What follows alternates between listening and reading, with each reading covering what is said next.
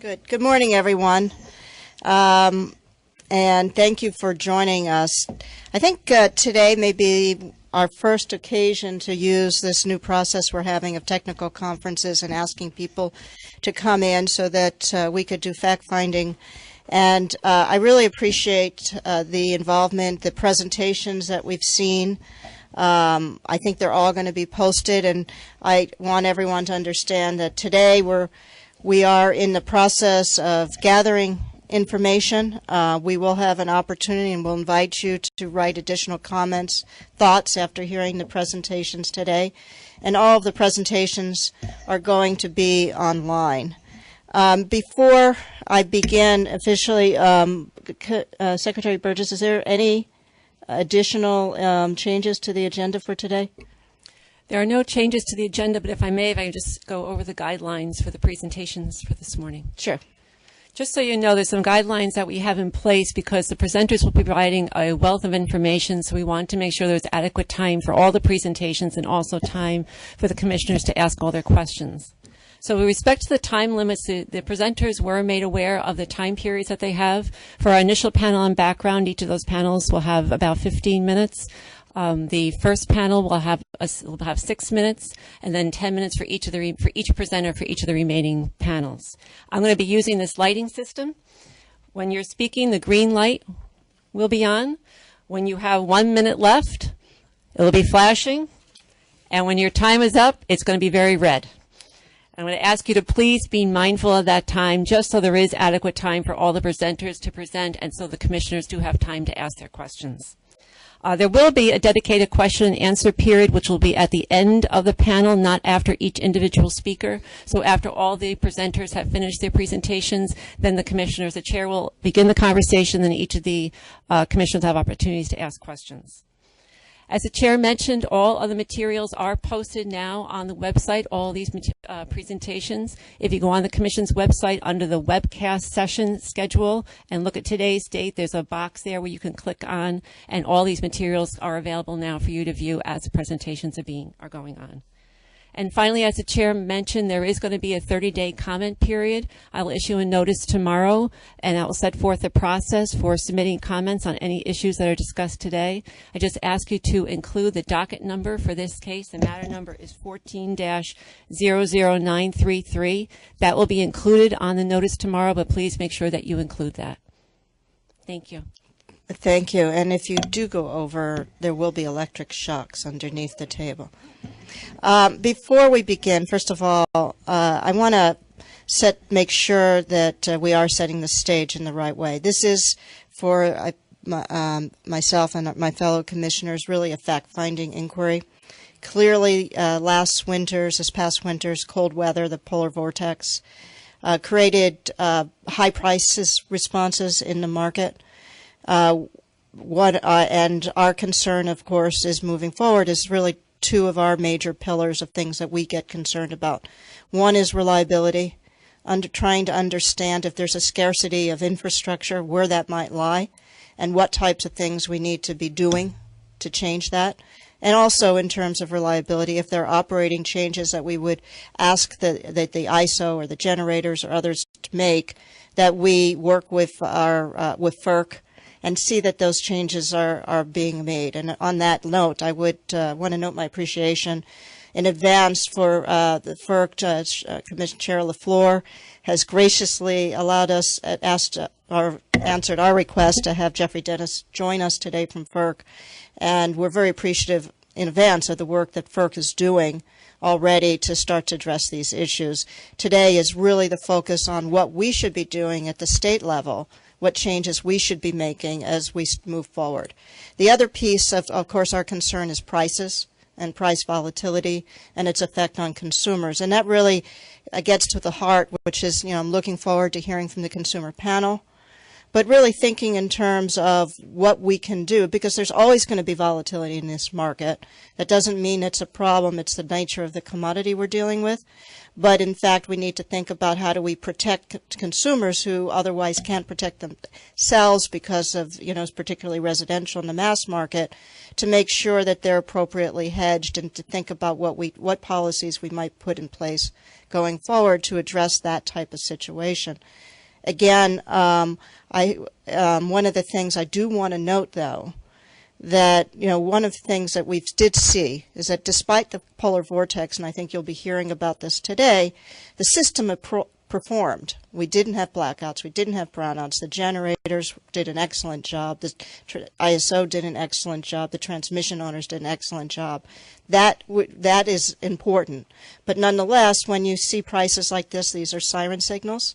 And it's important that we start addressing them, and when we begin looking at these collectively. And I would say, without hesitation, based on the people I know who are in this room and the people in the industry in New York, that everyone here wants to be in a position that we're not having to answer complaints about consumers who are unable to pay their bills. And that's what the really focus is today, is what we should be doing going forward to better position ourselves. Because as we've learned in New York, these weather events are not one-time events. And we need to think about this as our new reality. So I appreciate also that a lot of these issues are about the intersection of gas and electric. And that's an issue that I think the nation's beginning to deal with, that FERC is dealing with. And I want to congratulate, actually, Gary Brown, who was early on advocating for looking at this intersection and has been hard at work. And in fact, helps put this organize this agenda to make sure that we can continue to look at these issues and delve into them in a meaningful way. So with that, we have all of the bios in the back, and they're also online. So I'm not going to go through and give everybody's introduction, but I could tell you we have a lot of smart people in this room, so I think we're going to figure some things out. And let me start then. And our first panel is really setting the background. Again, welcome, Jeffrey. I really appreciate FERC's participation here, and I look forward to hearing what you have to say and what you're doing. And then also Raj Adipalli, as well as some of his team members, Mike Twergo, Leica Ganel, and Cynthia McCarran will be providing information that the staff has put together. So we'll start off with you, Jeffrey, and please, Jeffrey is the Director of the Division of Policy Development for the FERC. Thank you, Chair Zibelman and Commissioners. Good morning. My name is Jeff Dennis, and I'm Director of the Division of Policy Development in FERC's Office of Energy Policy and Innovation. Oh, I got to get closer. It's rare I'm unable to be heard. We appreciate the invitation to help set the stage for your discussions this morning with an overview of regional conditions and impacts from the severe cold weather events experienced last winter. I am presenting FERC staff's preliminary observations and analysis of the operations of the natural gas and the regional RTO and ISO markets under conditions of severe stress and market pressures. I would like to thank staff from FERC's Office of Enforcement, Division of Energy Market Oversight, and Division of Analytics and Surveillance, and FERC's Office of Electric Reliability for their work in compiling and analyzing the data and observations in this presentation. This report does not necessarily reflect the view of the Commission or any commissioner. The first 3 months of 2014 were marked by historically cold weather across large swaths of the country, record high natural gas and electric demand, and record high natural gas prices, which translated into abnormally high electricity prices. The cold weather tested the performance of the natural gas and electricity systems and the functioning of markets, which at times came under severe stress. 4 major cold events occurred in the natural gas and power markets during January and February, followed by a less extensive event in early March. This presentation will largely focus on the impacts of the first 3 major cold events you see there, which had the most impact in New York and the surrounding regions. U.S. daily natural gas demand spiked to record highs in January, coincident with extreme cold weather events. Widespread low temperatures, high winds, and snow drove U.S. natural gas demand to reach an all-time peak of 137 billion cubic feet, or BCF, on January 7.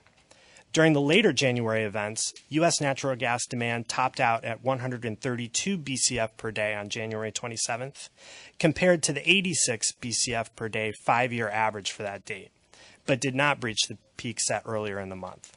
There were two lesser demand spikes in early February and early March that were well above the 5-year range.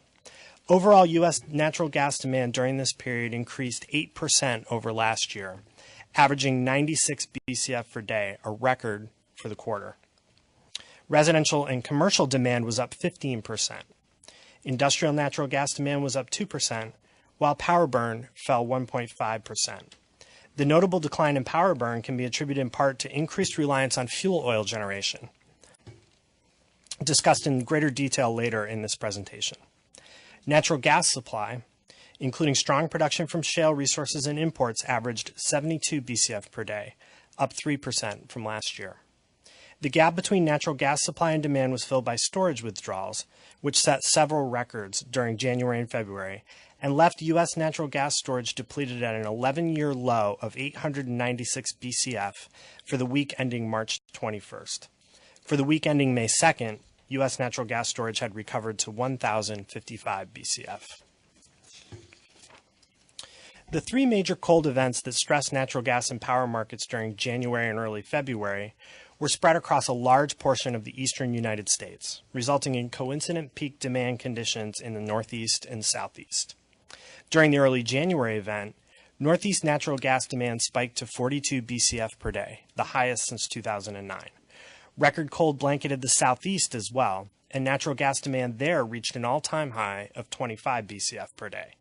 High natural gas demand in the Southeast, coupled with coincident high demand in the Mid-Atlantic and Northeast, resulted in constrained conditions on numerous eastern gas pipelines spanning from the Gulf Coast to the Northeast. Another major winter storm hit the Northeast on January 22nd, sending temperatures again into the low single digits. Northeast natural gas demand reached 41.5 BCF per day, just shy of the record set during the early January cold spell, while Southeast natural gas demand reached 23.9 BCF on the same day. Natural gas pipelines serving the region issued capacity constraint warnings and operational flow orders, holding customers to scheduled flows. Additionally, many storage facilities issued restrictions on withdrawals. Local distribution companies also issued OFOs and requested that customers voluntarily curtail demand during peak load periods. At least 1.5 BCF per day of U.S. natural gas production was shut in due to well freeze-offs, with Northeast gas production down 800 MMC per day. More expansive transportation and storage constraints than experienced during the earlier January event, coupled with production losses and continued strong demand, resulted in severe operational strains and manifested in unprecedented natural gas price spikes across the U.S. The cold temperatures persisted into late January when natural gas demand once again spiked, reaching 39 BCF per day in the Northeast and 23.5 BCF per day in the Southeast. During each of these cold events, customers who had firm transportation capacity on natural gas pipelines generally managed to secure natural gas deliveries. During the early January cold event, record natural gas demand pushed spot natural gas prices for delivery on January 7 significantly higher. In New York, spot prices reached $55.49 per MMBTU at Transco Zone 6 New York, while prices spiked to around $70 per MMBTU in the Philadelphia region and the Mid-Atlantic, with some intraday trades reaching upwards of $100 per MMBTU. Spot natural gas prices at major Northeast points broke all previous records during the January 22nd event, propelled by more severe and widespread system constraints. Prices at Transco Zone 6 New York and Transco Zone 5 reached $120 per MMBTU, while at Transco Zone 6 non-New York, prices spiked to $123 per MMBTU.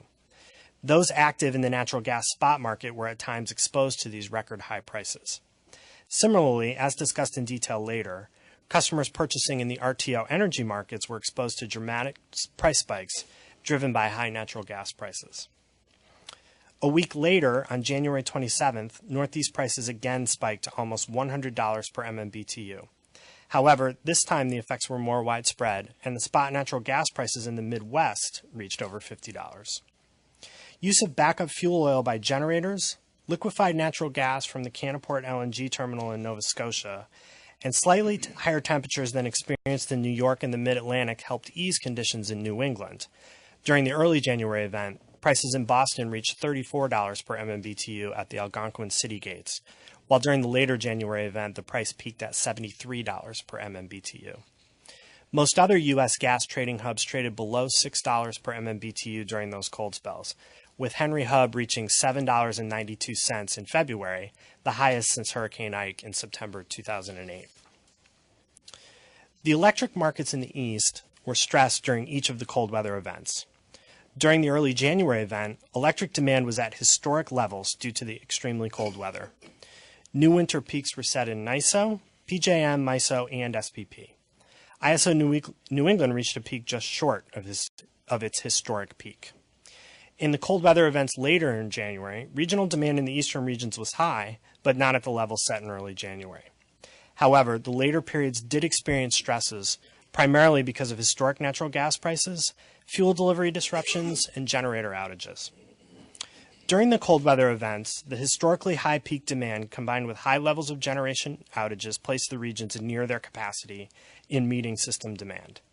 The RTOs and ISOs declared system emergency conditions on several occasions, and some implemented emergency procedures, including emergency demand response, voltage reduction, emergency energy purchases, and public appeals for conservation.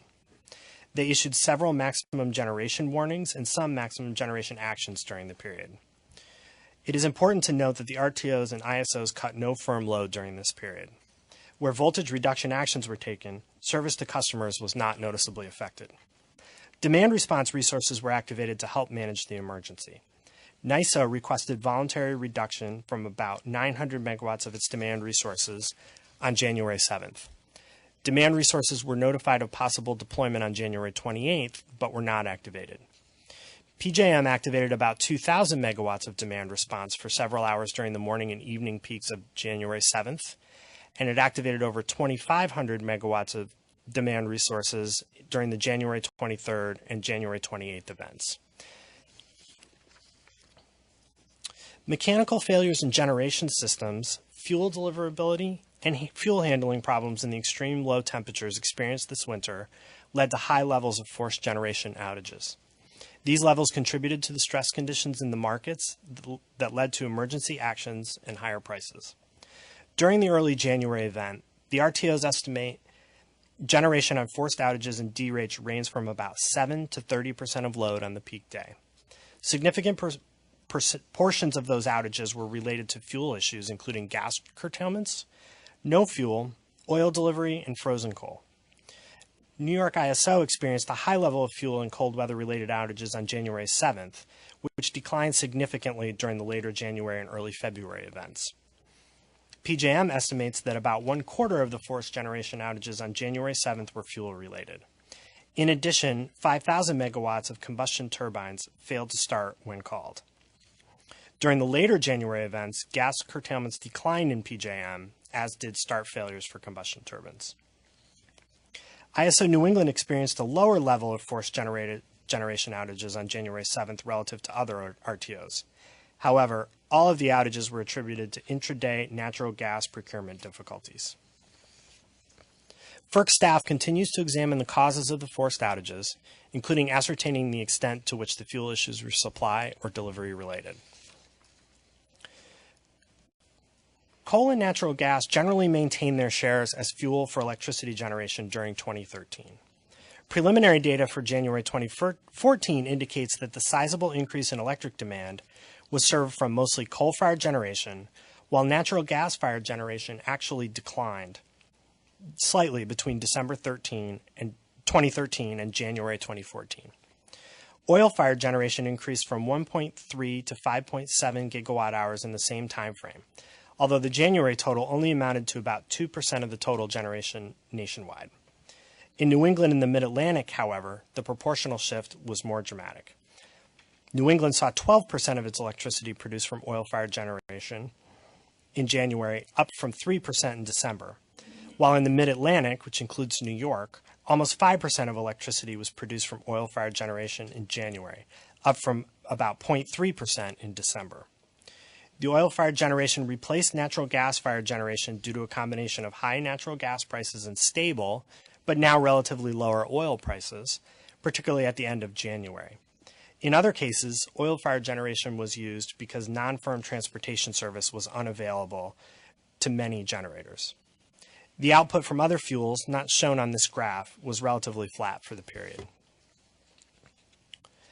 During the early January event, the high loads faced by the electric markets were the main factor that led to high prices, requiring the RTOs and ISOs to dispatch more expensive generation to serve the higher loads. The electricity prices also included the impact of high natural gas prices and the impact of scarcity prices during a limited number of hours. During this event, the LMPs were near or even above 2,000 megawatt hours for a number of hours in PJM and a few hours in MISO. On-peak average real-time prices ran from $300 to $700 per megawatt hour in these regions. The subsequent cold events in January, February, and March also resulted in similarly high prices, but the key drivers changed. During those later events, the prime factors leading to high natural gas prices were historically high natural gas prices. Due to the elevated levels of demand, most of the regions were operating at the high cost levels of their supply stacks.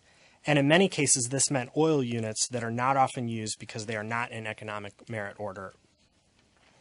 Additionally, some dual fuel generators were forced to use oil when non-firm transportation of natural gas became unavailable. And on some days, high natural gas prices made oil-fired generation more economic to dispatch than natural gas-fired generation. Head-to-head price competition between oil and gas for power production is something that has not occurred much in recent years. As natural gas is the marginal fuel for most electric energy markets, the price of natural gas plays a leading role in setting the price of electricity. As natural gas prices soared and retreated through the period, electricity prices followed, as illustrated by this graph, which shows PJM's experience. Unprecedented natural gas prices raised the possibility that some generators would need to offer below their variable fuel costs if they were required to stay below the $1,000 offer cap. New York ISO, PJM, and California ISO all sought and were granted waivers of the existing market rules in order to allow generators to offer power at higher prices or otherwise recover high fuel costs. In addition, the high locational marginal prices in the RTOs and ISOs did not reflect the entire costs of these events. In these markets, there are provisions in place to reimburse generators for costs that are not covered through normal energy and ancillary service market sales. For example, RTO and ISO operators may commit additional generation out of merit order to ensure reliability. These costs are then generally recovered broadly from loads through so-called uplift. Uplift costs for the month of January rivaled the total uplift incurred by the RTOs for an entire year, as operators took conservative actions to maintain reliability during the cold weather events. FERC's Office of Enforcement, Division of Analytics and Surveillance, routinely monitors wholesale natural gas and power markets at a more granular level to look for potential market manipulation and any other inappropriate behavior by market participants through the use of automated screens that sift through a variety of public and non-public data.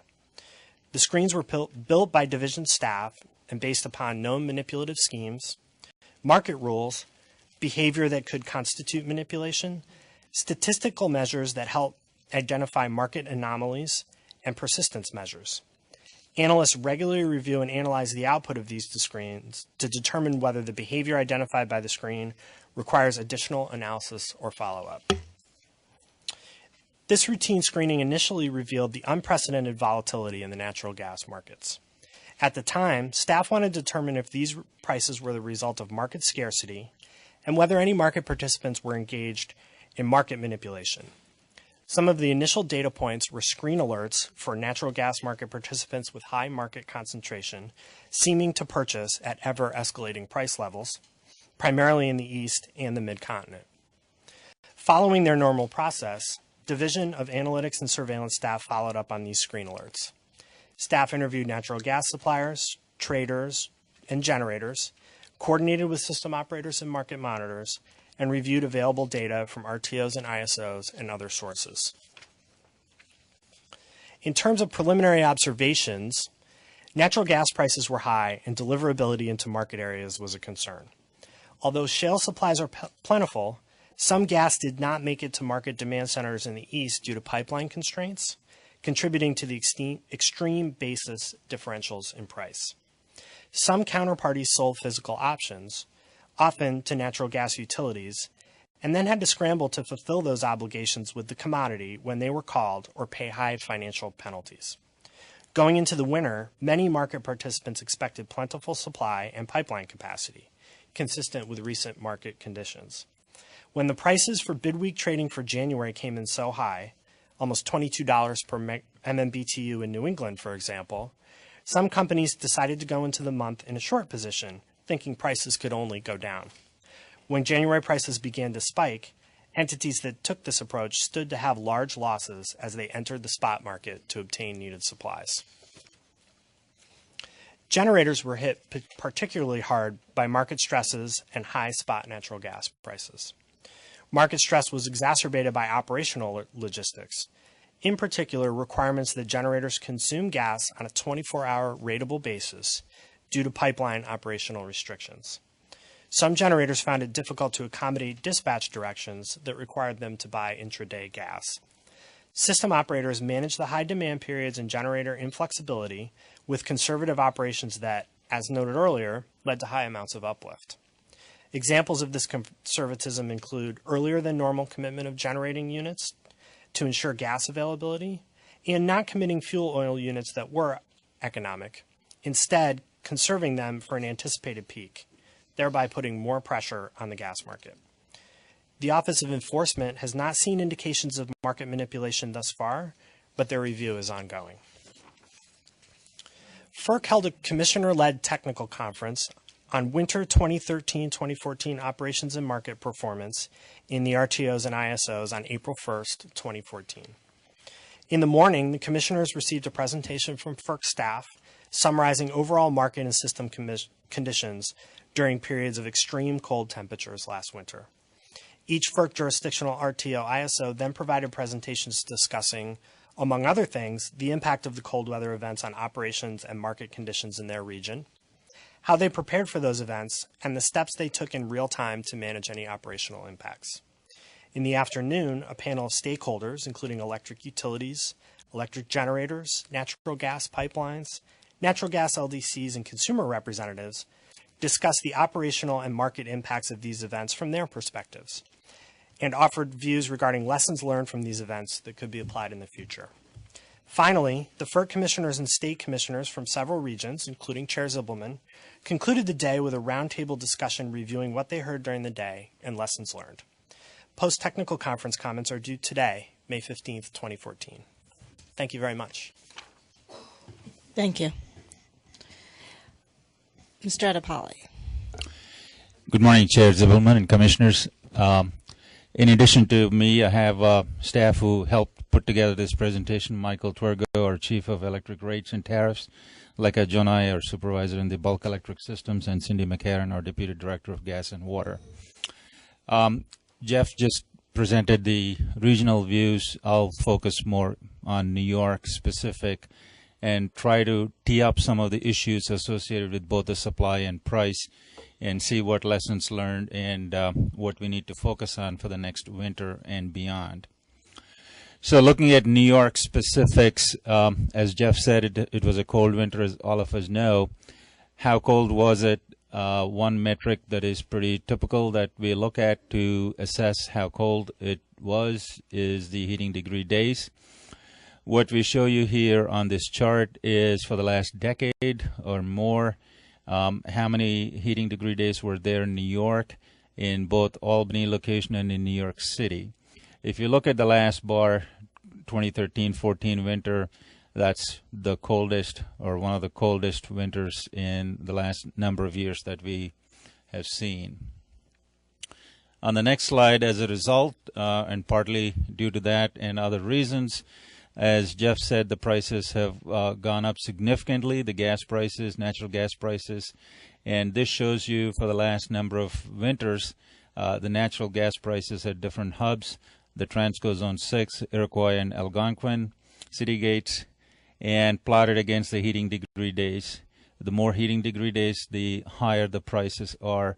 And the prices, as you'll see, this past winter were the highest in the last 7 numbers that are shown there. So we had one of the highest gas prices in New York this past winter. And given the coldness, you'll also see this chart shows you on the electric side the demand on the system for the whole New York control area. On the top, you'll see the summer peaks, and typically which we are concerned about in the electric system. And the bottom, you see the winter peaks. And this winter is a record. So we set a record in New York this winter with 25,738 megawatts. By the way, last summer was also the highest load that we had in the last number of years. And so the coldness also led to high electric demand, and that led to the peak demand that we had on the system. So as you said, and as Jeff said, this led to some supply issues. On the next slide, I'll just tee up, and you'll hear a lot of this from other panelists later on in the supply panel. The generator D-rates that Jeff mentioned affected even in New York and created tightened supply situation. New York ISO's Wes Yeomans will go into more detail, specifically what the reasons were for the D-rates, whether they were fuel-related D-rates or whether they were weather-related or some other reason why the generation was not available on some of the critical days. As we also heard just now, the natural gas was not available for certain interruptible gas generators on critical days. So that led to the use of alternate fuels. And again, on certain critical days in January and February, even the dual fuel units, there were issues associated with procuring alternate fuels. So these are some of the lessons that we have to look at from last winter. What did we learn, and how do we fix any problems that we can for the coming winter and beyond in terms of availability of fuel, alternate fuels, especially so we can ensure reliability of the system. Demand response is a typical element that is invoked primarily during summer when we have high demands on the system. But for the first time this winter, also the New York ISO invoked demand response. And Wes Yeomans tells me this is the first time we did this since 2001 in the winter period, maybe to help other neighbors perhaps. And again, in terms of regional, we do export and import from our neighbors. And on some critical days, there were issues with imports from PJM. And in fact, we were exporting to PJM. So some of these are the supply issues that need to be addressed and discussed in the next panel and beyond as to what lessons can we learn and what do we need to do after that. Looking at prices, as we focus on prices, this chart shows you since the ISO's inception in New York, we have 11 regions. The 3 major points that are plotted here are in the western part of the state and in the Capital District and in New York City. And as you'll see, this price in January 2014 is the highest in record over the last 14 years. We hit over $160 per megawatt hour in New York City and over $100 in the West. This is an unprecedented level of price in New York on the electric wholesale markets. Now, just looking at the last year versus this winter, last winter versus this winter, the previous slide was looking at the last 14 years. This one is just focused on last winter to this winter.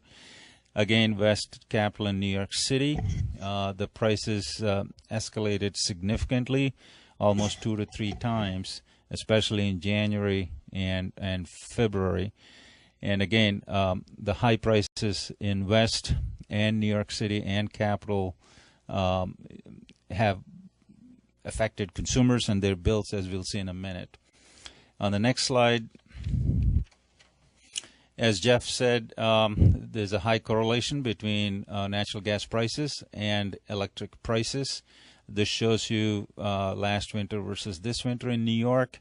for the Capital District and in New York City, the gas prices for those pipelines, and the electric corresponding prices, and there's clearly a high correlation between high gas prices and corresponding high electric prices.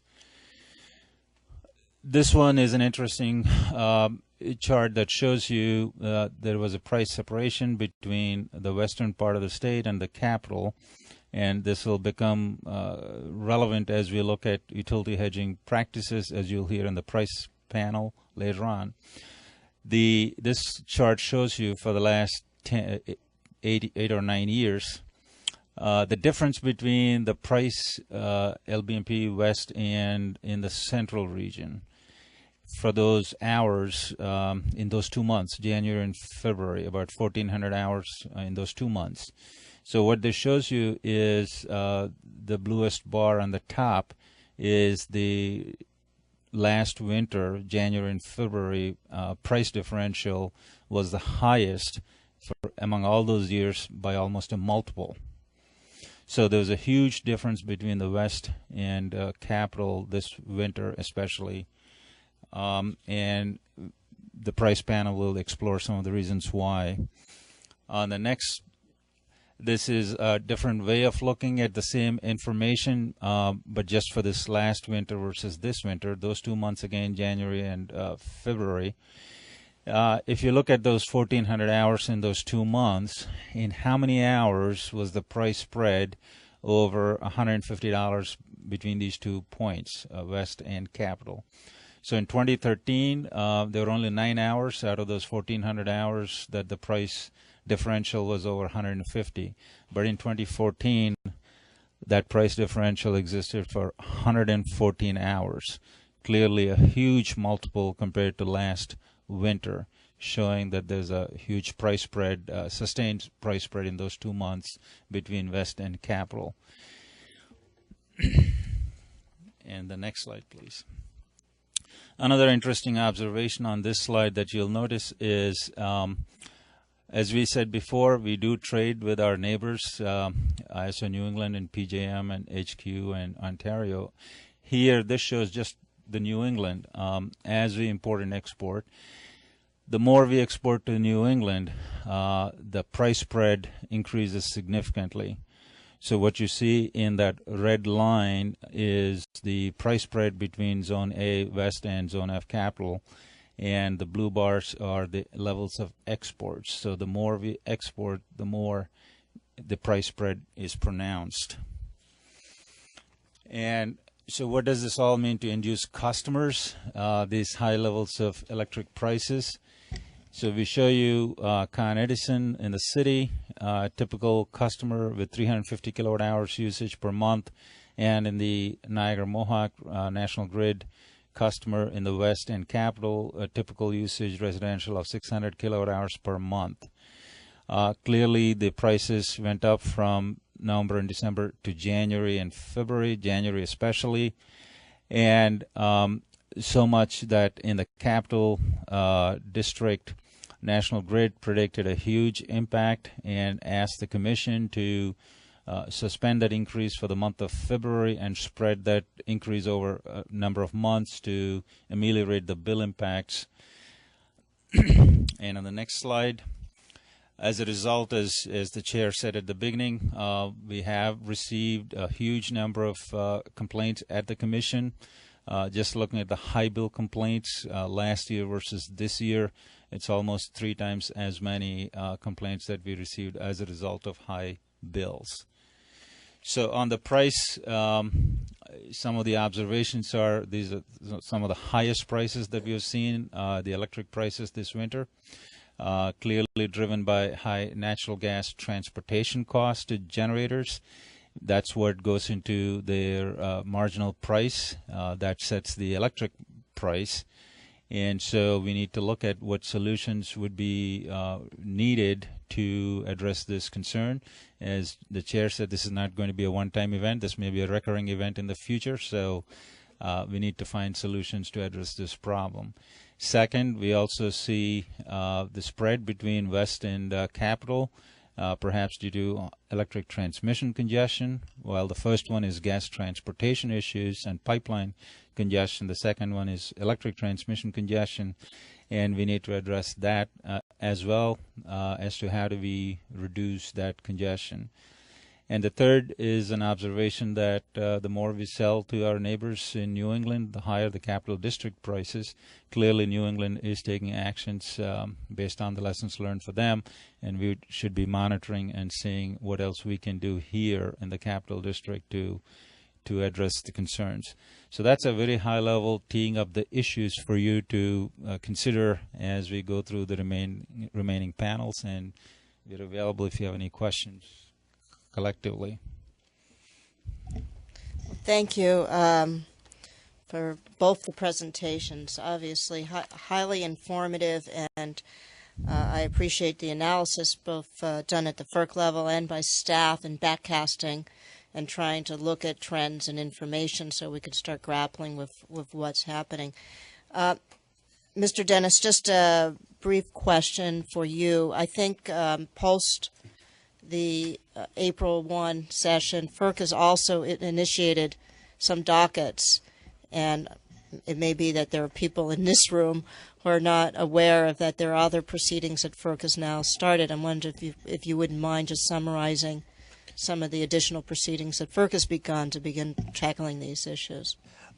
Well, in terms of additional dockets or proceedings, yeah, we've had there's been a few filings. We of course had some the filings I mentioned dealing with the price cap issue and generator fuel recovery. We're receiving comments today on the April 1st technical conference.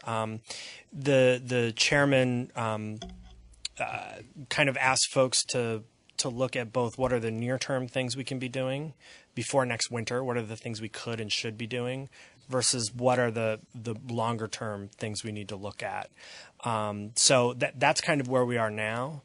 There aren't sort of April 1st or winter-specific proceedings other than those that I mentioned going on right now. Certainly, we've had some individual filings from PJM and others to make reforms to their capacity markets heading into both next winter and looking further out. ISO New England has made some filings with us as well. And so those are the kind of things we're looking at, also dealing with their capacity market. Okay. I believe the other proceedings deal with more on the natural gas side, on trading between electric and gas day, making sure consistency between the two, and also posting on the bulletin board buyers and sellers data on intraday trades. Those are the kinds of issues that the FERC also teed up for comments. Okay. Yeah, sorry, I should have mentioned the gas electric coordination. To me, that's been going on for so long that I didn't think of it as a last winter issue, but certainly we initiated action on scheduling in March to try to better coordinate scheduling practices between natural gas pipelines and electric generators as well. There is an industry proceeding ongoing now to try to grapple with the straw man proposal that the Commission put out there, and we'll be hearing more about that in the coming months, and likely you'll see more activity from us in the fall. Okay, thank you. And one more question. One of the things when I was looking at your price slides, in terms of the markets, you noted that PJM West was one of the highest prices, and typically it's PJM East, right? Now was East higher or West? And the only reason I'm asking is because I'm wondering, from our purposes, and maybe this is a question we can ask ISO and staff, if we're going to see trending in pricing outside of PJM or outside of New York, will we be more worried when PJM West prices go up because of imports in, or East, because we tend not to see as many imports from East? So I'm just curious in terms of the reason why is because a lot of the coal obviously is in PJM West. I don't have specific data on how the imports, what the level of imports was between PJM and MISO, but certainly they traded with each other. And in some of those events, the coal moved across the upper Midwest, dipped down into PJM, and then moved east. And so as the cold dipped into that western PJM area where both PJM and MISO were dealing with that simultaneously, there were constraints that impacted prices in the west more than they did in the east. And you saw some flows begin to move the other way. Normally flows are west to east in PJM, as you mentioned, but because of the nature of these kind of particular cold, we saw that shift a little bit. And I'll put this to staff. I mean, and then Wes, maybe perhaps when you're, just so I understand, because typically when we import from PJM, which we'll do, it comes from more east. So if there's constraints in the west, that's going to affect our ability to import, which then will affect prices, and that's why it becomes a matter of interest for us. Is that and? Raj, and yeah, typically we import on a net basis, I believe, around 10% of our energy. How much from east and west, the ISO will have a better breakdown. Okay. And then one question for you, Raj, as I'm looking at it, I think what in terms of looking at the prices and the separation, that clearly was an issue that's affecting the capital region a lot, that was unexpected. I know we'll be talking about this later today. But were there transmission constraints affecting that as well? In addition, I mean, I know we're looking at the generation, but do you see that as an electric transmission issue? Yes. Between the 2 points, West and Capital District, as we noted, the number of hours of congestion continues to increase, and part of that could be transmission constraints and Central East constraints especially. We are tackling some of it in other proceedings, but there are opportunities potentially to address this on a more comprehensive basis that we need to look at. Thank you. Further questions? Commissioner Brown. Thank you. And Jeff, thank you for coming. Good to see you again. We really appreciate the work that FERC has been doing in this area and taking a look. I just want to highlight a couple of longer-term trends, and I'm not even really looking for a big response right now, but put it on your radar screen. And both of these have been mentioned along the way. We've set up an electricity system that almost all our natural gas generators are interruptible customers. It's worked out pretty well because in the winter, we need the gas for the heat, and in the summer we need the gas for the electricity, and it's complemented each other. Obviously, this winter we saw perhaps our first example of what happens if suddenly the electricity demand hits at the same time that we need the natural gas for its more traditional uses. And you might be able to attribute this to, abnormally cold weather, but the question is how long this is going to go on for, whether this is going to become a pattern. And I note the DOE study that's being done in the Eastern Interconnect planning process that's taking a longer-term look at this relationship between natural gas facilities and electricity facilities. And I know FERC's been involved in that process as well. But I think it's something that we really need to – it's well beyond just looking back at the last winter. It's looking at a much larger trend. Is this a sustainable system whereby we – try to keep all our electricity generation facilities on natural gas? Related to that was somebody who wisely made a decision many, many, many years before I got here that dual fuel capability was a very important attribute, especially in New York City. And it paid off big time this winter. Other regions perhaps didn't have those same requirements, and we saw some of the results on that, which gets me to my second point, and you can comment on this if you want, or just shake your head, whichever you feel like doing, Jeff, it's fine. The issue that Raj raised with imports, exports. We're in the midst of a lot of different markets here in New York, PJM to the south, New England to the east and north, Ontario to our west. And we help each other out a lot. The ISO, during system stresses, there's constant trading back and forth to try to help each of the ISOs maintain system reliability. Again, a longer-term trend that we should keep our eye on is if we see a prevailing pattern that under certain system stresses, there's leaning going on because one system perhaps has dual fuel capability and another system does not have dual fuel capability. And So I would hope that FERC would, and I know they are, would be looking at some of these trends beyond just the short term, what happened this winter, but the longer term, are we setting ourselves up for any future issues in this regard? Thank you, Commissioner Brown. You hit on your first longer-term trend is something that was an early takeaway, I think, for us from the April 1st conference, which is really the importance of dual fuel and the importance of fuel diversity in our markets. And that is something that the Commission is continuing to look at. We also have an ongoing generic docket looking at capacity market structures.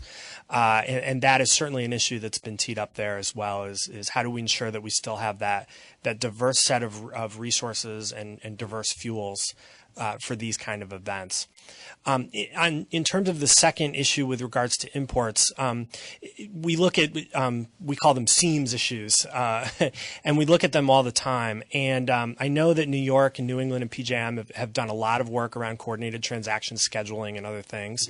I expect that work to continue, and the Commission staff is always monitoring these things and happy to talk with you more. Thank you. Commissioner Akinpur? Commissioner Brown? Or Berman? Sorry. All right. Well, thank you. And we'll go on to our next panel.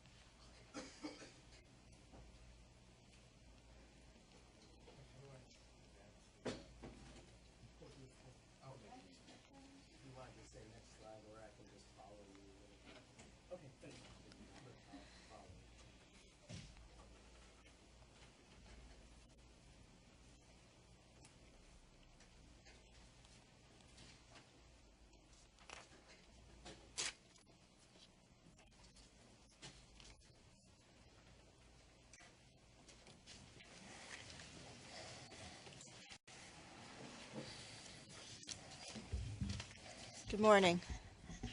We have panelists today and representing, I believe, almost all aspects of our consumer groups in New York. Michael Mayer, from partner of Couch White, he'll be representing the multiple interveners. Catherine Luthien, who's here to represent the consumer power advocates. Marcus Vigil with the Utility Intervention Unit with the Department of State in New York, and Jerry Norlander, who is the Executive Director of the Public Utility Law Project. So welcome to all of you. I appreciate, again, your attendance. This really ultimately, as we said, ends up being all about the consumers and what is happening with them. And it would be, I think, the purpose of our panel is really to start to understand that real consumer experience and really start thinking about what we can do to effectuate that in a much better way. So beginning, I guess, with Mr. Mayer. Thank you, Chair, Commissioners. Multiple Interveners is an association of over 55 large industrial, commercial, and institutional energy consumers. Next. The topics I'm going to cover are the impact of what happened this winter on Multiple Interveners members and selected recommendations for addressing high energy prices. Next. The gas supply issues we've heard about had a tremendous impact on Multiple Interveners members. Members with interruptible transportation experienced frequent, prolonged interruptions, which led to unusually high reliance on alternate fuels. In some instances, facilities were required to shut down operations. Even customers with firm transportation also experienced interruptions due to local issues. And of course, gas prices in the spot market were astronomical. Those gas issues, as we've heard, led to historically high electricity prices. For many multiple interveners members, these costs basically obliterated annual energy budgets by the first quarter of the year.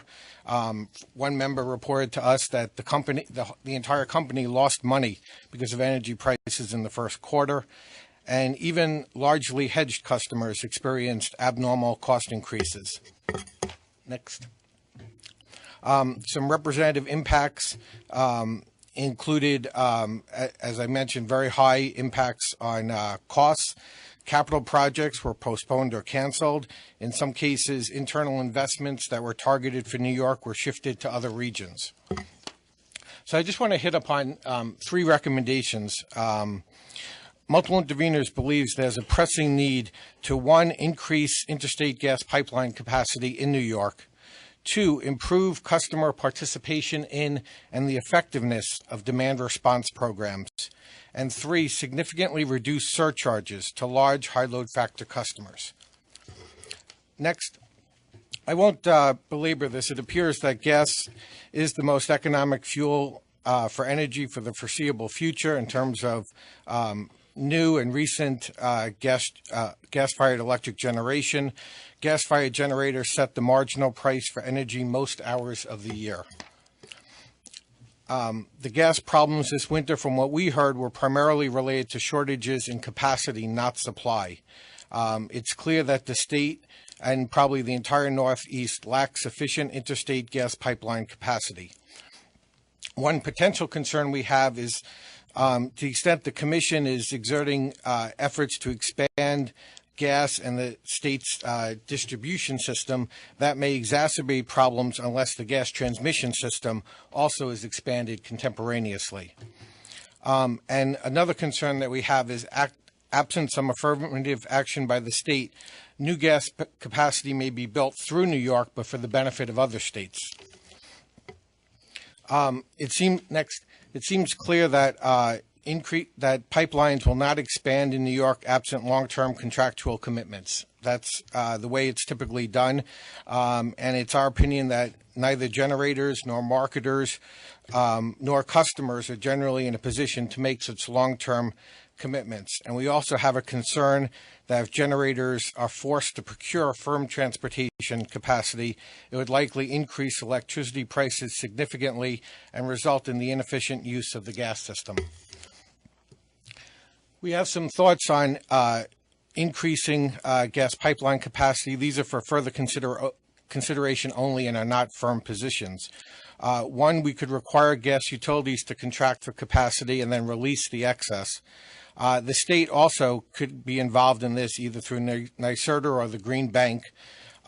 Efforts could be undertaken to increase storage capacity in the state, which would be a partial solution and could ease some of the peak period difficulties. And also the state could facilitate efforts by third parties, such as developers, to expedite construction of in-state gas pipeline capacity. The second major recommendation we have is we believe there's a need to improve demand response in the state. The level of surplus electric capacity in the state has declined considerably in recent years. Between 2012 and 2013, more than 3,700 megawatts of generation located in New York exited the market, and the need for successful demand response programs has grown. The NYSERDA relies on such programs to a much larger extent for reliability purposes. Also, demand response programs provide end-use customers with the means to influence energy and capacity prices. The next page is a slide we prepared that shows how during the last 3 summers, as the price for capacity has increased significantly, the amount of customers participating in the demand response programs as special case resources has declined considerably by as much as 50% in the rest of state region. The next slide shows that similar effects are taking place both in New York City and Long Island. So at a time when capacity prices are rising and you would think participation in demand response would be increasing, it's actually declining. Next slide. The reasons for the decline in enrollment are numerous, and I don't have the time to get into it now. Promoting demand response programs at the retail level could offset some or all of the failings of the current wholesale level programs and lead to increased customer participation. And Multiple Intervenors looks forward to working with the Commission and addressing demand response issues as part of the REV proceeding. Finally, I would be remiss if I did not mention the pressing need to reduce customer surcharges. The SBC, EEPS, and RPS surcharges have grown tremendously over time. For large, high load factor customers, those surcharges now exceed the cost of traditional delivery service, and by that I mean the customer charge and the demand charge. The impacts are huge for large non-residential customers. Next slide. In order to protect the confidentiality of our members, we prepared a couple of hypothetical examples. These are typical Multiple Intervenors members. As you'll see, for a typical Niagara Mohawk customer with a 20 megawatt demand and 85% load factor, the annual cost of the SBC, EEPS, and RPS surcharges greatly exceed the cost of delivery service. A similar example is set forth below for a Central Hudson customer with a 40 megawatt demand and a 90% load factor. I easily could provide the Commission, if interested, with many additional examples of how these surcharges exceed the cost of traditional delivery service.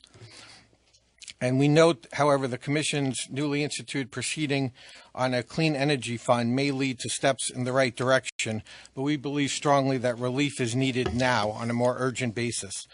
And finally, our concerns regarding the surcharges include not only their exorbitant magnitude, but also that large non-residential customers appear to be subsidizing programs targeted at small non-residential customers, that a number of these programs target things such as reducing demand and should not be recovered on a per kWh basis. And finally, that there is a sizable surplus that exists. According to NYSERDA's recent budgets, the surplus exceeds $400 million and easily could allow for some meaningful rate relief in this area. Thank you. Thank you. I think our next panelist is Catherine Lutine. Welcome. Hi, I represent Consumer Power Advocates, and Consumer Power Advocates members include most of the major medical and educational institutions in New York City. Next slide. 95% of the CPA members actually hedge their portfolio, and they did it as a fixed price, which is going to tell a different story than most people on this panel. And they did that because they took a look at the natural gas prices. You know, in 2009, natural gas prices actually declined significantly, and they hedged deals anywhere from 2 to 5 years in the future. And it's a simple thing. You just take a look at how NYMEX is traded over a 5-year period of time, and they saw that the price of NYMEX and basis was actually relatively low at that period of time. It just made sense at that point in time to actually procure the supply at a fixed price for a rather likely period of time. So, but the small accounts typically remained with the utility, and they're actually really small. I mean, I took a look at the size yesterday, and I would say the size is about 1% of a megawatt. You know, they tended not to hedge them, but I think that's going to change in the future. We took a look at, we do a lot of backcast analysis. We saw, you know, when we would price these smaller accounts and then take a look at what they would be if they remained with the utility, they tended to benefit from a utility class average. So they tended not to put those smaller accounts in a competitive supply deal. Next slide is actually an example of a large hospital. I just wanted to show this to you. The load factor is 72%. Operations was 24/7. I took a look at the fixed price, and it was a pretty decent price. It was for New York City. It was $69.70. And then I compared it to the day ahead price. So we took a look at 2013 and the fixed price versus the day ahead index. They would have paid 10% more. For this client, it would have been almost $1 million more for 2013. The winter of 14, we took a look at it, and actually, if they had not been hedged, they would have paid $2.7 million more, or 133%. So it's significant. However, same client, same customer. 3 small accounts that were supplied by the utility that were not hedged. And so I looked at it 2 different ways. I looked at it month by month, and I also looked at it the winter, the 3 months in total, only because the numbers are kind of wacky. And I think part of it, if someone from Con Ed is here, is because I think pricing on the utility lags. I believe that. I think the numbers are showing that to me. But so I compared the day-ahead price to the utility full-service price, and the utility price is actually 52% more. But then February and March, it was 18 and 16% less. The day-ahead index price versus the utility price ended up being 4% more.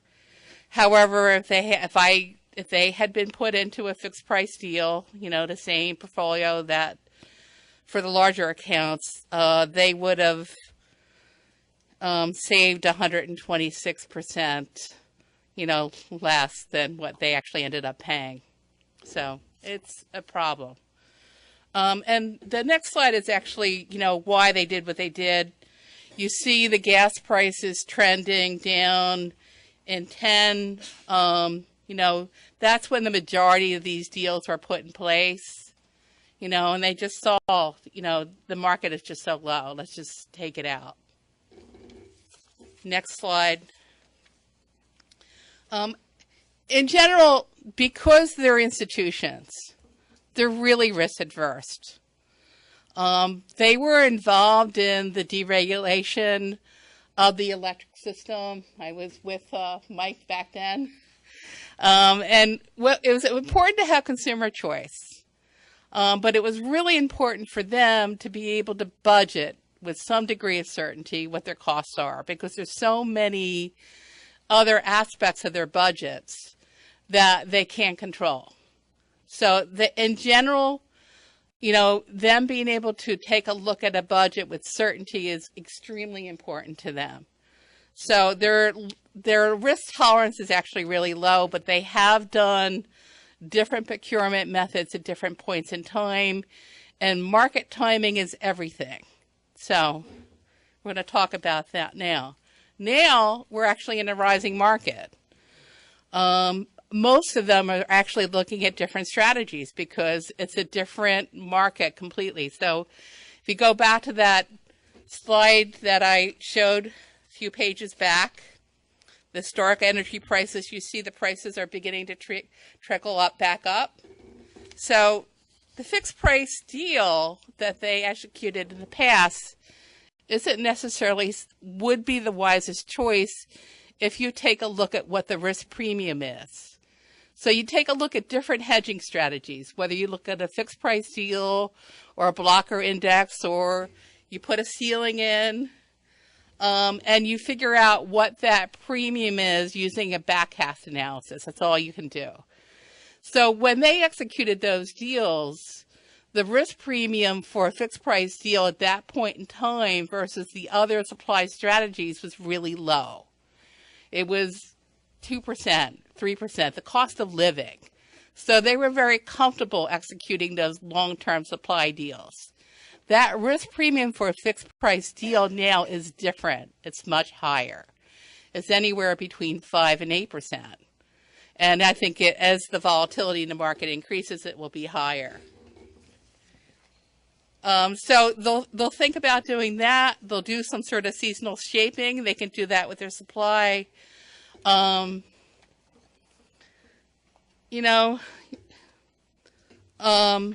one of the questions that you guys asked was credit, and I wanted to address that. If you have good credit, you get better pricing. If you have worse credit, that risk premium that we talked about is actually going to increase in the price that's offered to a customer. It's as simple as that. The market prices it that way. However, consumers can negotiate. If they make it part of the negotiation process, budget pricing, that's an option. And we do have CPA members that are in budget pricing deals. My recommendations for consumers are, you really need to spend some time to review and negotiate your supplier contracts. One thing that Raj had mentioned was how much more the consumption with the had increased. So you can actually negotiate a bandwidth that can be fairly substantial. But you're not going to get it if you don't ask for it. So that's something that I'm saying you can do. You also need to pay attention to your weather normalization. You just don't go back 1 year and say this is the number. You need to look at it several years and really weather normalize the consumption pattern. And that puts you in a better supply deal right there. Considering how extreme the weather was, exploring weather hedging is something that some of our clients are looking at, so that's something to do. You should monitor the markets, establish an active market management strategy, especially in a market in which you see the prices rising, which is where we're heading right now. Our clients were dual fuel. They did suffer prolonged interruptions. I would say that there were some operational issues because the interruptions were so prolonged. I know that we just got out of a rate case, but we had never experienced that long of an interruption. And I think one of the things the Commission needs to take a look at is, with such a prolonged interruption on these dual fuel customers, how do you address the operational concerns and maintenance that arise when they're on an interruption for that long a period of time?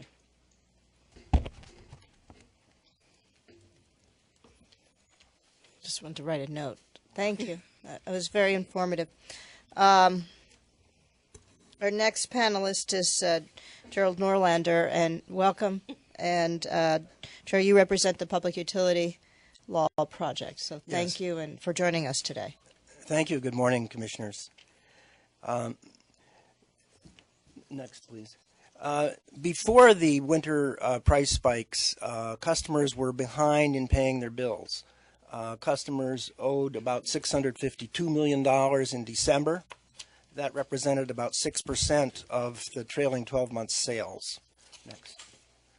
12% of the customers before the spike were 60 days or more late in paying their bills, many of them incurring late payment charges at 18%. And I would point out that public assistance recipients may not be included in this because many of them have their bills paid directly by the welfare departments.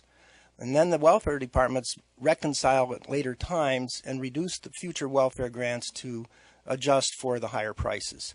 So these figures are largely hitting people who are not on welfare, who lack savings and are in debt to the utility. When households experience a price spike, they are thrown into chaos because many people don't have the savings to absorb a price shock. Some research suggests that maybe 25% of households don't have significant savings, and so therefore a price jump of a significant amount will come right out of that month's expenditures for other items, other discretionary items in the consumer economy for other household needs. And the way people address it is by borrowing more or incurring late charges or sacrificing other necessary household items. Next.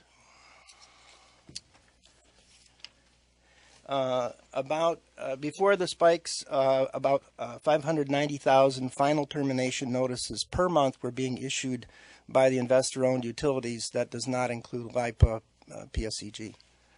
And that trend before the spikes was rising sharply. And we suspect that when the data comes in, it will show an even greater spike. And we think that perhaps people will owe $1 billion or more to the utilities when we see the data for January, February, March. That data, we've asked for it, but it's not yet coming. We should get it in June, we're told. There were 21,000 monthly shutoffs, again excluding the LIPA, before the spikes.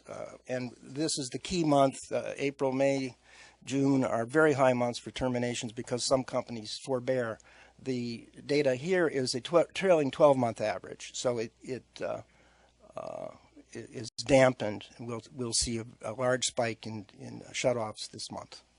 Yeah.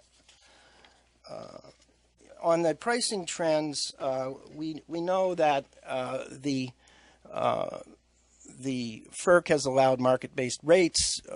We allowed the utilities to divest their power plants, and they're now owned by merchant power suppliers who sell them predominantly in the ISO markets or influenced by ISO market prices. So even if contracts are made, they may be indexed either to gas or to ISO prices. So the role of long-term contracts has diminished since the restructuring. Natural gas fuels only 37% of New York's power generation. When the natural gas price spikes, the price of uranium or water or wind does not go up. We have built a pricing structure with the gas plants setting the clearing price, and beneath that it's the spot market for gas that is setting the price for the peakers. So if some people believe the world exists on the back of a turtle, this makes about as much sense in my view. You may win the award for the most innovative slide. We see that the ISO puts out a chart that usually shows that electricity prices track gas. Next. What we see here goes back a little further before the ISO.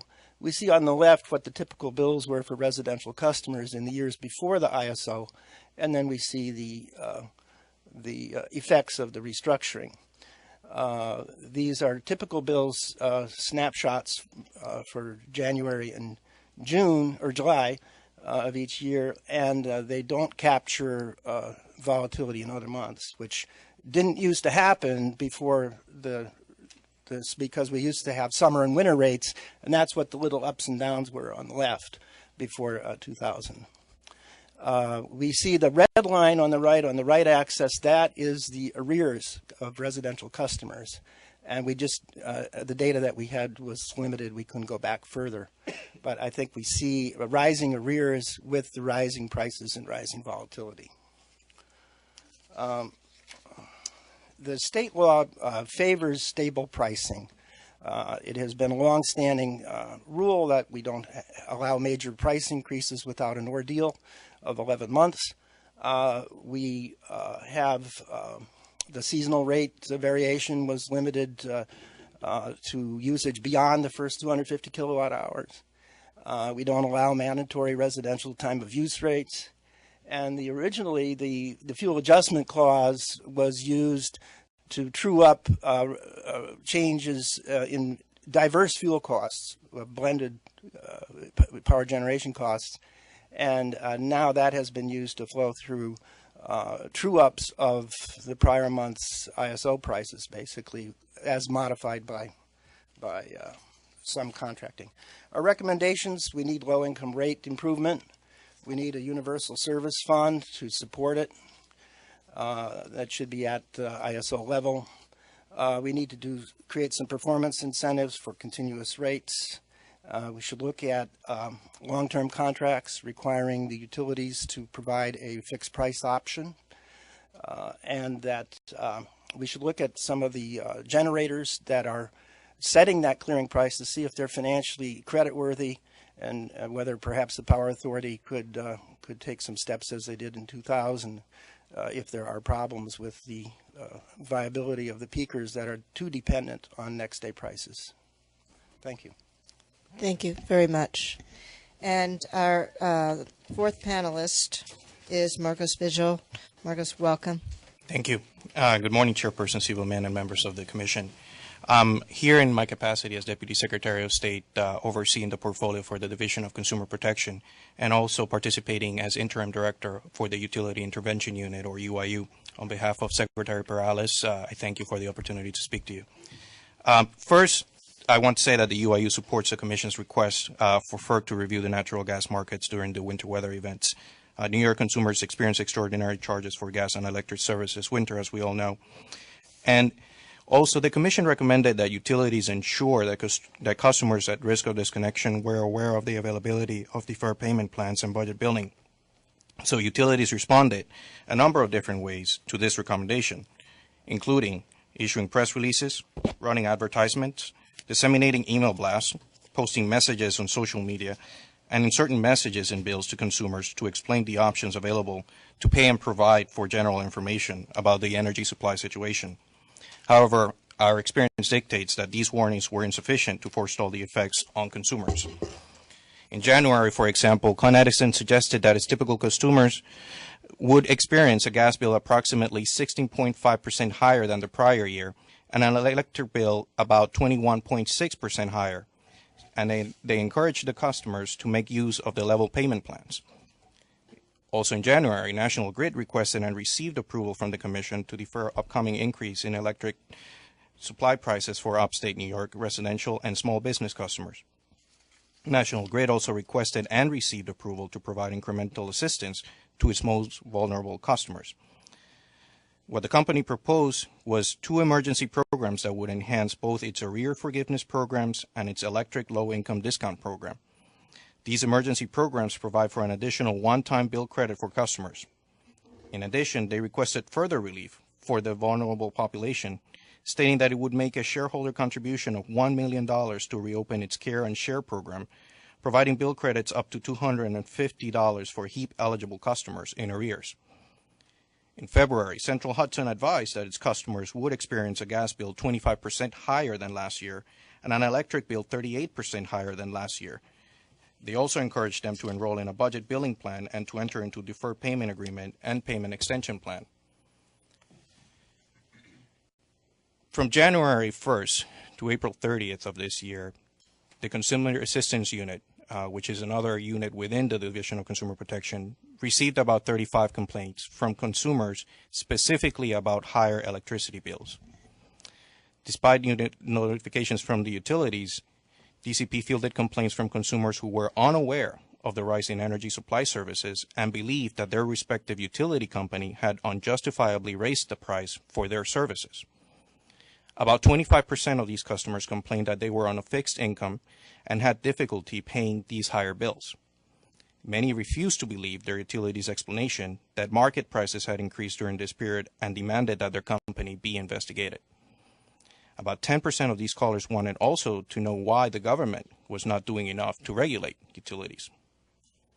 I personally spoke with one of these consumers from Evans Mills in Jefferson County. She complained to me that her cost for electricity, excluding delivery service, more than doubled since December.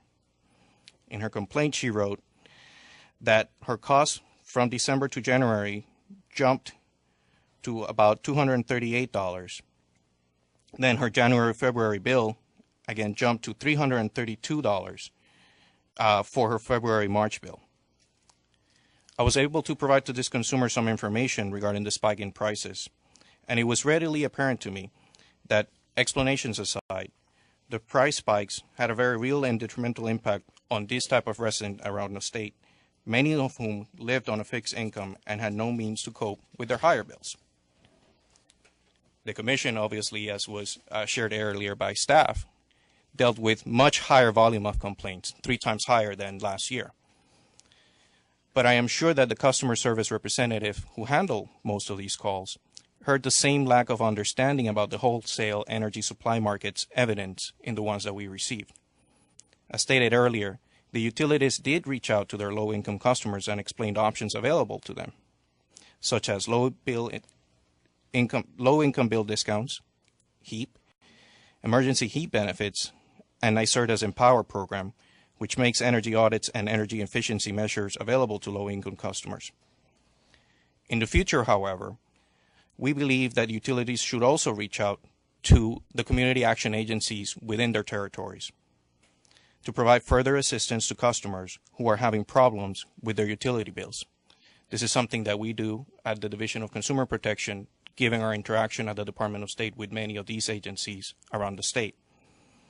Better collaboration with these entities would further the goal of ensuring that customers receive adequate information from sources in their own communities that can assist them to better take advantage of all the benefits that are available to them in New York State. Our website at the Department of State contains information and a complete list of these community action agencies and other neighborhood-based organizations working for low-income customers. As part of our role, the UIU would strongly encourage the state utilities to partner with these organizations, and we will be setting up those meetings between the utilities and the community action agencies in their territories to foster their relationship. I would be remiss if I also don't mention the existence of what Governor Cuomo created, which is the Office for New Americans. There are 27 regional offices across the state which can also help. Many of them have partnered with community action agencies, and they are in the service territories available to reach out to those vulnerable customers, many of whom may not necessarily speak English as their native language. In order to lower the impact of future drastic wholesale prices increase on electricity bills for residential customers and small businesses, the UIU also recommends that the Commission look into its most recent national fuel gas order adopted on May 8th. The order requires NFG to establish and fund a $7.5 million deferred credit account for the benefit of ratepayers. As stated in the order, this account would be allocated equitably among service classes on the basis of delivery revenues, net of commodity, and would be used to provide refunds directly to customers to fund certain programs for low-income ratepayers. The UIU recommends that the Commission apply these same principles that they use in the NFG order to other potential utility over-earnings. If there are future drastic price increases similar to the ones under consideration, the Commission should direct the excess earnings not to be deferred for future use, but instead to be applied to current customer bills. Finally, I have to address another role that the UIU can play in order to help ratepayers. Upon Governor Cuomo's request, the UIU intends to ramp up its advocacy on behalf of consumers at the wholesale electric market. As a result of a settlement agreement between the FERC and Constellation, the UIU has been awarded funding for the specific purpose of strengthening its wholesale electric market's consumer advocacy. The UIU serves as a designated consumer advocate when participating in matters before the ISO, and in particular as a member of the end-use consumer sector. This week, the UIU issued, just yesterday actually, a request for proposals to secure consulting and advocacy services to better represent the interests of end-use consumers through active participation in the governance process of the NYSO. These services would include seeking changes to the design of the NYSO's market rules that would benefit end-use consumers and advocating against proposed changes that would harm end-use electric consumers. A secondary purpose is to secure consulting and advocacy services to assist the UIU in its participation in selected deliberations before the FERC. I thank you for the opportunity to address you at this very important topic and in advocating on behalf of the UIU for residential customers and small businesses around the state. Thank you. Thank you. I have a couple questions. In terms of hedging and the idea of fixed pricing, Catherine, you mentioned that your customers typically like to will go out for a 3 to 5 year period.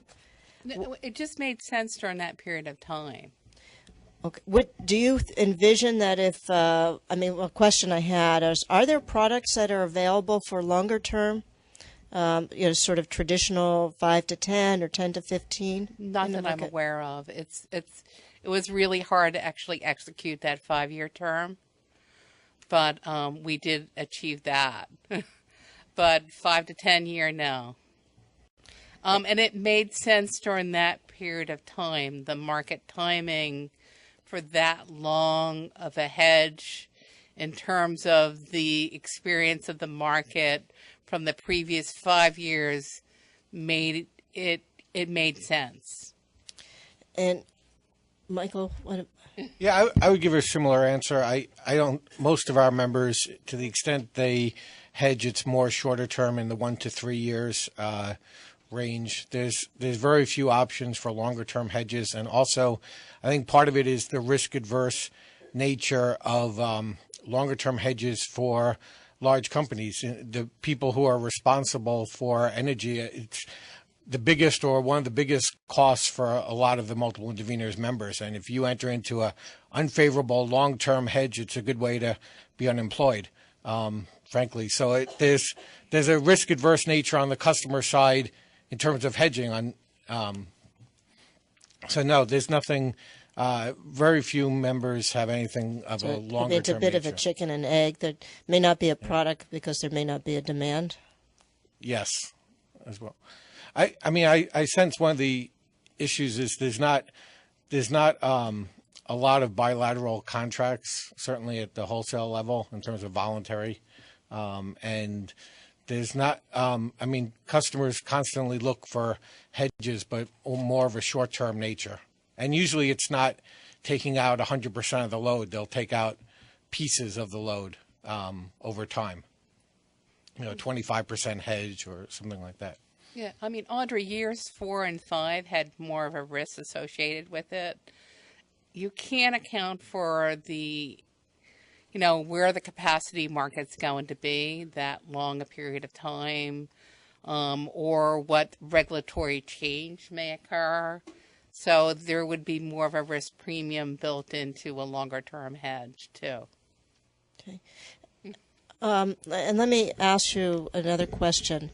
And I think, Michael, I think you've brought it up, and I'm pleased, appreciate you doing this.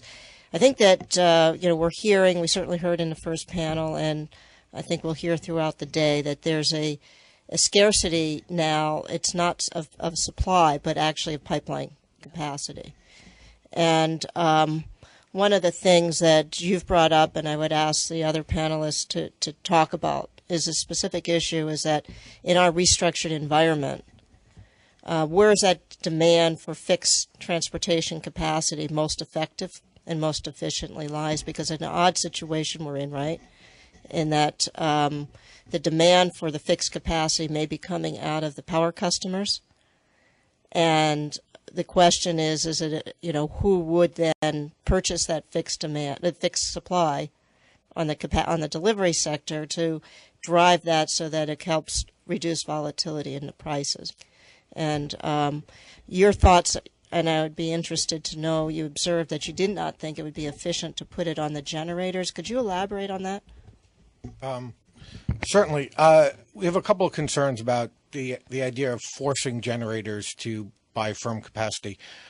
First and foremost, that certainly the costs are going to be passed through. And because gas-fired generators set the marginal price maybe 80% of the hours these days, those costs will not only flow through in prices and go back to gas-fired generators, but all non-gas-fired generators will also receive those higher costs in the form of higher prices.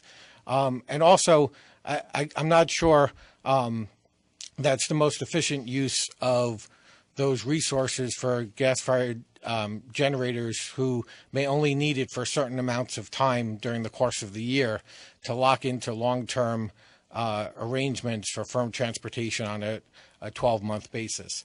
I do think perhaps that to the extent that what we saw this past winter is a sign of things to come, there may be some generators that elect to, on their own, acquire some amount of capacity for economic reasons if they think it'll reduce their costs and still enable them to, reap the higher prices caused, when other generators don't have that and are forced to go to the spot market. But I wouldn't impose that obligation on them.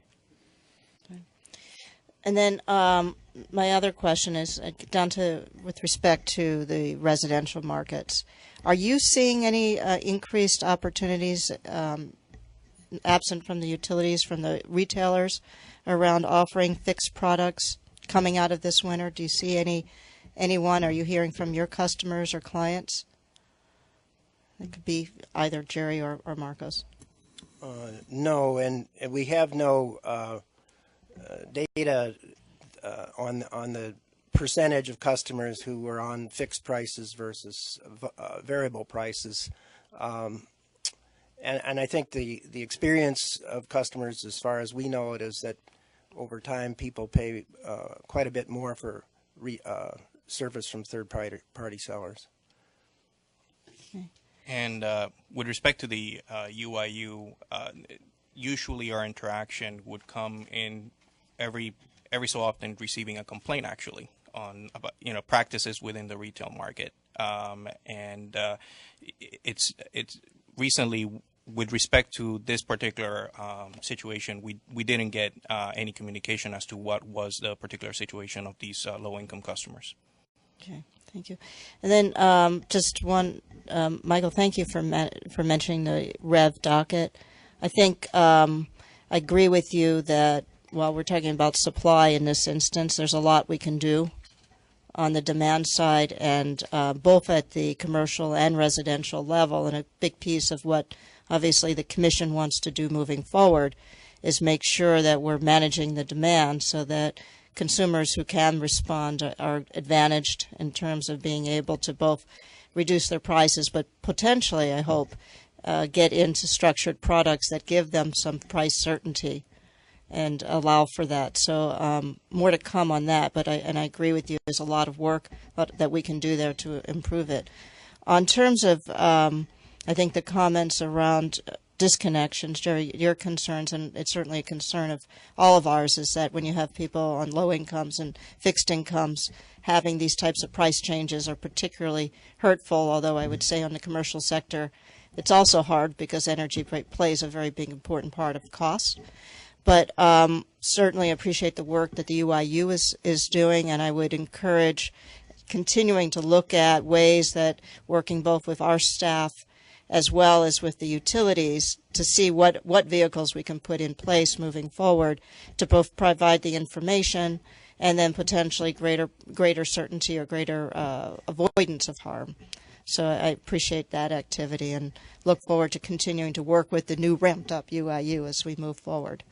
Any further comments, questions for Commissioner Brown? Yeah, I thought the panel highlighted exactly what the problem is, that the customers that can least afford to see price volatility have the fewest tools to deal with price volatility. What I heard Michael say is your customers get hit hard, but they do have some tools available to them in order to try to protect themselves. Whether they work or not depends on what happens to the year. What I thought I heard Catherine say is her larger customers, their credit-worthy customers, have some opportunities to do some creative things, but some of your smaller customers with poorer credit may not have the tools provided to them. Well, no, Gary, they have the tools. It just costs more. Okay. So they have the availability of the product. The next step was, I don't believe that a lot of the customers that Jerry's talking about even have the option of that product being provided to them, and it's a question I want to ask the ESCOs later in the day, whether there's even an opportunity for them to provide a hedged price over any long period of all. There may be an introductory fixed price, but that often morphs into a volatile price somewhere after a couple of months. So those are my impressions from what I hear. If anybody would like to correct me, and Catherine, you did already, thank you. I'd be interested in your comments. I do believe that some of the utilities correctly perceived the problem that customers would have with volatility and offered fixed price in budget. Not fixed price electric and gas service at fixed rate. Fixed rate. And basically at the Commission's urging, they introduced variable pricing, and then at the Commission's urging, eliminated the fixed pricing. I think that if the entities that are capable of dealing in the wholesale market are the utilities providing default service. The ESCOs tend not to have the credit nor the certainty that they'll have customers. And it may be possible still to structure some fixed price options from the utilities, and you have to deal with people hopping on and off it, and that's done in other places. And that would provide some relief to customers who aren't interested in shopping or don't want to expose themselves to volatile and uncertain pricing. And the chart that I had with the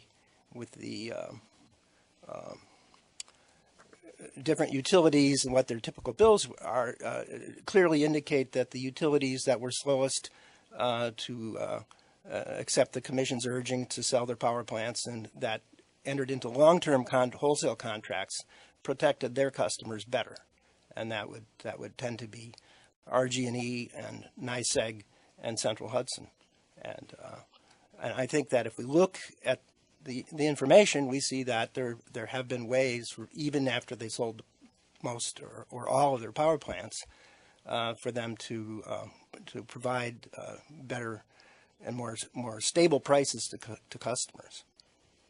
And I would add to that with respect to our recent experience in rate cases, at least we are seeing some cooperation with respect to the utilities in the NFG order, Niagara Mohawk, the recent case, as well as in Con Edison, of providing alternatives for customers who lack the sophistication to understand what their options are. And we have proposed, and the Commission has approved, several opportunities for bill calculators to be included, for information to be available on websites. And we would encourage, obviously, the ESCOs to explore options where some fixed rate options available for low income, particularly consumers, and the really small residential and small business consumers understand what their options may be. Thank you. Thank you. That's very helpful. We will move on to our next panel then. Thank you. Why don't we take 5 minutes? Yeah, we are. We'll take a 5-minute. We're going to take a 5-minute break. Bathroom, caffeine, you know.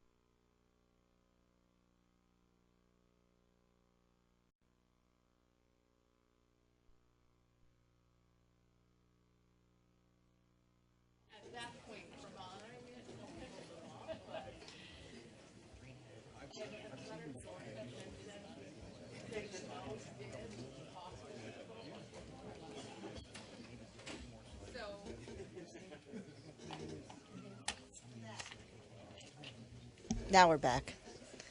So we're going to move on to panel 2, which is actually panel 3. This is Raj always likes to trip me up, but it is our second panel. And this panel is really going to be focusing on issues regarding the reliability of supply as well as fuel adequacy. And with us, we have Wes Yeoman, who is the Vice President of Operations at the New York Independent System Operator. Charles Wesley, who is the Program Manager at the New York NYSERDA. Make it easier on ourselves. Stephen Parisi, who's the General Manager of Operations on Con Ed. And your role is on the distribution bulk power side, system. bulk power Bulk side. power system. Okay. And Courtney Medea, who's Senior Counsel at NRG.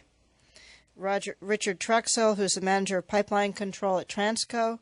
Michelle Bloodworth, who's the Senior Director of Power Generation at the American Natural Gas Alliance, and Kevin Rooney, who's the Chief Executive Officer of the Oil Heat Institute of Long Island. So welcome all of you. Again, for those of you who are just joining us, all the presentations are online, and the marvelous bios of these folks are also posted. So we won't go through all of that, but we start then with Wes. Thank you.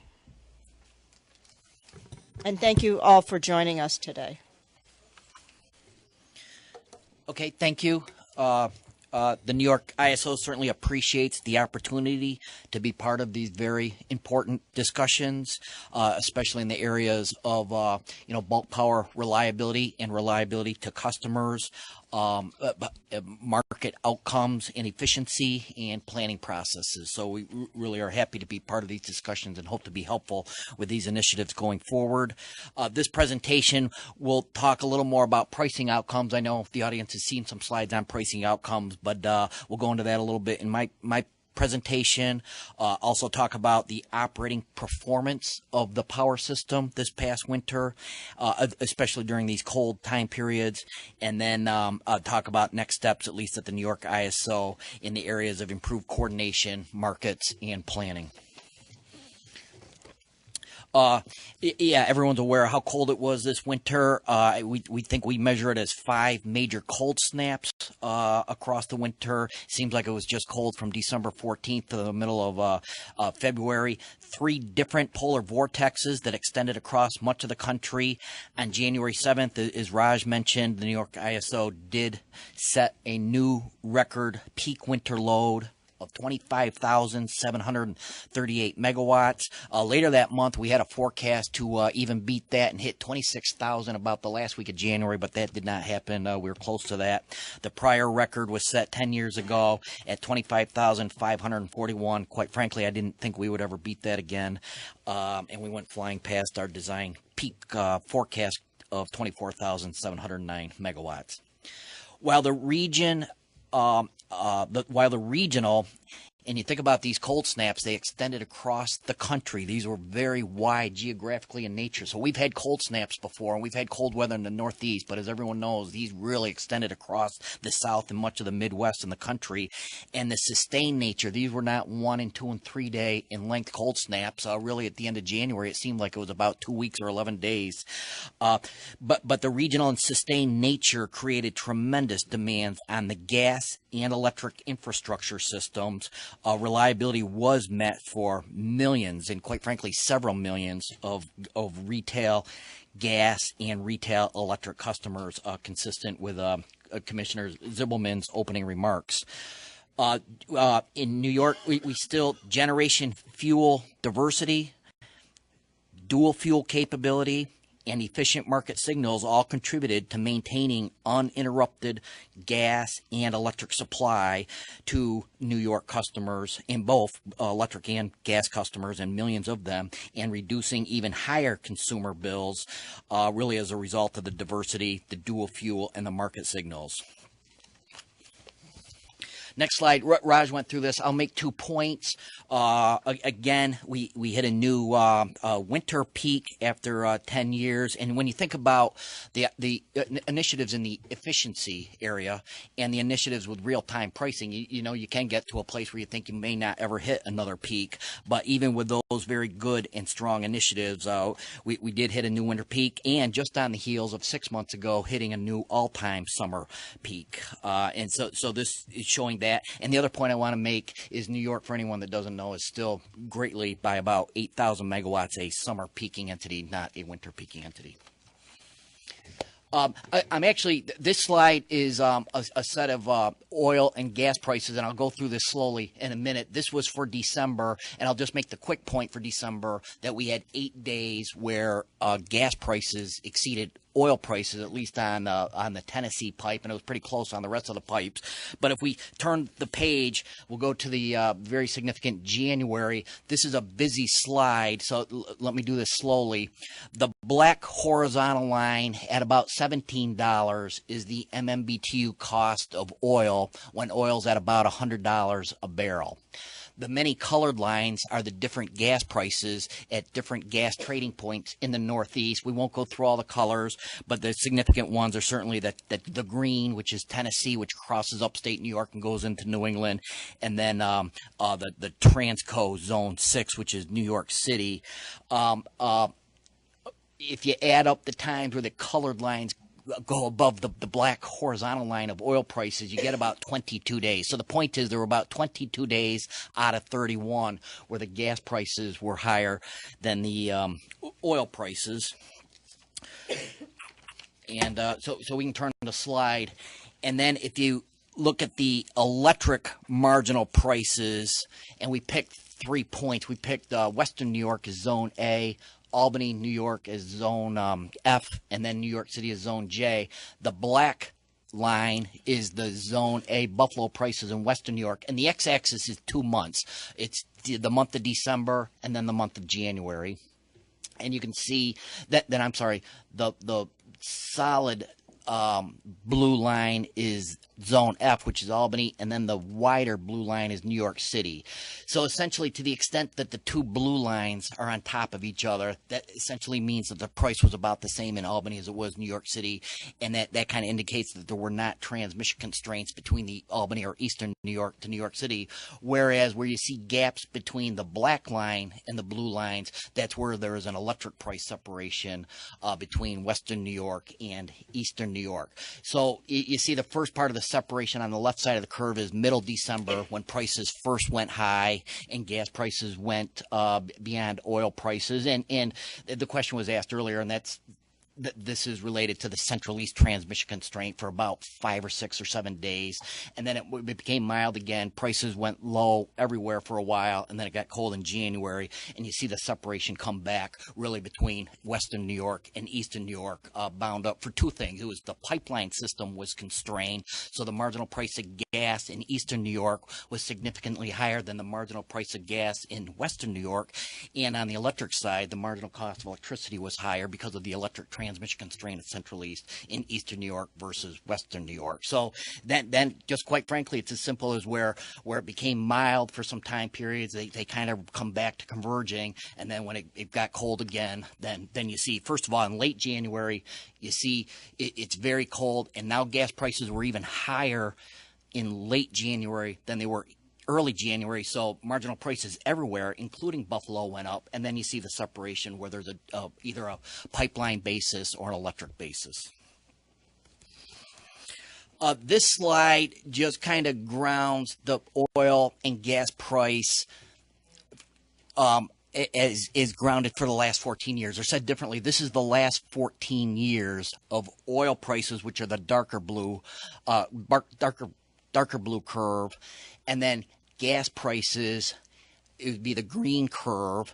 And a couple points I'll make here is that we still, this is not new that we see a gas price in January. You can go back the last 13 years, and everywhere you see January on the x-axis, whether it's January 03, January 04, January 05, January 06, this is not uncommon that we have a gas price in January. Now, a couple differences or a couple things I'll point out. Prior to the large Marcellus Shale gas deliveries in about 07 and 08, you would see before that time period gas prices exceed oil prices in January, maybe not the other 11 months of the year, so that's not completely uncommon.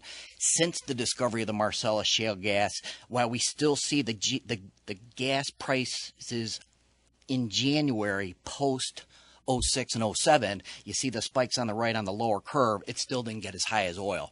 This winter now was unique and different in that this January was the first time in 7 years, not the first time we had a gas spike, but two things. The first time we had a gas spike where the gas went back way past oil, and then you can see by the chart, it wasn't a small spike, it was a gigantic spike. So when I say we've had gas spikes before, while they look big at $8 to $10 to $12, to put it in perspective, this past January we had a spike such that when you average gas for 31 days and you come up with a $28 average, that's the very, very high spike you see on the right, and significantly higher over oil. So clearly there were some characteristics different about this January and this winter than the last 14 years.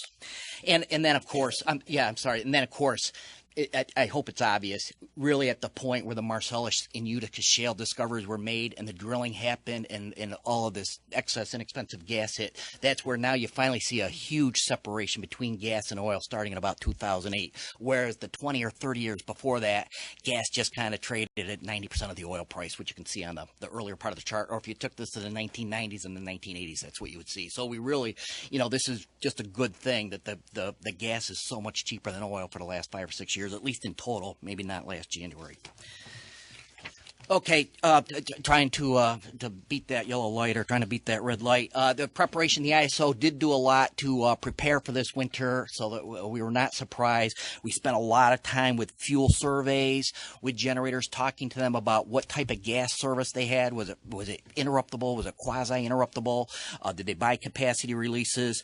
Spent a lot of time with oil, like how much starting oil oil inventory did they have, a little or a lot? And if they only had a little, what were their replacement schedules and plans with barges and trains and trucks? Put a lot of work into that. It turns out that was time well spent.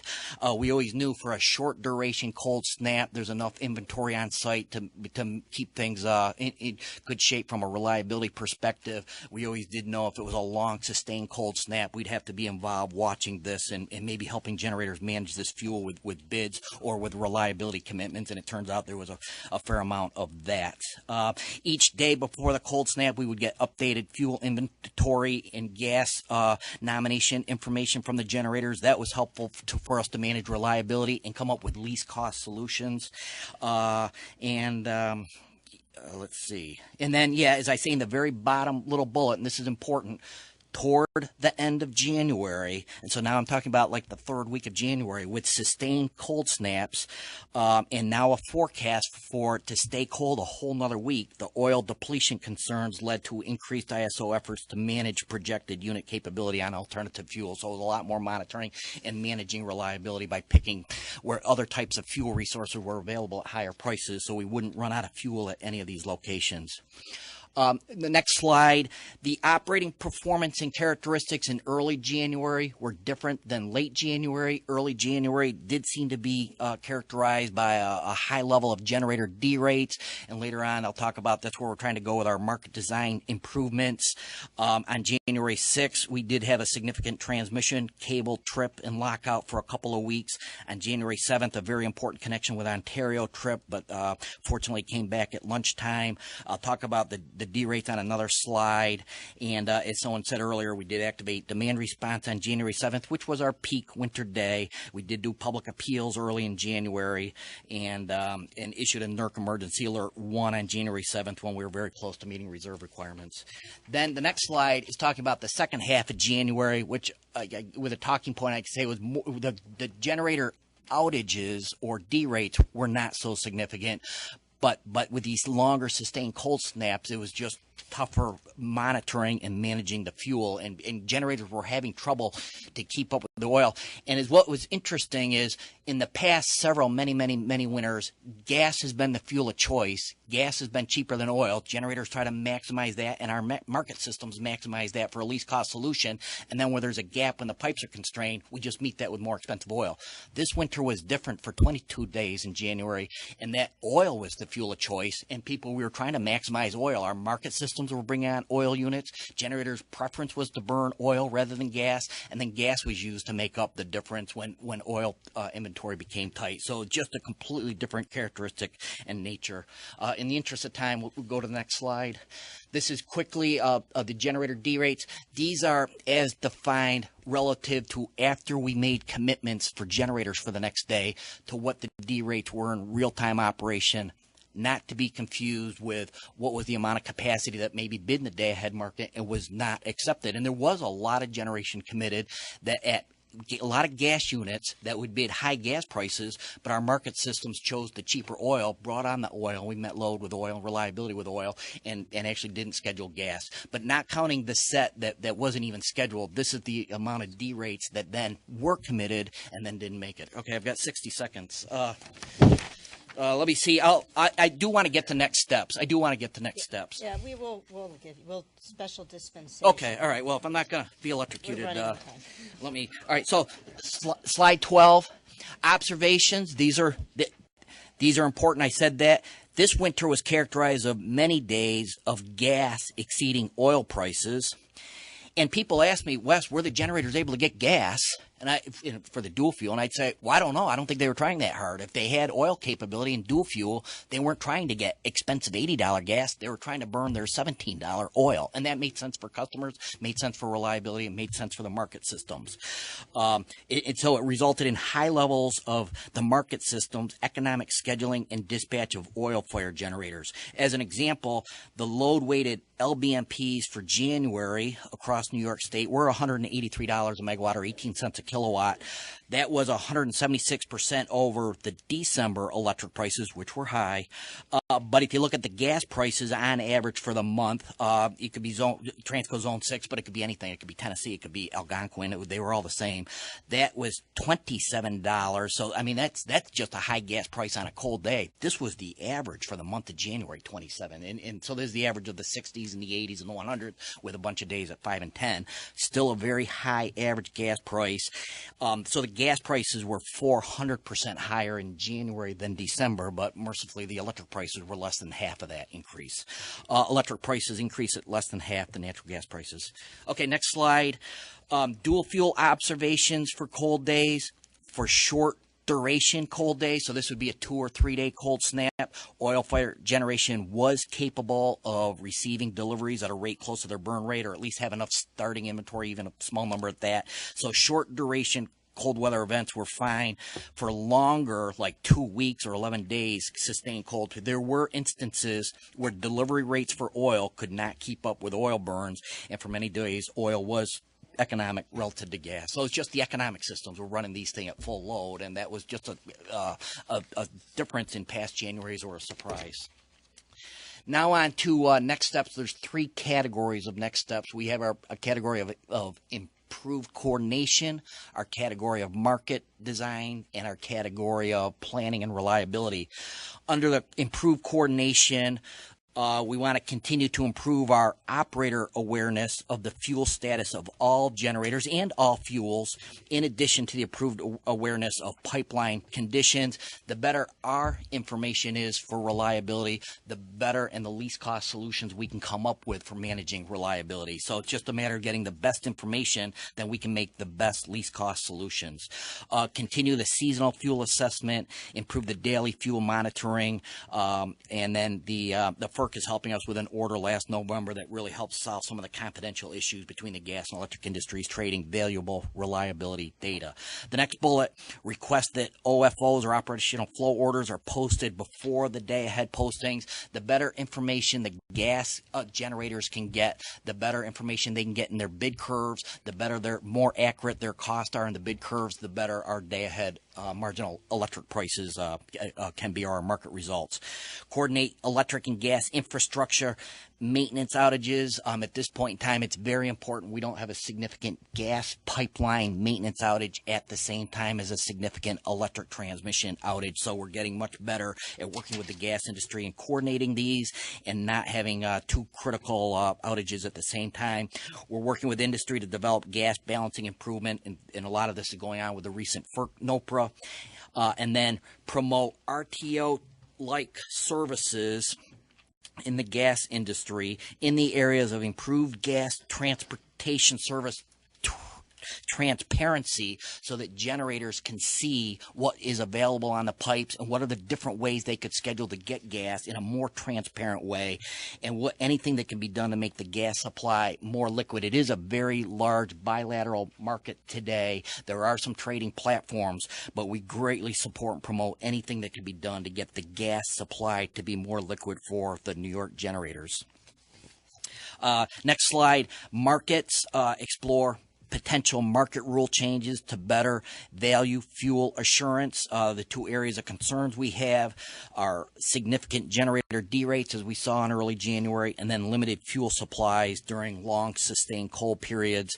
So we're looking at just tweaks to our market design that better value the good performance and less value the poor performance. And in the long run, this should have a lower cost outcome for customers if we can really just keep the good units, encourage those to stay online and perform, and it just ends up in a better market result.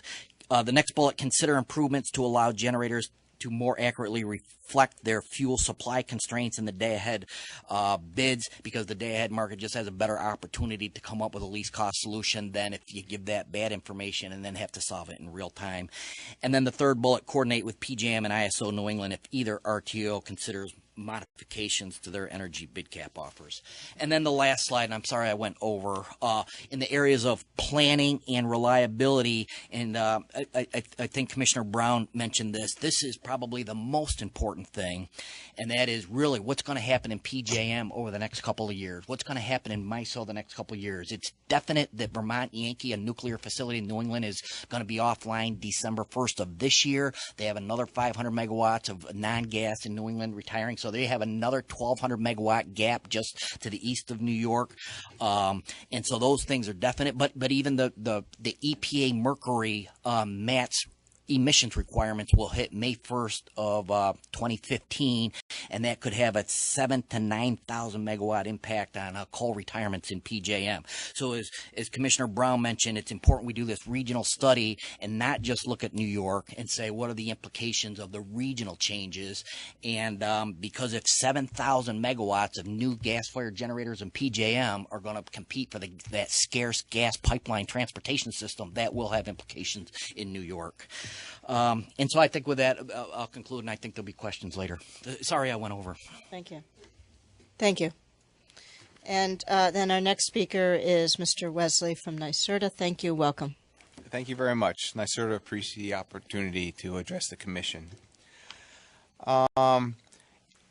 NYSERDA monitors heating fuel supply dynamics on a continuous basis throughout the winter season. Specific to this application with natural gas, it's the distillate fuel family, which includes ultra-low sulfur diesel fuel, heating oil. New York is the only state in the country using ultra-low sulfur fuel. That's a 15 part per million fuel, ultra-low sulfur kerosene, and then the residual fuel family, number 6 fuel, often referred to, various sulfur contents.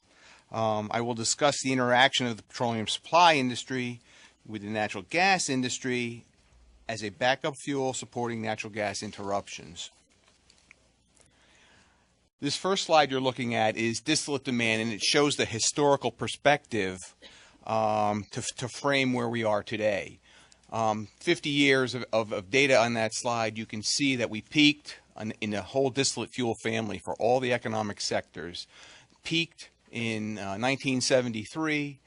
The most recent data we have is 2012, and it's about 50% down from that time period. More importantly, in the residential sector, and that's the light blue sector you see there, demand has come down about 65%. the net effect of all of this is a reduction in the amount of industry, storage facilities, pipeline facilities, trucking capacity, distribution equipment used to distribute the fuel from where we were so many years ago. Next slide. Similarly, in residual fuel, you're looking at, again, a 50-year time frame here. Back in '72, New York electric system had quite a number of large capacity residual fuel burning facilities. In '73, we peaked at 169 million barrels. We're down like 91% from that time period to where we are today.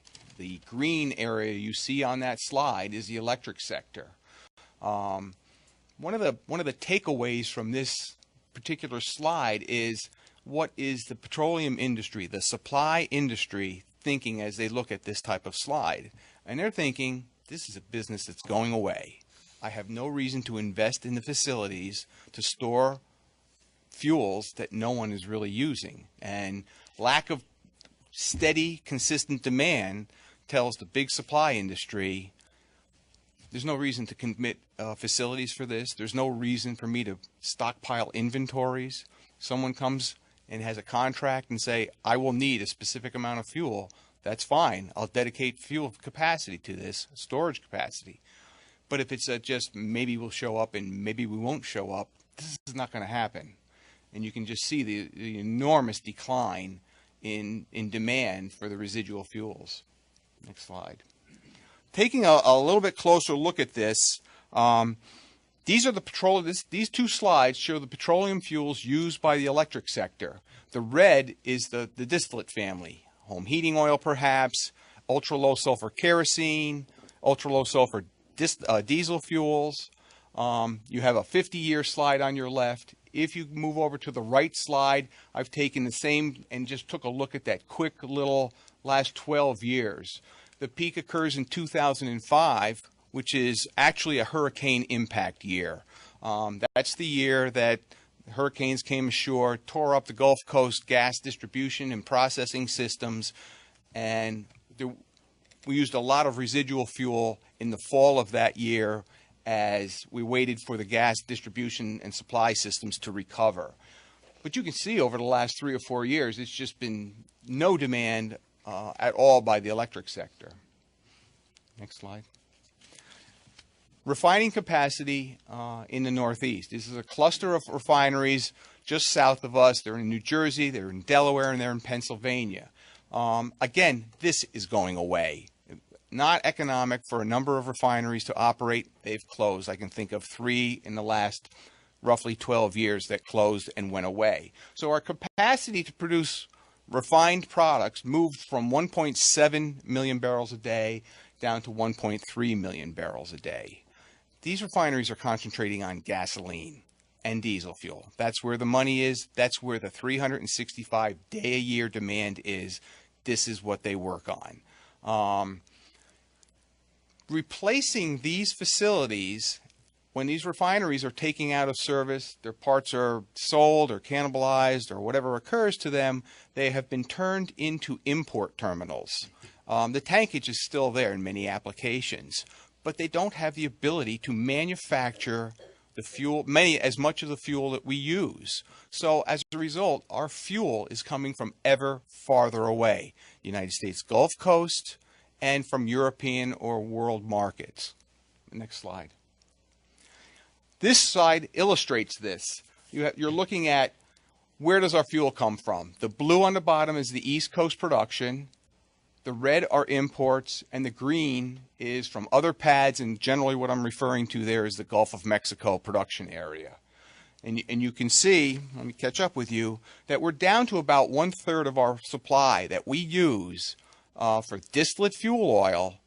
All those heating oils and kerosenes is coming from our local markets. We have less response capacity locally than we had a number of years ago.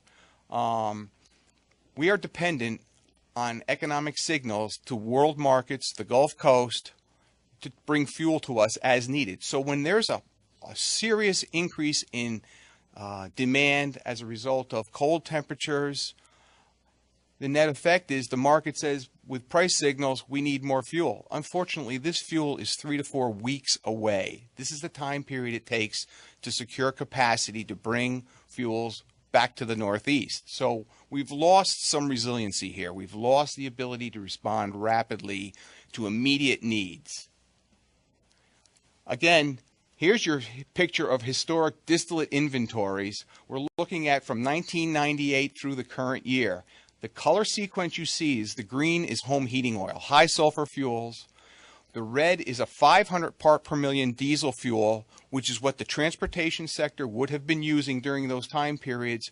Regulations pushed that down to 15 part per million. That's the blue. You can see when that occurred. What you're actually seeing here is that red, that initial red, is the on-road diesel fuel that we would have been using. What I'm trying to say here is if you draw a line for just pure diesel transportation need, it's about 10 million barrels.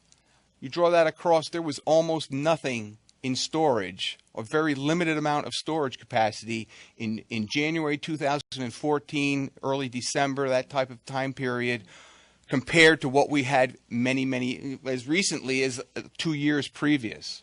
Next slide, please.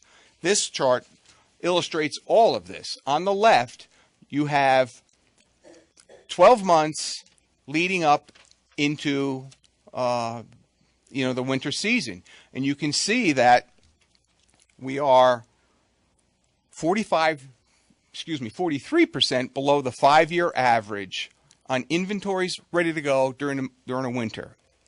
This is what the industry was doing. It wasn't getting an economic signal to store more fuel. The chart on the right shows that leading into the season, August and September, we actually had pretty good volumes of fuel.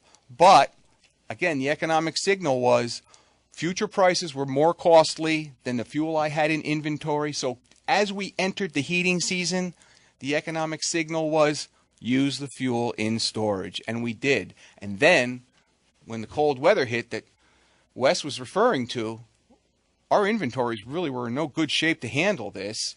You couple that with regular consumers, the normal customers for the heating oil world, increasing their demand because it's cold. You have gas interruptions at the temperature controlled level. You have economic viability activity by the electric sector. Everybody's just pounding on inventories. Next slide. Residual fuel. Try to catch up with this. This is the refinery output of residual fuel in the Northeast. It's gone from roughly 200,000 barrels a day as recently as maybe 98 down to 57,000 barrels a day. There's just not any residual production of any magnitude occurring on the East Coast. One of the problems with this data sets, we can't tell you the sulfur content of what the fuel coming out of these refineries are. I don't know if it's 0.3 New York City, or as you move away from New York City, the sulfur limitations increase. It's a visual we don't know. So if you have electric gens in New York City looking for more fuel, I'm not sure we're producing any of this. Next slide. Again, this is illustrative of, just like the heating oil, the residual inventories were nowhere near where they have been over the last 10 years. They're just significantly lower. And I think I have one more slide. Nope, that's it. Essentially what's going on here is this industry is shrinking simply because lack of demand, lack of capacity. Where we were recently as 10 years ago is just so much less than where we are today. And the ability to respond to economic activity is just much more limited than it ever was.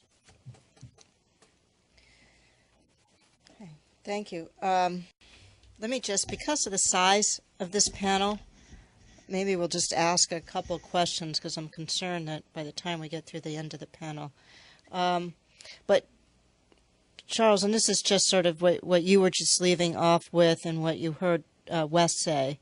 It's a kind of a nice Charles Wesley and Wesley Hillman. We tag team. Yeah, that's very good. So, would some of the things that Wes is talking about of requiring generators to maintain fuel. Would that address some of your concerns about creating a better demand signal? Yes, it would. There's nothing like having physical capacity, physical fuel in storage. It allows the market to digest a little bit better during periods of extreme demand. You know, we don't practice this very much. The last time we had significant cold temperatures, 5, 6, 10 years ago, whatever it might have been, there's just no economic signal here to the petroleum supply system to do anything. It's like they never call. And they have just such a limited capacity when it does call. All the economic signals go out, but the response is a month away. It's just so activity to prepare, have a storage would be a beneficial thing. And do you want to comment, Wes? Yeah, I'll just quickly say, yeah, I can appreciate it. I mean, if you have 11 out of 12 months, gas is significantly lower than oil. The economics aren't there for oil 11 out of 12 months of the year. Then 1 month of the year, the economics are way in there, so that just makes it tough for the big guys as to how many refineries they're going to have. But part of the solution may be is rather than this just-in-time delivery strategy from the generators, which says, geez, let's not buy and hold a lot of it for 10 months. Let's just get on the phone and buy it quickly in January when we need it.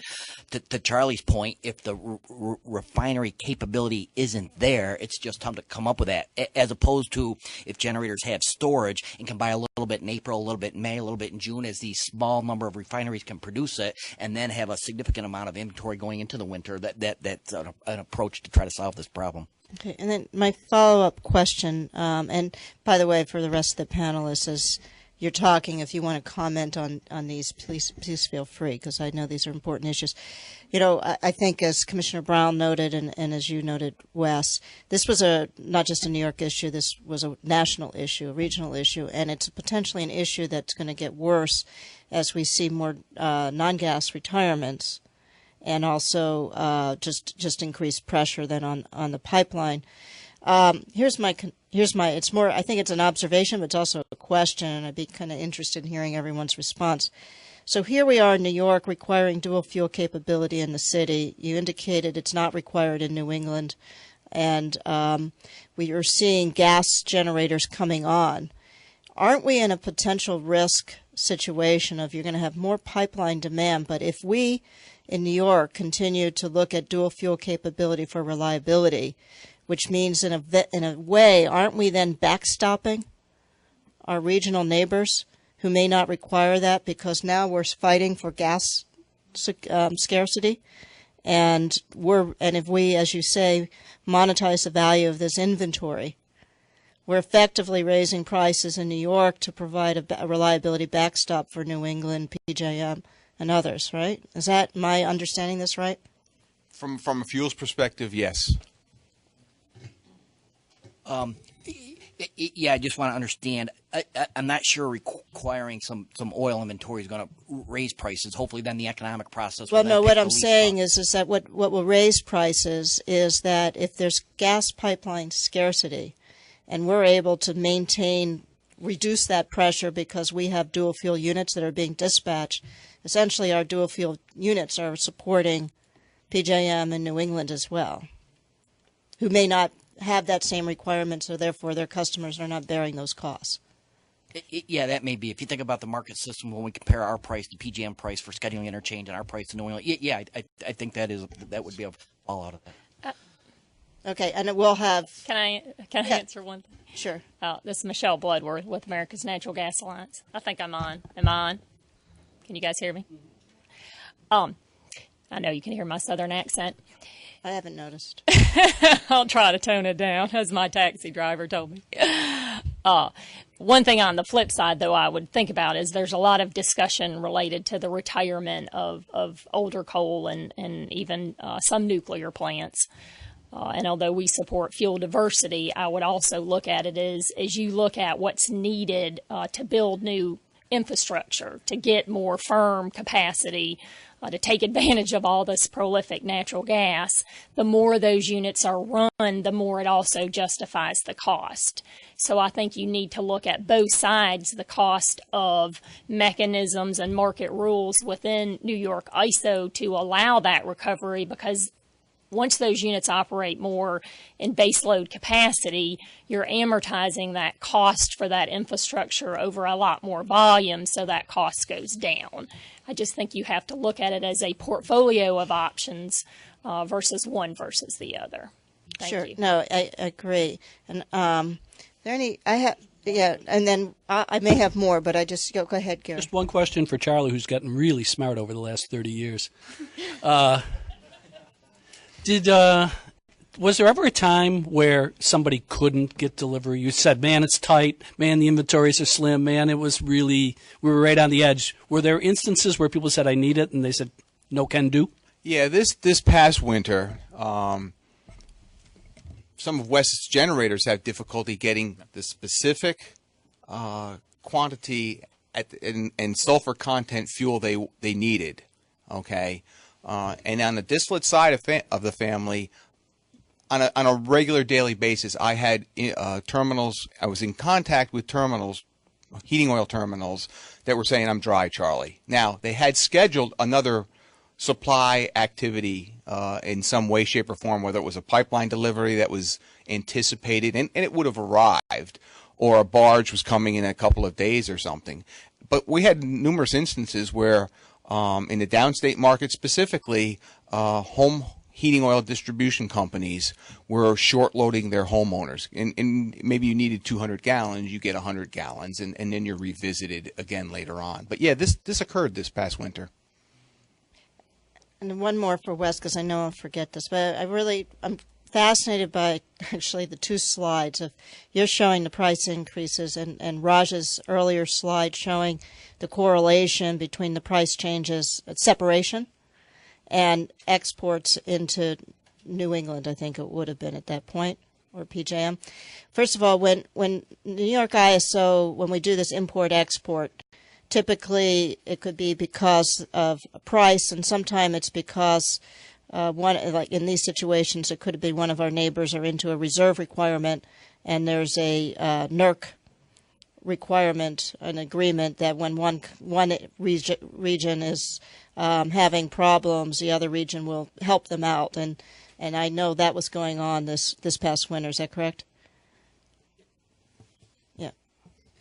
Yes. So yeah. But how are you looking into, because it's an interesting question, if because of transmission constraints and in the dispatch protocol when we export to New England, if that is a cause of these price separations, in a way, is there a way that to make sure that the potential costs that are being imposed on the capital region can be recovered by the capital region consumers who essentially are bearing the brunt of this type of situation? Are there any market mechanisms to reallocate when you have this type of separation, if you can show a cause and effect?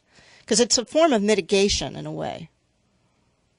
Well, yeah, two comments. I just would be a little careful of the cause and effect. Well, and I don't know, so maybe. So let me start with that, and then I'll move on to the whatever that billing question was, but or that allocation question.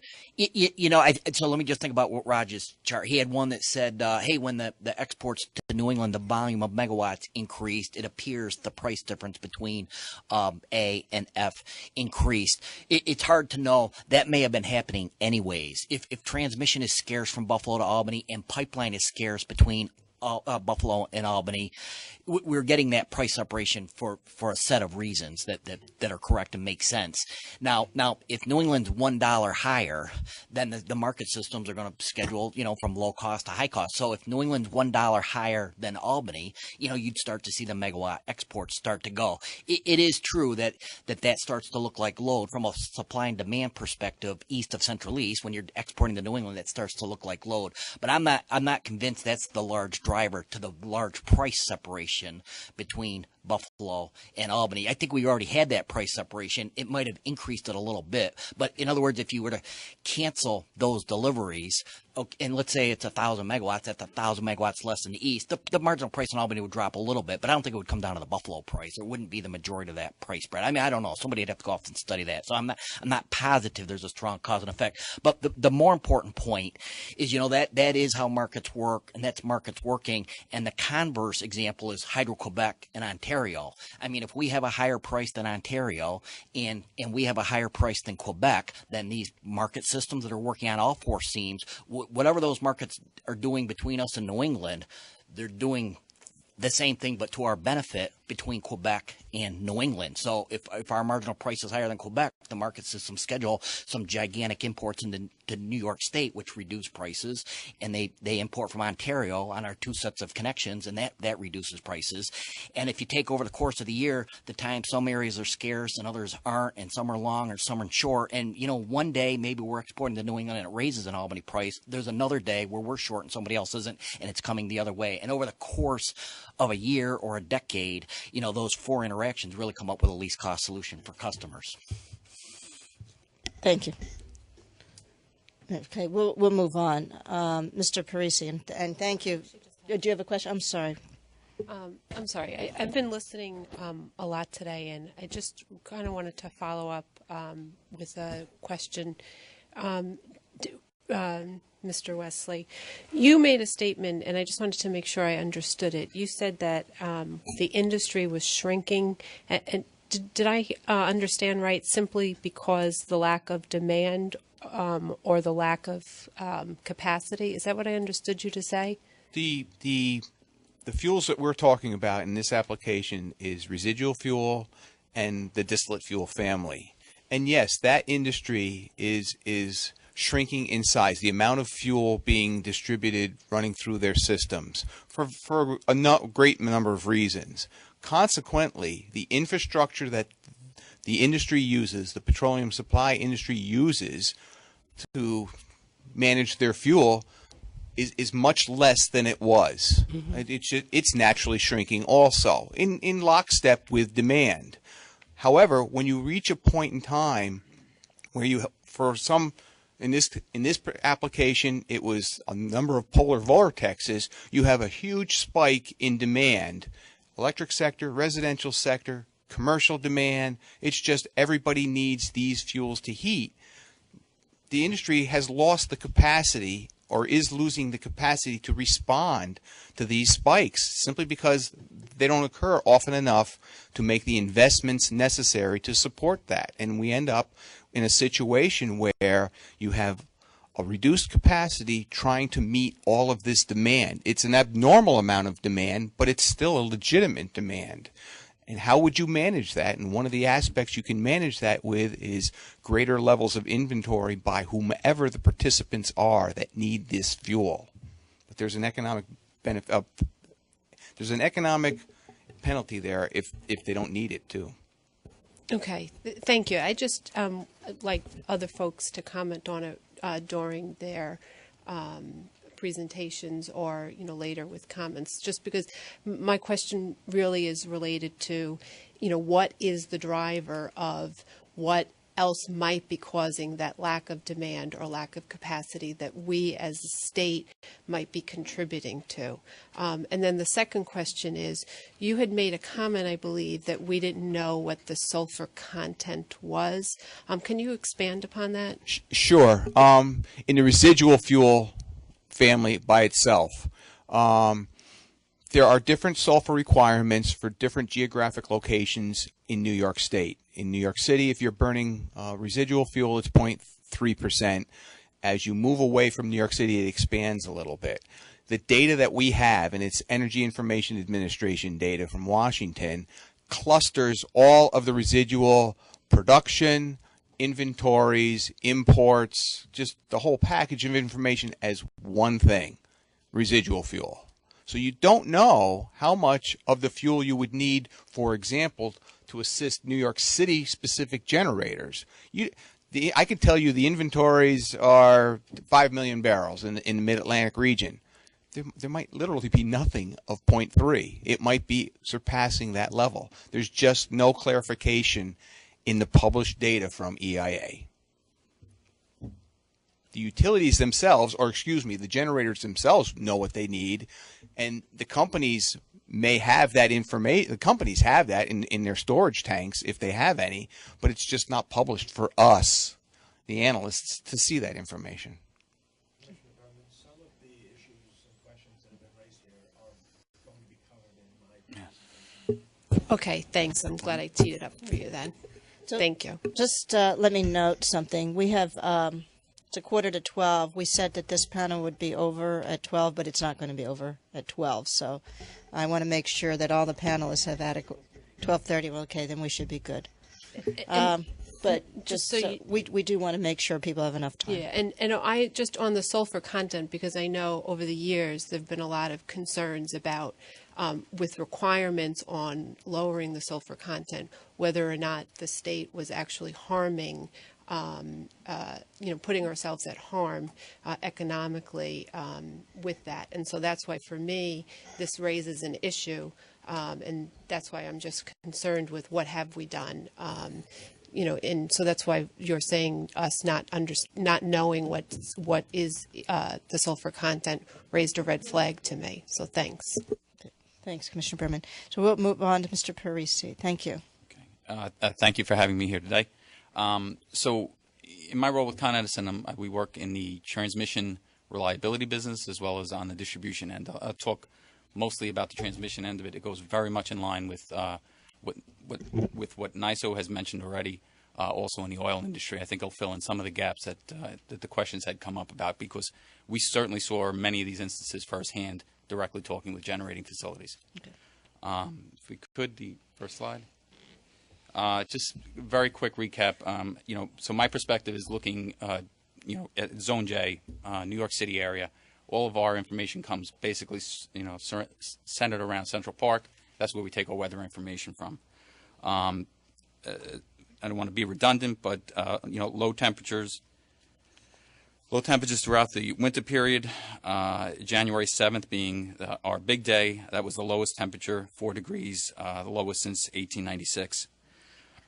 This winter we saw 13 days with snowfall above 1 inch. I know that doesn't sound like a lot for the people in Albany. Downstate in New York, anything over 1 inch is cause for concern. The Department of Sanitation actually, in monitoring the data that we get back from New York City Department of Sanitation, spread 456,000 tons of salt, which does quite a bit of extensive damage to infrastructure in New York City, primarily on a distribution system. So, mostly throughout the wintertime, we're addressing concern with the secondary system as well as primary feeders.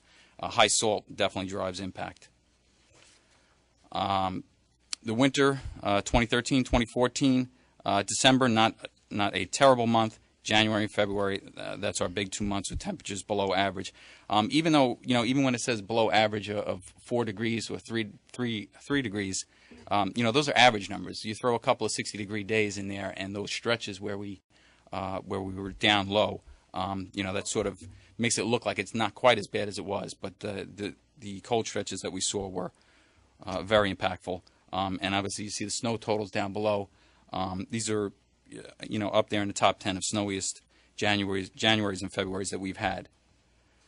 If you go to the next slide. The winter peak, Wes mentioned it before. We hit our winter peak on January 7th, in line with the NISO's winter peak. And obviously very far down from our summer peak, but, there was... with generation available, not really, no really forced outages, but the fuel concern was the biggest battle for us all winter during January, February. Overall, the electric system performed very well, the transmission system and the distribution system. The equipment, breakers, and substation equipment had no significant issues. Work we've done to reduce SF6 leakage and air compressor issues paid dividends very much. We really had no impact that drove transmission feeder outages or anything like that. Just the equipment held up very well through very cold circumstances. We had proactive discussions throughout the periods with NISO as well as our Con Ed gas control. daily conversation, daily communication, even more than daily, with our Zone J power plants. This is very much in line with what our folks said, what Charles had just mentioned as far as the oil industry. Dual fuel burning capability was a tremendous asset to us. Within the city area, primarily, basically everybody does have dual fuel burning capability. That made us very flexible, which was good for a couple of days. When cold stretches turned into week-long and 2-week-long and month-long stretches, that's where inventory really started to see the effects. We also saw very initially, infrequency of use of fuel oil. The last 3 winters, you don't use the oil burning capability nearly as much. Many facilities, you took a little bit of, because it's an infrequent evolution, to get equipment, up and going oil-wise and be more reliable. A little bit of a learning curve to get back in the groove of burning oil. But we did see barging limitations, fuel availability limitations. Talked to many generating stations who said that their delivery was 20 to 25 days out. So we were managing those inventories across our service territory quite readily. We, along with the NISO, implemented weather protocols. We closely monitored predicted weather. We adjusted staffing throughout our transmission stations to make sure for these long cold stretches, as well as weather impact that was coming in, that we had people in place that could respond in the event that anything did open and had to be put back. We restricted scheduled work to prevent contingencies. We did not, when we saw weather coming in, either temperature or precipitation, we did cut back on scheduled work that would affect the transmission system that could lead to congestion or put us in a contingency situation. Obviously, very high natural gas demand. The gas deliveries were not interrupted. There weren't days where they couldn't get gas, but obviously the price, in many cases, precluded doing that. Oil was the more economical fuel for 27 days. I think that compares almost in line with what Wes had mentioned. Most of those, I believe it was 21 days or 22, fell in January. We tracked the fuel supplies of the generators within our service territory very closely, more so than ever in the past. Regular calls daily to gen stations, gauging what their fuel burn rate was, how long they expected to be available for the amount that they had, and when their next delivery was coming. And I know Wes was doing that as well from there. So I think we drove the generators crazy throughout the period. So we closely also monitored our min oil burn requirements, which obviously in January didn't really matter too much because they were already burning oil. But when we get into high gas volume days, we do maintain a min oil burn requirement, so that in the event that there's a gas loss, immediately we don't have a unit that trips or a load rejection of any kind. Some GTs were unavailable to the system, either through gas prices just being not able to be secured, or also oil burning not being able to be performed. The liquid fuel challenges in late January. So this is where I think I can support what you've heard before. We saw reports of barges being available with 0.35% sulfur, which couldn't be used. Other generating stations where they did actually come off and not available the next day because there was no fuel on hand. There was certainly barging limitations. We've certainly seen over the last few years that the amount of oil usage, as it has declined, the people that are in the business, the infrastructure that surrounds the industry, is really diminished along with it.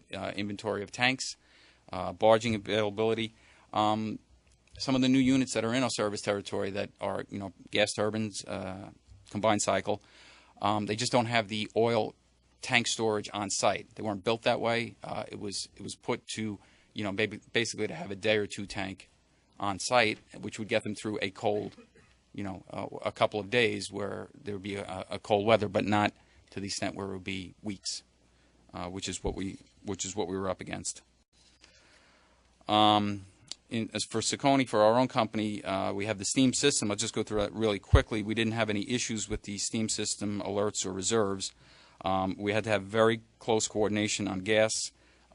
We had our own fuel concerns that, primarily though, because we do burn oil every winter. It's our regular preseason checks. They're the plants that were built, previous to the newer generation. Some of them that have come on a combined cycle. So the inventory facilities are there. So it's just a matter of getting the barge deliveries and keeping up, which we were able to do. In fact, we were able to also, in some cases, support and route some people to barging facilities that could help out some of the generators that were looking for fuel. And so the kind of steam system did very well. Along the lines of what Wes was talking about, fuel oil inventory, I think we could probably benefit by doing more of it electronically, reporting in, knowing what people have for us, some weekly projections, even demonstrating, maybe more so preseason activities, demonstrating capability on liquid fuel use, the ability to auto swap, which is very important, and the seasonal fuel supply and available inventory, which I think Wes has mentioned. More reinforcement with securing what people have on hand and what we can count on them for. That's it. Okay. Thank you. Ms. Medea, thank you. Welcome. Thank you. Appreciate it. So just some background on energy first. We have 53,000 megawatts across... Oh, sorry. How about this? 53,000 megawatts across the country. It's a diverse fuel mix of renewables and coal, oil, natural gas, and a lot of that is utility scale, and some is small scale distributed generation as well. And in addition, we have a demand response company that participates in New York, and about 3 million retail customers throughout the country. In New York specifically, we have about 4,000 megawatts.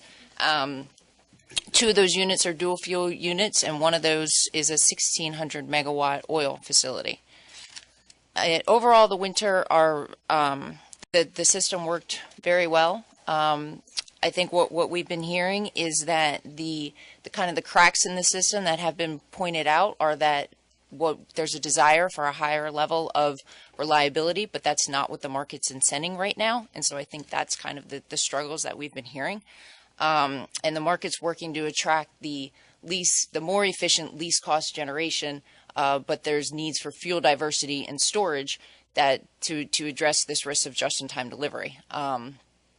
And so diversity is critical to keeping the lights on. We heard about the oil units running, and the natural gas curtailments and high natural gas costs led to the unprecedented run times for the oil units. So our pre-winter preparations worked very well. We built up the fuel inventories, and we were fortunate enough to have our employees from the regions that weren't impacted a great deal by the cold snap to come out east and help the facilities there, and that worked really well. And we had senior staff positioned at all of the plants as well too. And our plants were operating under what we call our COMA provisions, which is a conservative operation and maintenance alerts, which means they can't do any operation or maintenance on the plants that are likely to cause an impact to the plant without senior approval. And none of our New York units ran out of fuel during the winter snap. Just some of the numbers for you. I thought these were interesting. So overall, our facilities burned over 1.1 million barrels of liquid fuel in January 2014, and that is greater than the 8,000 barrels that were burned in all of 2013. And in just looking at New York, we burned approximately 8.5 million gallons of liquid fuel at the 3 units I mentioned in January 14, as compared to 7.5 million in all of 2013 again. And one of the challenges we have was replenishment at our Astoria facility in New York City. And in terms of the truck deliveries in the cold snap, we had 168 trucks of liquid fuel delivered versus 92 trucks in all of 2013. And so that's one of the challenges we saw in just getting the trucks into that facility. So this is, again, a repeated theme in terms of infrastructure. So our biggest challenges are the infrastructure of the oil system, and it's the lack of the barges, the lack of the trucking capacity, availability of the drivers. And during the cold snap, we were in constant communication with the states and with the Federal Department of Transportation in order to get waivers of the trucking regulations to get the trucks into the plants. And we put some out-of-town truckers, put them up in hotels near our plants so that they would be available to deliver. The one specific situation, for example, our Oswego facility, now that we've talked before about the sulfur requirements, and since those sulfur requirements dropped, we used to get that oil from Canada and just barge it down. But they don't have the low sulfur fuel that we need, and so that has to come from the East Coast. What we do is we have to find it along the East Coast, get a vessel, take it up to Canada, position it up there, and then get the smaller vessels to bring it down to Oswego. And this is a multi-month process that we've been looking at. And so right now, we're in the process of replenishing Oswego, and obviously those barges, it's now up in Canada, but those barges have other obligations, and so we're now trying to get the vessels to get it back down. But this is what was being said before about even if you know you need it, it's going to take us multiple months to get it at this point. Were you going to just... why do you have to go to Canada to get it back down? Because of where it's located, it's in Oswego, and so it has to be barged down. So the only place you can bring it down from is Canada. If you bring it up, you can't get it in, essentially. I guess I admitted I'm not a native New Yorker. Okay, thank you. I asked the same question. Yes.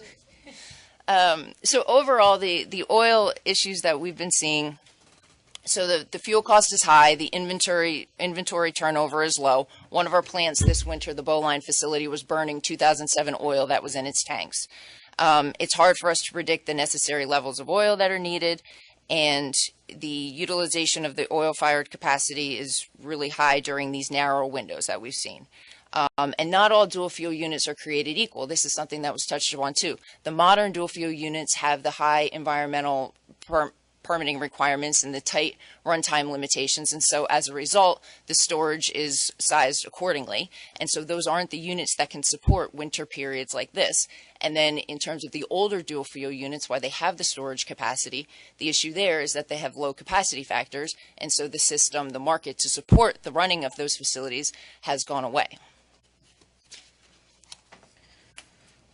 So overall, in terms of kind of what we can do to create this issue, so just to highlight what we talked about and what Commissioner Berman mentioned before is that the current wholesale electric markets don't support the large capital investment that's necessary in order to develop or retain these large quantities of storage. And the newly permitted dual fuel units have limited operating hours on fuel and often even smaller on-site liquid storage. And the fuel diversity that's needed and the infrastructure for the resupply of this liquids is no longer in place. So while one example was the ISO New England Fuel Inventory Program that they did last year, and while it's an out-of-market solution, it worked in order to get those storage tanks stacked with oil. And so we need some sort of a market mechanism to allow for cost recovery to incent these older units to keep their inventories up. And it's some sort of, one thing that we were discussing is some sort of market product that could encourage the dual fuel units to continue operation. Some sort of an ancillary service that would offer additional payments for it. And I think another thing is that any market design changes that penalize the oil or the older dual fuel units that'll work to counter the incentive to keep these units running. So I think that's something to be cognizant of going forward. And the other thing is in terms of just the natural gas package, one thing that would help is, we've talked about this elsewhere a great deal, is how it trades as a weekend package. If that package would be split up, it would just help in terms of pricing. Another thing that was talked about here is whether we need new pipeline infrastructure and transmission, or how that's going to work. And I think our position on all of that is, if we find out there's a need for something, it should be a competitive process. And we shouldn't automatically go and start building pipeline without considering storage and distributed generation and other possibilities and see how those all equate. So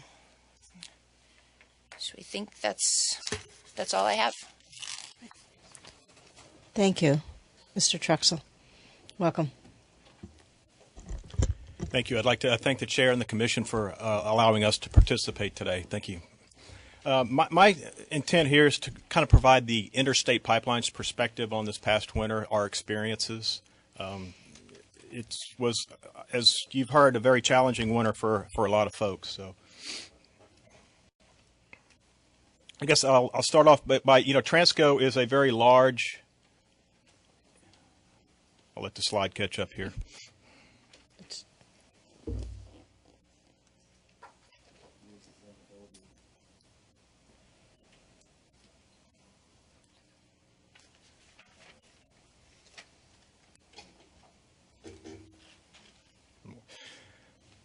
Just a quick overview of the Transco system. It's a very large and robust natural gas pipeline with a lot of system storage, almost a little over 190 BCF of storage capacity that's located across the system.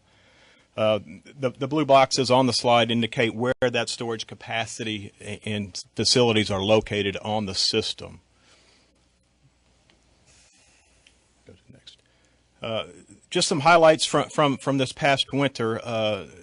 January 7th seems like a very popular day for peak days. It was Transco's peak day, an all-time peak day with 11.9 million decatherms delivered in our market area.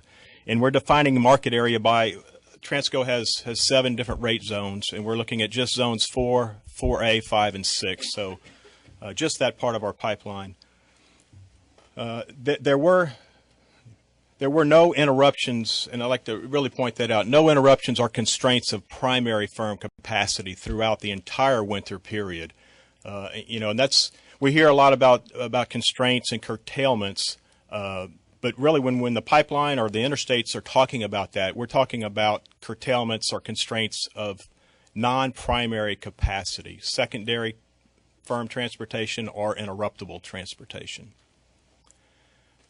Deliveries for the period, and we're looking at December of 13 through March of 14, averaged 1.4 million decatherms a day greater on average than the same period last year, which is a significant increase. And I think I'll illustrate that in a slide or two coming up. 24 of our top 25 all-time delivery days occurred this winter. The only day higher was our peak day from 2013. We did issue, the pipeline did, imbalance operational flow orders, really to protect system integrity, and just a little, expanding a little bit on what the operational flow order actually does, or at least in our instances. Essentially, we're simply asking shippers, people moving capacity, using capacity on our system to supply at least 95% of their delivery needs. So there is still some flexibility even when we have an operational flow order, and it really doesn't impact capacity. It's just an imbalance management tool. And then non-ratable deliveries, I think that was touched on a little bit earlier. They provide challenges. Most of the production, the receipts coming into our system are all flowing on a ratable basis. Where the deliveries leaving our system are, we have a similar peak to the electric generation. We have a morning peak, we have an evening peak. So managing those non-ratable deliveries are challenging, but we do that through storage, management of line pack, and other tools that we have. For the Transco system, we don't have any limitations on ratability or how you can take the gas out of our system. Here's an illustration about last year, or the winter of 2012-2013 versus 13-14. About 1.4 million decatherms a day increase on average for the 4-month period. It was very cold, obviously, but we also heard that a lot of generators weren't even burning fuel during this period. So we still had a significant increase in demand on our system.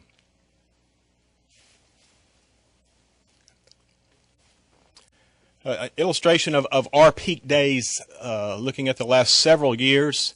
Obviously a steady increase year over year, primarily the result of expansions on our system. But you can see a very significant increase between 12-13 and 13-14. And the orange line represents actually our contractual capacity on the system. So you can see almost in every year, our deliveries exceed by a large amount. This past year our contractual capacity. And that's accomplished mainly through segmentation of capacity rights and backhaul transportations where we use displacement to make additional deliveries. Going forward, we're projecting, and I'll look at a couple of slides on infrastructure changes that we are proposing and the market has received very well. We're proposing or estimating our future capacity, contractual capacity, is going to grow significantly in the next 3 to 4 years. A little bit a look at where Transco is in relation to a lot of the major supply basins. We are very well positioned to take advantage of really all of the shale plays in the mid-continent, in Texas, obviously Marcellus and Utica.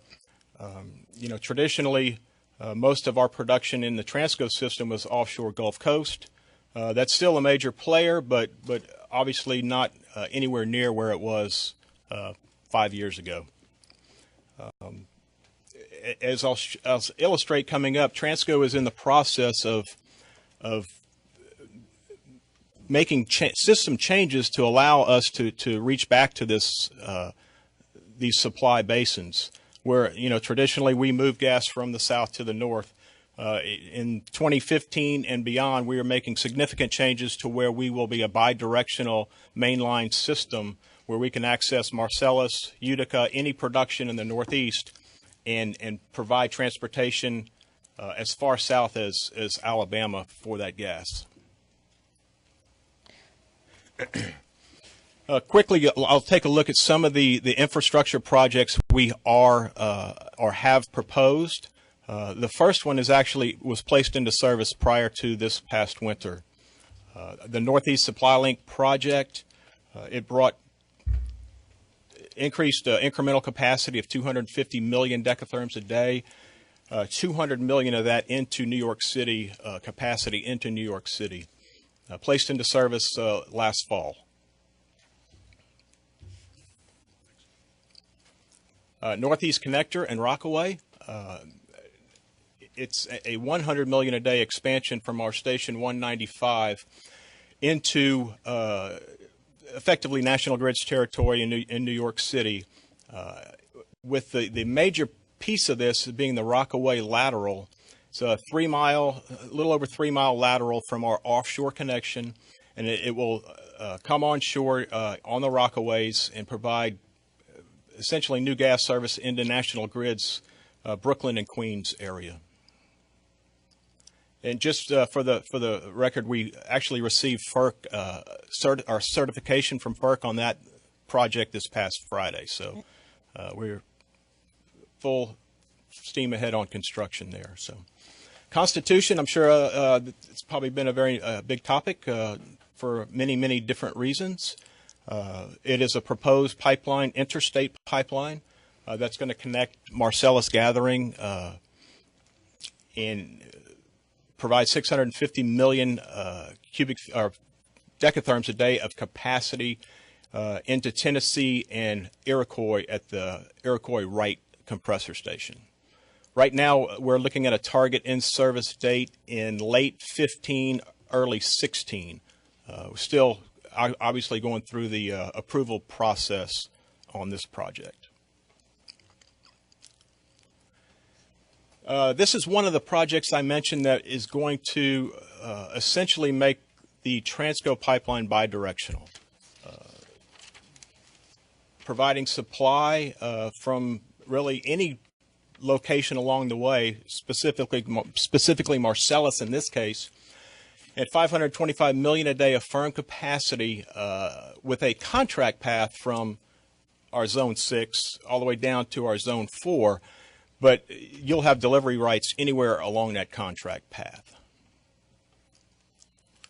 And I think this may be the last project I mentioned. Again, just recently announced, but we do have market commitment for this project.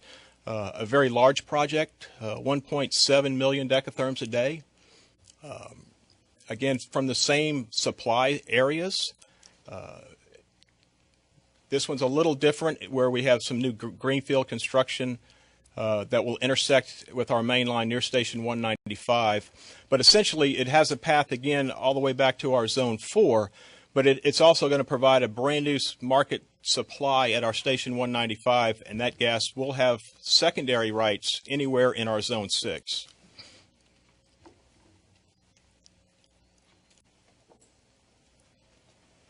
Not sure if that's the last one or not. It is, okay. I guess just a couple of notes, just for the record. You know, we've heard a lot about pricing today. The interstate pipelines, as I'm sure the Commission is well aware, we do not set the commodity price on pipelines or on the commodity delivered. We're in the transportation business. We are regulated on our rates, so commodity pricing is something that we do not set.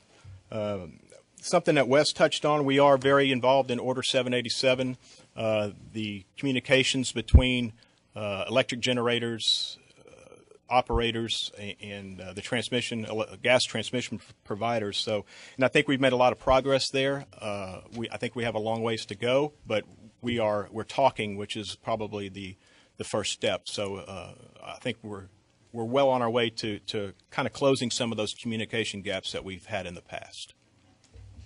Thank you. Thank you. Ms. Bloodworth, welcome. Welcome. Thank you.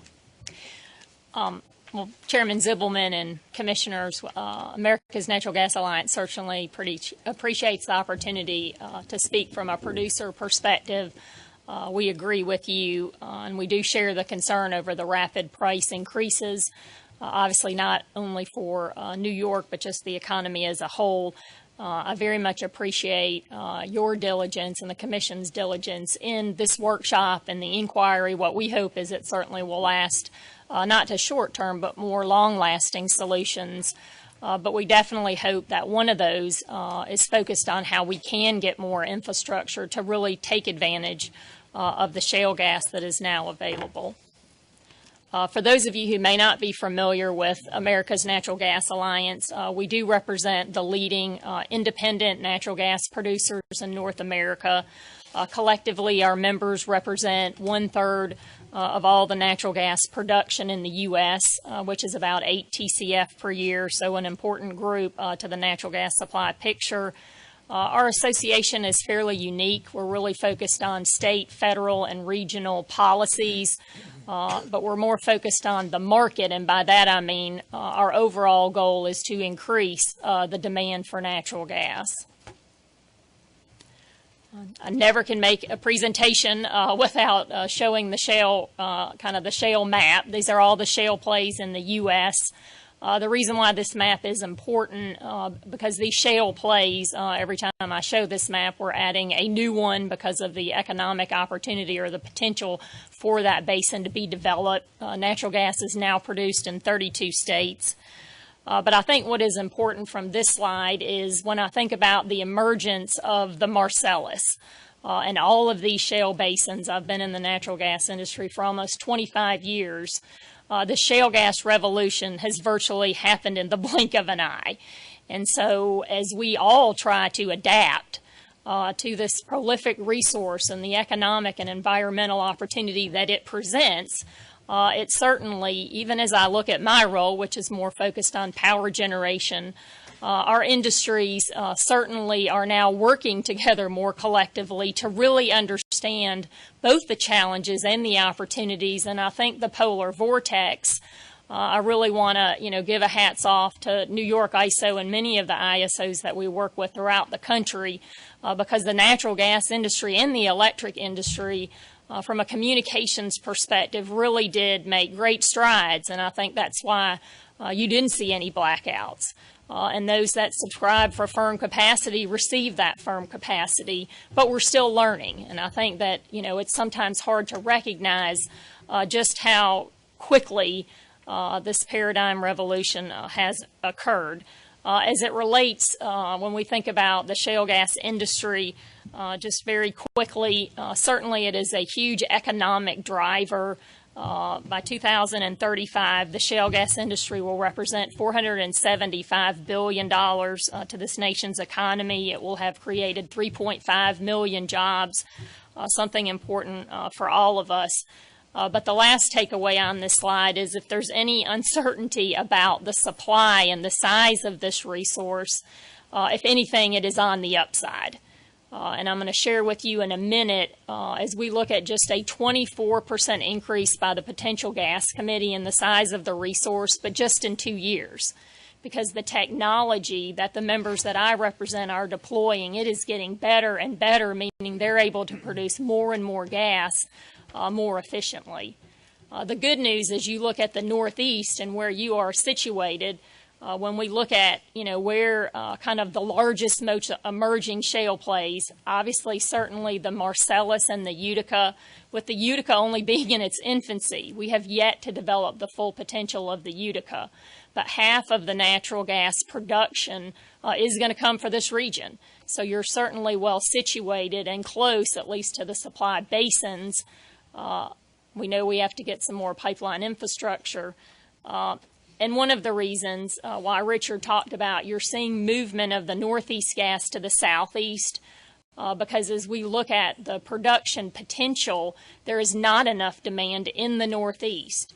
So by 2017, you're going to see 80% of the time supply from the Northeast beginning to go to the South and other markets who don't have maybe access to such robust supply, or basically because the demand in the South is growing at such a fast pace. We recently did a study with Bentech, which is one of the leading energy analysis in the U.S., just really looking at what is it going to take to see high case scenario of production in the Northeast. As you look at this slide, right now in the Marcellus, there are about 75 rigs. But the rig count, now we don't use rig count to measure how much production, and that is because of we're able to drill wells 2 to 3 times more quickly. We're really able to bring gas more quickly to the market. Many of our members, where it took them 30 days to complete a well, now it may take them only 2 days. The horizontal laterals, their ability to extend underneath the ground is getting longer and longer, which means more and more gas. So when I ask my producers what keeps them up at night, it's having more of a demand market is what they worry about, is not enough demand to keep that healthy supply growing and moving forward. We are seeing, as Richard mentioned, though, a lot of new infrastructure being invested because if you're a producer and you have billions of dollars in the ground, that's an asset you want to make sure that you can move to market. So a big change is more producer push pipelines where they're trying to build pipelines to get them to the liquid trading points. Next slide. So Richard touched upon many of those. Certainly when we look at the Northeast, the natural gas industry is really striving to move forward with these infrastructure projects to meet the growing demand. There is substantial growth in natural gas supplies within the Marcellus Basin on the border of the Northeast region, both New York, New Jersey, and New England. But even so, there certainly is the need for further infrastructure investments, and the big question is how do we pay for that? I don't really think there's a one-size-fits-all solution. I think it's going to be a combination of both state and federal rules within the ISO RTO, creative mechanisms that maybe are looked at from a state perspective. There's a lot of proposals, I'm sure you guys are aware, from a New England pay for performance to a NESCO governor's proposal, all designed to try to take advantage of this massive resource and get it to market. But when you look at expansion overall capital that's been made in the U.S., the good news is between 2013 to 2015, 57% of all the investment in pipelines is going to occur in the Northeast. In the next 3 years, these are all of the projects. Some of those are backed by LDCs. Some of those are what I mentioned, more of our members. The William Constitution is 2 of our members, Cabot and Southwestern Energy, are really investing in that pipeline because they do want to bring natural gas to the state of New York. We call that more of a producer push pipeline. The Spectra New Jersey, New York pipeline is really a supply push and a market pull, where you have a combination of producers investing in part of the pipeline, and then you have customers like Con Ed who are really pulling that demand, who are making the other investment to justify the economics to make it move forward. There certainly are just constraints, though, in the Northeast, the eastern part of New York and New Jersey, which is really why you saw these huge price spikes and why you didn't see them in Birmingham, Alabama, is because in the Southeast region we do have a significant amount of firm transportation and storage, certainly a different regulatory mechanism. I'm not advocating for regulated. I think either market can work, either way, organized or regulated, if the right rules are in place. I think we've already all agreed that it certainly was a cold winter, and so as we look at market solutions moving forward, I do think, though, we need to recognize at least the good news that when we looked at the overall requirements for natural gas demand, supply certainly was there. Just looking at it from a pure natural gas perspective in the U.S., you can see that the winter's peak demand, as we look at what was the average peak demand over the United States for natural gas, over the past 5 years, we basically had to produce or deliver 21 BCF per day. It was an 18% increase over the 5-year average. We did exceed the highest demand seen in the last 10 years by 15 BCF per day, or 12%. And in all, 6 days exceeded the highest level in the past 10 years. But again, showing you the supply certainly was able to get to the market. I'm going to skip this slide just because I think we've talked enough about how cold the weather was. I think we pretty much all recognize that. All right, so as we look at prices, really from different regions, looking at these liquid trading points and how prices, because of downstream constraints, really were elevated. Mostly as you look at this chart, the blue line, which you really can't see, which is Henry Hub, really didn't see a lot of price volatility like we did at some of the New York more trading points, Algonquin and also Transco Zone 6. But you look at, even though the Northeast, we typically always see price spikes. Obviously, with supply and demand, the market is going to send that signal. And when demand goes up, prices are always going to go up. But the reason we really saw the extreme prices, the $120, the $100, is not because there's not supply. But basically, we couldn't move that gas to get it to the load centers where it was needed because we didn't have the adequate infrastructure. And that's when you're going to see the huge price spike. Lots of discussion about basis blowout. I think it's important to look at. There was not a basis blowout as you look at Pennsylvania. But as far north as Pennsylvania, when you look at Dominion South, which is a major indicator of prices in that region, it was very interesting that on the same day when the New York price went to $120, the going price in western Pennsylvania was only $4.30. Also at Tennessee Gas Pipeline Zone 4 on the same day, receipts actually were below the Henry Hub. I had members who were trying to give away their natural gas because there was so much of it, and it was only at $3. And again, that is so contingent upon having the adequate pipeline infrastructure in place, which certainly will get rid of a lot of that volatility that we're seeing.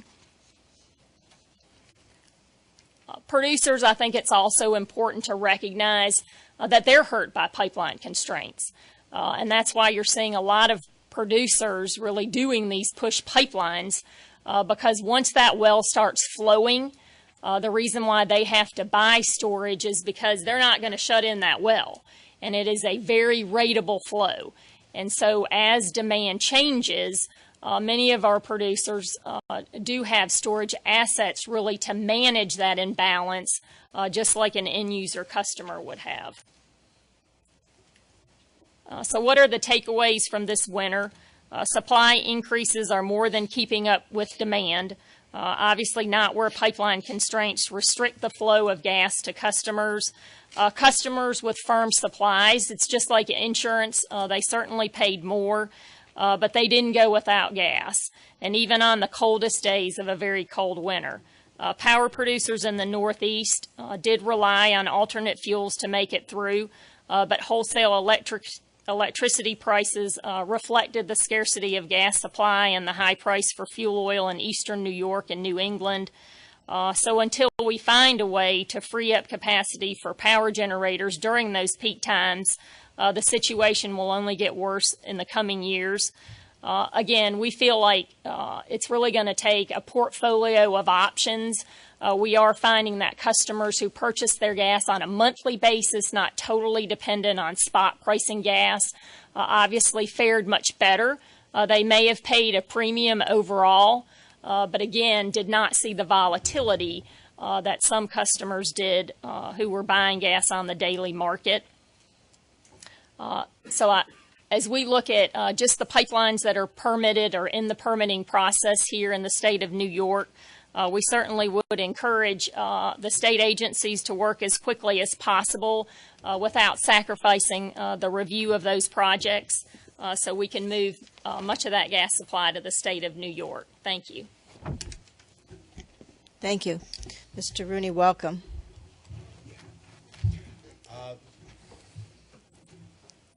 Madam Chair, members of the Commission, good afternoon. Since it's me, then lunch, I will try to be concise. Okay, next. By way of background, the petroleum industry supplies almost 6 billion gallons of petroleum products annually to the downstate region, about half of which is motor gasoline, while the remainder is a variety of distillate products and jet fuel. Over the past 5 years, total distillate consumption in this region has been on the order of little less than 3 billion gallons a year. So on any given day in January, more than about 20 million gallons of gasoline and other petroleum products are moving through the multifaceted and highly complex network that makes up the petroleum supply and distribution system in the downstate region. Consumption by sector shows that residential consumption is by far the largest amount, with commercial, and that includes apartment buildings in New York City, and on-road diesel about the same. For a variety of reasons, the industry supplies petroleum products on an as-needed basis, which we refer to as just-in-time inventory. What this means is that there are physical supplies available in the distribution chain equal to about 4 to 5 days of normal demand. Over the past 2 decades, the nature of the wholesale and terminal operations segment of our industry has drastically changed due to, one is a 20 to 25% reduction in both commercial and residential heating oil usage, primarily as a result of aggressive conservation measures. Secondly, the escalating costs of environmental compliance. Third, increased general business and operational costs. And lastly, the role of the commodities futures market in the pricing of petroleum products and the potentially negative impact which it can have on the value of physical product storage. As a result, there are far less storage terminals and petroleum storage capacity than just a decade ago. Thus, the industry's ability to meet sizable incremental demands from the electric and interruptible sectors is clearly constrained during winter periods of high demand. The Draft State Energy Plan clearly recognizes the important role which the industry plays in ensuring electric reliability, noting these distillate fuels are also used by the electric sector for primary electric generation and as crucial alternative backup fuels helping to maintain electric reliability, particularly in the downstate region. Over the past 2 decades, distillate storage capacity has declined by some 130 million gallons, or 13.1%, while demand has only declined by about 5.8%. The draft energy plan recognizes the potentially dire consequences of this imbalance, noting that there may be less capacity available to meet atypical demand surges by the heating and electric generation sectors during periods of colder than normal temperatures. In effect, consumers are becoming more dependent on the ability of the petroleum transport industry to resupply the remaining terminals during periods of peak demand. As noted earlier, my industry is structured to deliver about 10 million gallons of distillate products a day in January, which is traditionally the highest heating volume demand month of the year. This past January, what a doozy that was, we experienced significantly colder than normal weather, and thus demand from the commercial and commercial residential and suburban residential sectors increased by some 13%, or about 900,000 gallons a day. In addition to the increased demand from our oil heating customers, there was also a cumulative total of 13 full days of gas supply curtailments, one of which lasted for a full 9 days, to large volume entities such as electric generators, government facilities, universities, schools, hospitals, and commercial establishments which purchase gas on an interruptible basis. From data supplied to us by DPS staff, there are 4,699 sales and temperature-controlled interruptible customers. That is 95% of the statewide total located in the downstate region. Again, according to DPS, a full sales and temperature-controlled gas interruption displaces about 267,000 decatherms, which is the BTU equivalent of almost 2 million gallons of heating oil a day. So an industry configured to supply some 10 million gallons of distillate products on a normal winter day was now facing an increased demand from its own customers and from curtailed natural gas customers of close to 30%, or an additional 3 million gallons a day. Significantly higher than normal demand and severely constrained supplies will, of course, be reflected in the most obvious economic variable, and that is price.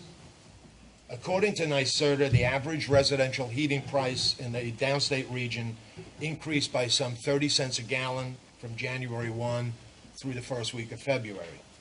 The retail price reflects the 29-cent per gallon increase in the January ULSD settlement price on the New York Mercantile Exchange, which in turn is reflected in higher wholesale prices at fuel terminals throughout the region. It should also be noted that the price of ultra-low sulfur on-road diesel also increased by some 19 cents on average during the same period, due in large part to increased demand for ultra-low sulfur heating oil, since in New York they are now essentially the same product. So, for a variety of reasons, the petroleum industry in New York continues to downsize. There is less refinery output, less available bulk storage capacity, and less demand from traditional sources. By the same token, demand for natural gas supplies from electric generators, interruptible, and firm gas customers continues to increase. However, those gas supplies continue to be constrained during periods of extreme or abnormally cold weather conditions. Warmer than normal weather conditions over the past few years have simply papered over the problems which the entire energy industry experienced this January. Ironically, while the natural gas industry is aggressively seeking to add more firm load to its systems at the expense of the oil heating industry, it is becoming more dependent than ever on that very same industry in order to maintain gas supplies to its firm customers during cold weather periods. Only the relief valve of its interruptible gas load allows the gas industry to meet its peak firm load. As happened this winter, the ramifications of this flawed strategy are self-evident. As more firm gas load is added, the likelihood of a greater number of gas interruptions for longer periods of time increases exponentially. At the same time, the ability of the petroleum industry to meet an unanticipated 20 to 30% increase in daily demand has decreased exponentially. The gas industry clearly benefits from being able to curtail interruptible customers to meet peak demand from their firm customers. By the same token, electric generators, municipalities, and large commercial industrial entities also benefit from the substantial cost savings of being able to purchase gas on an interruptible basis. As such, they need to be proactive in order to fully and properly prepare for the increased likelihood of interruption events. These large volume customers need to be told, in no uncertain terms, that if they wish to continue to derive the financial benefits of buying gas on this basis, then they have to make the necessary financial investment to install adequate supplies of their alternative fuel, physically on site for those times when their gas supplies are interrupted. In all honesty, this is just common sense. Attached to our formal statement are recommendations which are summarized here. On alternative fuel supply, which we respectfully urge the Commission, the electric and gas utilities, and their customers to consider.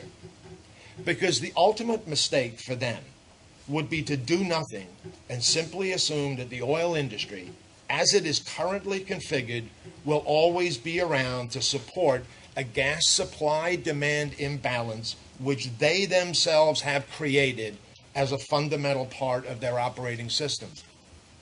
In the competitive energy markets, heating oil is usually viewed only as a competitor. The reality is not as distinct. Our industry acts as a critical backup fuel supplier to both electric generating and natural gas customers, enabling facilities that are essential to the state energy sector and the state's energy consumers to keep operating. It is important to recognize the interconnected nature of the relationships which exist between all fuels in order that the reliability of supply and the price stability of all fuels are achieved.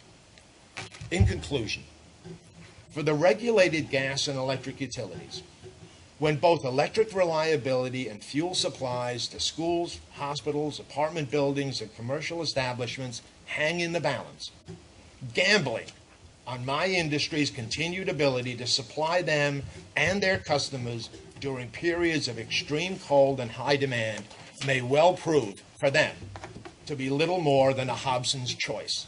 That is, taking what we can realistically supply or nothing at all. Thank you for your time and attention. Thank you. Well, I understand everyone's been sitting here. I think these issues are too important, and rather than bring the panel back, let's, if you don't mind, let's take a few minutes, and I want to make sure we all have a chance to ask our questions. So, I want to go back to a point, Wes, that you made at the end, which is that there is a significant value about being part of the Eastern Interconnect, where you have large markets and you have the ability to import and export to take care of price differential. And I don't obviously disagree with that. I think it's a huge value. My only point was a small point, and I would ask that the ISO look at it. If, in fact, we see somehow an emerging issue that exporting influences one part of the price in the New York ISO, I think that is load itself then becomes part of a storage, essentially, or it is affecting, that they're being adversely affected. It would be as if one generator was adversely affected that would otherwise be economically dispatched but is somehow constrained. And I think it's just merits looking at what is influencing this price differential, so we know that if we're looking for a solution, we're focused in the right direction. Not to disagree, though. We don't want to stop importing and exporting because net it helps us. On terms of this issue, the couple issues, Courtney, you raised an issue, and I just want to make sure I understand it.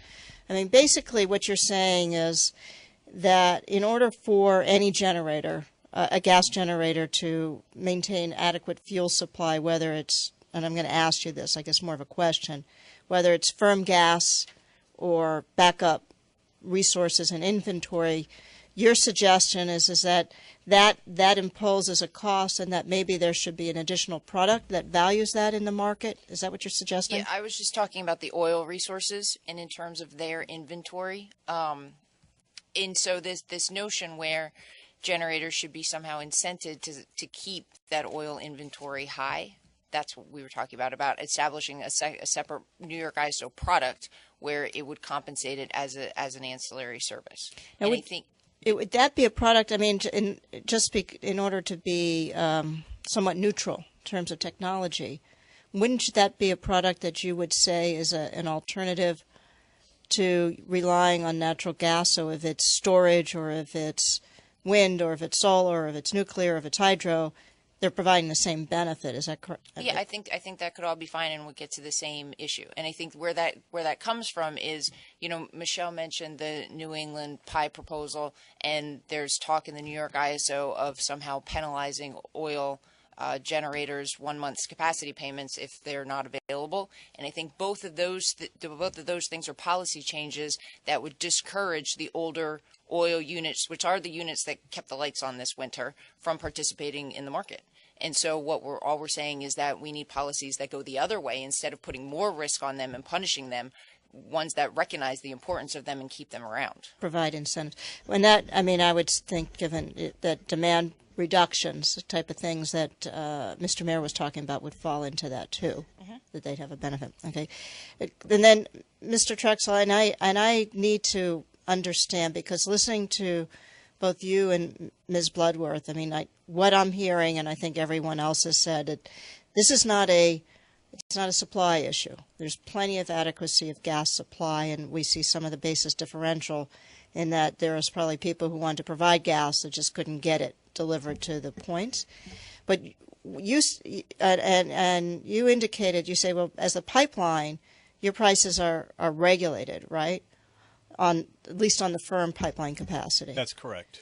But on the non-firm capacity, on that piece of it, there is a second, as what I understand, is that's the part of the capacity as it gets released is influenced by demand, and that's where we saw the price rises, right? That is correct. In the secondary market, there are those prices, again, are still not set by the pipeline. They're set by the market. We just have a mechanism to allow our shippers to release their capacity to a third party. Okay.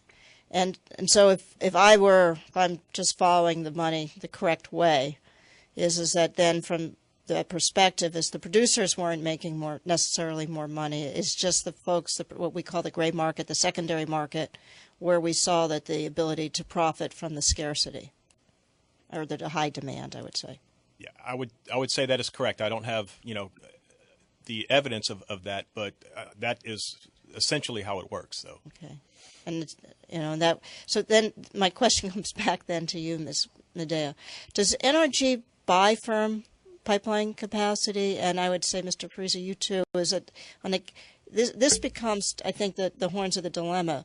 Who will? We have on one side, Ms. Bloodworth is saying that some of the producers are starting to push for increasing pipeline capacity, but are you folks seeing a need to maybe think about this as a value of making certain that you can hedge or protect yourselves, of looking at buying additional firm pipeline capacity to ensure reliability of the resources and their availability when we need them? I would have to find out for sure. I believe we do some, but not completely. Yeah, and we have some as well. And then in constrained pipeline areas, we have firm from third-party suppliers. And so I think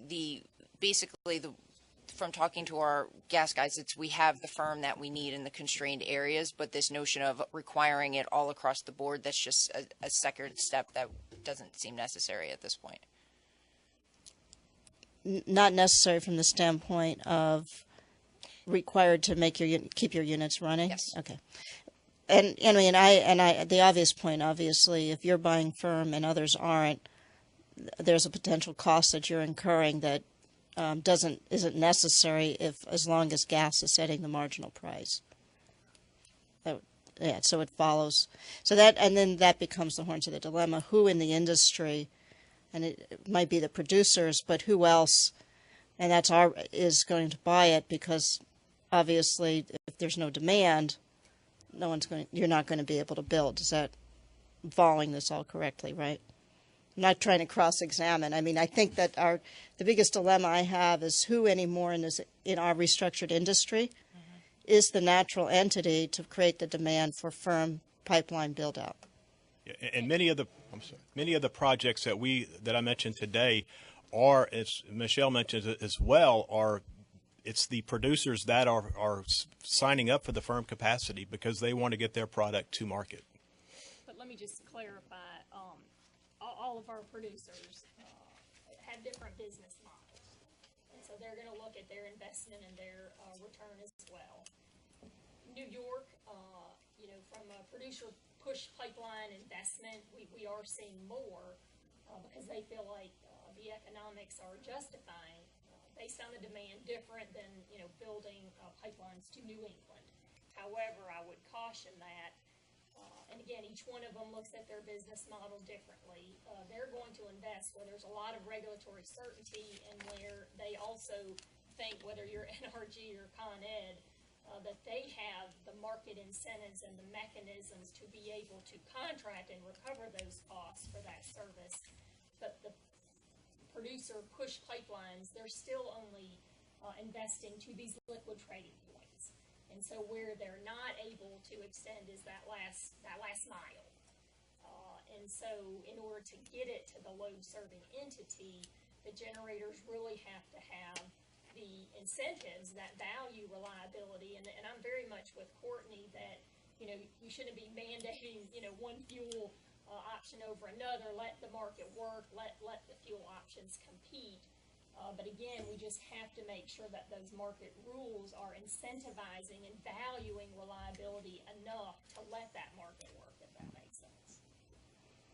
Okay. And in terms of that, I mean, from your perspective, Courtney, is one of the issues around the ability to sell forward on a firm basis versus spot. I'm just thinking if we had more longer term hedging in the market on the demand side, would that help, in your view, help provide the right incentives so that the desirability of having more firm capacity on the delivery side would drive that, would be one of the natural market incentives? Yeah, maybe, but I guess right now where we are is that there's enough liquidity, enough availability in the spot market for us to get what we need to run our plants. And so we don't see firm gas as our issue or the solution to any problems that we're having. And I think in one instance, we even had one of our plants that has firm, it got cut.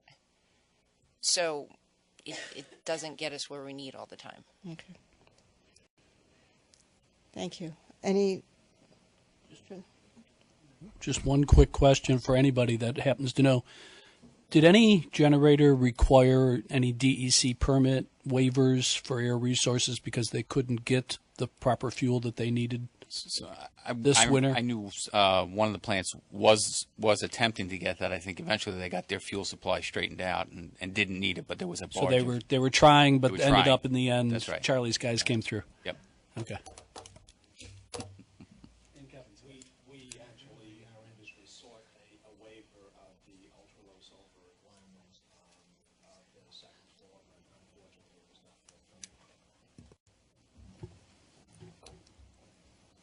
Further questions? Okay, well, we'll break for lunch, and thank you very much.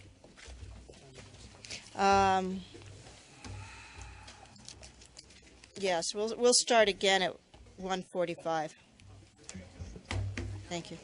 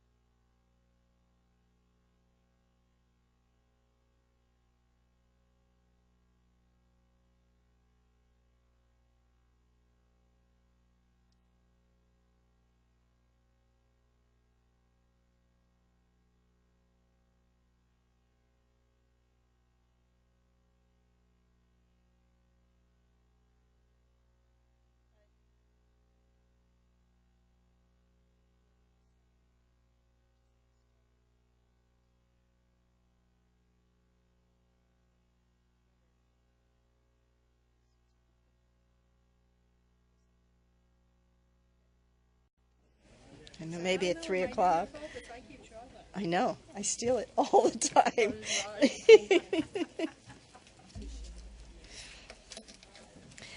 We're going to get started, and Commissioner Brown observed that one thing is sort of our takeaway from today is it was really cold this winter, in case anyone didn't notice.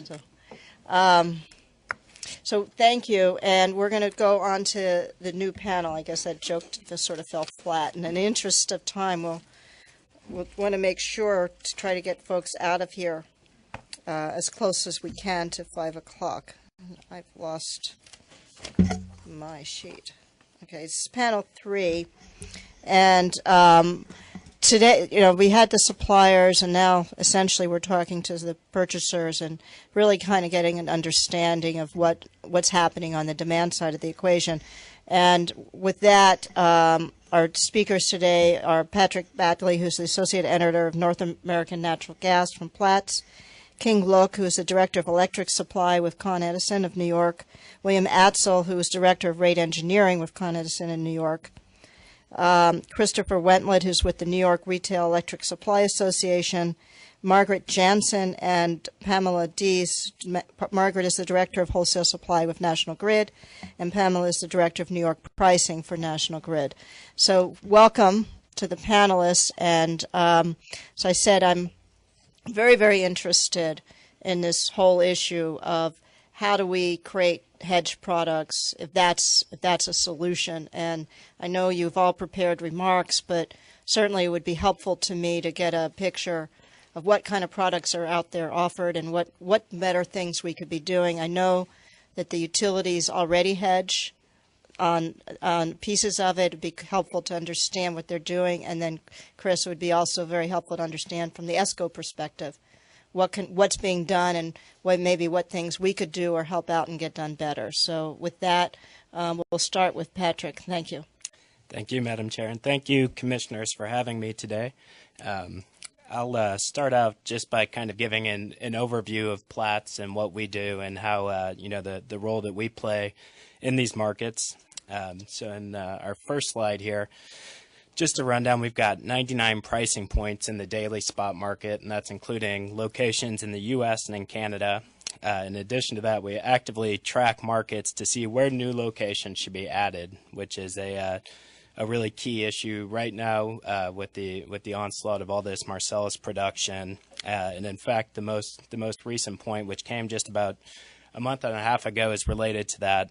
It was the Tennessee Zone 6 300 leg point where there was a bifurcation in the market between production and the Tennessee 6 delivered.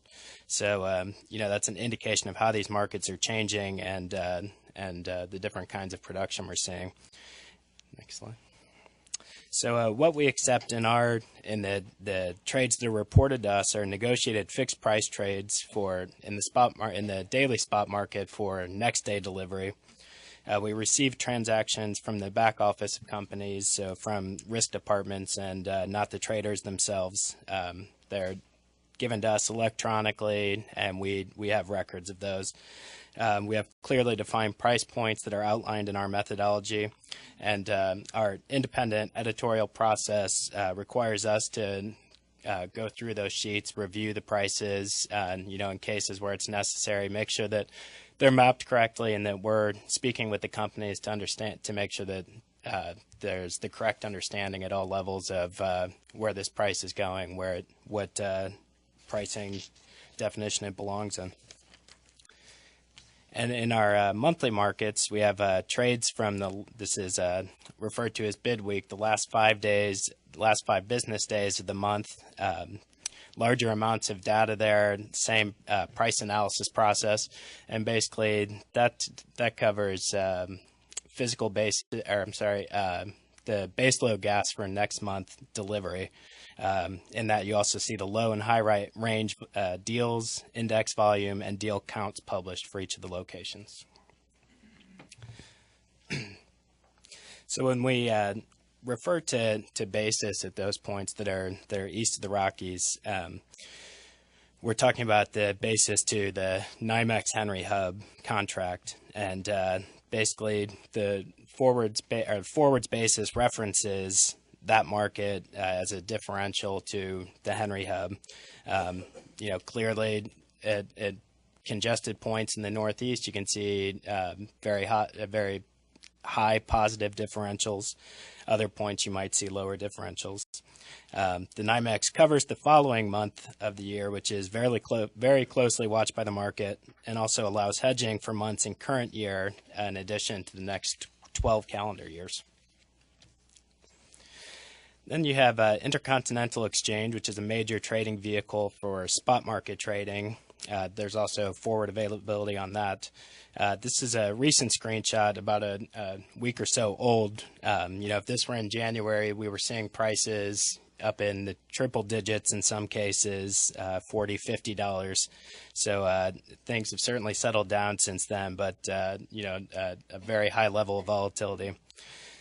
So the question there is, how did these prices go from $4 to $5 at the wellhead with a dollar for transmission capacity to $100, $120 at the New York City gates? And the simple answer is that the congestion on the pipelines heading into that region. This year, day after day, we saw operational flow orders, which were discussed before, and made shipments match up with what was scheduled. In addition, you have the shippers who own firm capacity and who own the commodity. Basically the prices at the city gates really represent a bundled price between those two costs. So what people are willing to pay at the city gate is the price that you'll see, and that's in essence a bundled package. Now, in that kind of congested environment, those prices can really rise as power generators can face penalties if they're scheduled to dispatch but can't run, or if obligations aren't being met, there can be penalties. The environment also led participants in the market to urge ICE to increase the maximum spot physical offer to $199, up from $99. And that came during some of the harshest periods of the winter, and you certainly saw it reach above that previous $99 price level pretty quickly. As we've heard today, the fixed capacity is more expensive, and power plants that are fueled by gas, say they don't necessarily need the gas to be flowing all the time. So there is certainly an understanding of why they might not subscribe to firm capacity, especially at gas peaking plants. So there are some calls to have capacity markets address that higher cost firm price. So you saw prices, as I mentioned, really reach above the $99 level pretty quickly after the change on ICE. And this is just kind of a quick look of some of the highlights that we saw this winter as far as the high prices. Fairly early on over the Thanksgiving weekend, so we saw Winter Storm Boreas, which drove New England prices up to about $10. And that seems kind of tame in retrospect, considering what we saw this winter. But after a couple of years of fairly low volatility, it really stuck out and kind of was a precursor to what was coming on this winter. On December 6th, we saw Western prices hit multi-year highs as we saw another winter storm pretty early in the year. January 3rd, we saw 10-year highs in the Midwest, the Chicago City Gates, and Michigan Consolidated. January 21st, Northeast prices hit all-time highs with $120 prices at Transco New York and Transco Non-New York. And then in January 27th, we saw another round of high prices. And not to be left out, in February, the western U.S. really got a dose of nasty weather, and prices there set records at about $43 in the spot market. So at some points, it really felt like the winter that wouldn't end, and New York prices really weren't alone in experiencing those extremely high levels, but certainly were the exception in how high they did go. So, kind of trying to reconcile that with the amounts of production that is just really greatly growing in the United States. All the headlines you've seen have been regarding the shale or the shale production and just how much that's kind of a game changer. But Bentech, which is the Platts Analytical Unit, is forecasting production will average around 68 BCF per day this year, and that's about 2 BCF higher than last year, 2 BCF per day higher than last year. And you're really seeing evidence of that already now that the winter is come and gone, and some of the freeze-offs that we saw at the wells have been shaken off. Northeast production in the last week or so has averaged more than 15 BCF per day, which is quite amazing, and it's 30% above the same period last year. But even with all of that, you still have the constraints heading into the eastern consuming markets and the trouble getting to that so-called final mile in the key market centers. So as has been mentioned here today, there's the more producer pushed product or projects on the pipelines than consumer pull products, and it's really challenging to get the pipeline in that last stretch where the demand might be the heaviest. So somewhat counterintuitively, despite all of that production that's coming on in the eastern U.S., you're really seeing eastern U.S. consuming regions. They came into this season with the 5-year low for their storage inventories. So that they started low. In speaking with market sources, there was the feeling that Marcellus production would kind of make up for the inventory. And as you see, we also came out of the season at a 5-year low, and next year expected going with storage inventories even lower than last year. So that is a concern. It's a big project in building up these storage inventory. So in the U.S. overall, there was the storage withdrawal season came out at the lowest in 11 years. Season kicked off, this injection season kicked off with a couple of lower than expected injections, but those are picking up now. And because of that, the NYMEX in the last week or so, in light of these recent storage and heavy storage injections, has really gone down in price. And you can see the heating degree days there were far above average in a couple of months this year. So there was it's very clear what was happening. And I'm sorry, I'm running out, but if I can just have one more minute to run through. Okay. So we've also noted that today that coal and oil-fired generation were relied upon much more this year as compared to the last couple of years because it was economical, because of constraints. So it will be interesting to watch that going forward as new regulations come into place that and natural gas is at this point the preferred fossil fuel. It's evidenced in the new builds that we're seeing. In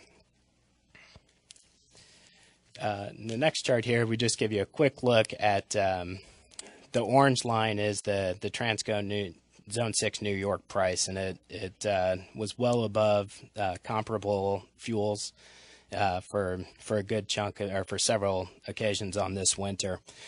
Now, because of that, we also are coming in with a pretty low stockpile of coal inventories nationwide in the U.S.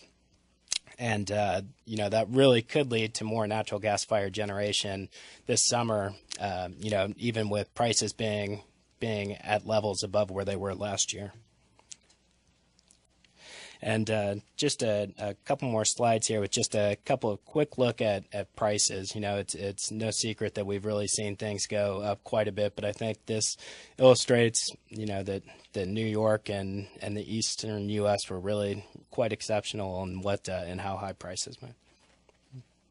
And in the production regions along the Gulf and at Tennessee Zone 4, 300 leg in the Marcellus, which had not too long ago in, October, had spent some time at about 25 cents, kicked back up to about $4.50. So obviously not the basis blowouts there, but some significant increases. And then looking ahead in our forwards packages, you can see that it's really quite a different story. In 2014, which is represented by the blue bars, you see that Transco New York has actually gone pretty far negative to Henry Hub basis, and again, that's the onslaught of the Marcellus production. In Algonquin, even in that congested market, there's a pretty significant drop in basis there, and in Dominion South, the production region, it's a similar story to even a greater degree. And then for coming winter, though, it is pretty clear. Our forwards are showing that there were some that basically this winter got into the psychology of people involved in the market. If you look at Algonquin, it's up to about plus $8.25 for 2014 winter, which covers November through March, and that's more than double 2013. And Transco New York also comes up very high there. So. Thank you. Thank you. Mr. Look, we'll turn it over to you. And by the way, I didn't mean to scare anyone. We're still going to try to end at 4 o'clock. I think I might have said 5. Okay. Okay. Thank you, Madam Chair and Commissioner Coniston. Welcome the opportunity here to provide an overview of our hedging program. Slide. Next one. Yes. I'll be speaking, provide an overview on the hedging program, and my colleague here, Mr. Axel, will provide a discussion on the supply cost recovery mechanism. Yes, a hedge is an investment made to reduce the risk of significant price movement in an asset. It generally does this fixing or limiting the price movement. Coniston's hedging program is designed to mitigate price volatility to our customers. The goals of the program are fundamentally based on Commission Order in case 06-M-1017, which states electric utilities have been expected to manage their electric supply portfolio in conformance with the principle established in the Retail Market Policy Statement, where it was determined that electric utilities should maintain balanced commodity supply portfolio characterized as neither 0% nor 100% hedge for serving residential and small commercial and industrial, collectively mass market customers, unquote. Electricity price volatility is primarily caused by changes in the cost of the underlying fuels used to generate electricity, shifts in the supply and demand due to weather, and or unexpected loss of generation. We mitigate impact of high volatility of short-term market prices on customers by hedging more than 0%. We allow customer supply costs to follow the long-term trend in energy prices by hedging less than 100%. In short, the hedge program is designed to mitigate price volatility while allowing customers to follow and respond appropriately to the long-term energy trends. Coniston's hedging program also includes managing our existing physical supply by optimizing the optionality of our physical contracts and the co-generating facilities that we own.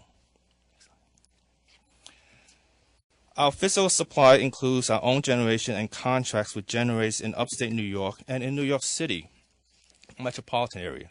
We currently have 7 contracts, one of which is for capacity only, and that's with the Dynegy Independence Plan, located up by Lake Ontario.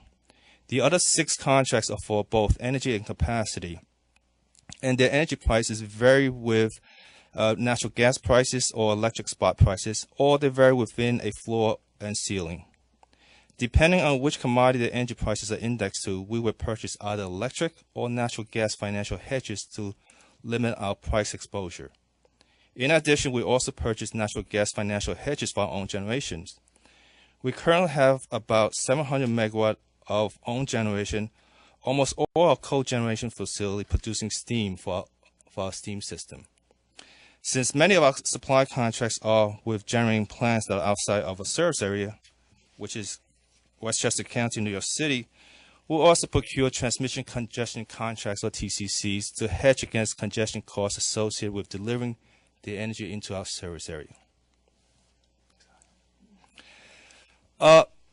Between our own plants and physical supply contracts, they represent 80% of our current supply mix, leaving about 20% that we buy from the spot market.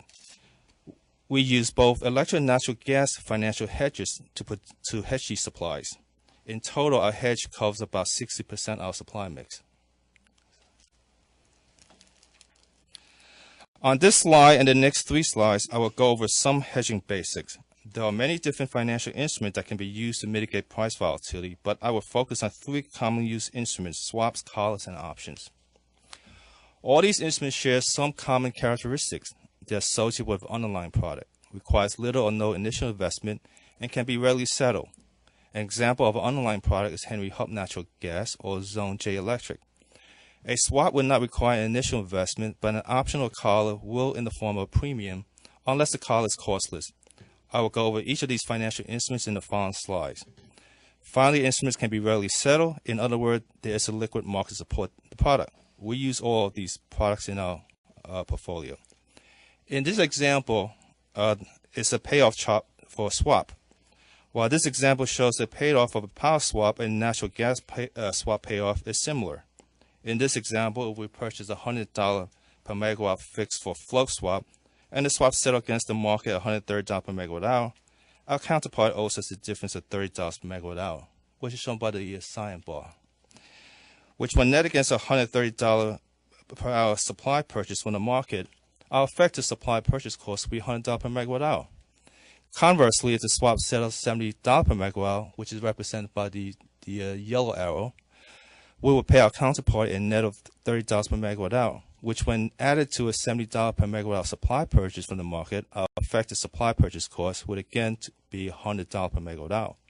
A swap is one of the best instruments to mitigate price volatility. This shows the example of a purchase of a collar with a $110 megawatt ceiling and a $9 floor. Again, this is a payoff chart for a costless collar. In this example, we buy a core option with a strike price of $110 per megawatt hour and sell a put option with a strike price of $98. Since the collar is costless, the amount we pay for the core option premium is completely offset by the premium we receive for selling the put option. If the collar settles at $130, represented by the cyan arrow, we receive $20 and the settlement price minus the collar ceiling price. Our customers would pay the price of $130 per megawatt hour. However, that cost is offset from the collar hedge entered by the company, thus fixing the price for the customer at $110 per megawatt hour. Conversely, if the collar sells $70, we pay our counterparty $20. Our customer would pay the price of $70 per megawatt hour. However, there's a hedge cost of $20, thus fixing the price for the customer at $90 per megawatt hour. If the collar sells between the floor and the ceiling, no money exchanges hands. The customer pays the settlement price between the floor and ceiling. From a cost perspective, and when compared to a swap, the collar will reduce the potential hedging loss by the expense of low potential upside hedging gains. This chart shows the paid-off chart for a core option. In this example, we buy a core option with a strike price of $110 and a premium of $5. If the core option settles $130, we receive a $20 from the counterparty, but the actual gain is $15 because we paid the counterparty $5 for the option premium at the time of the transaction.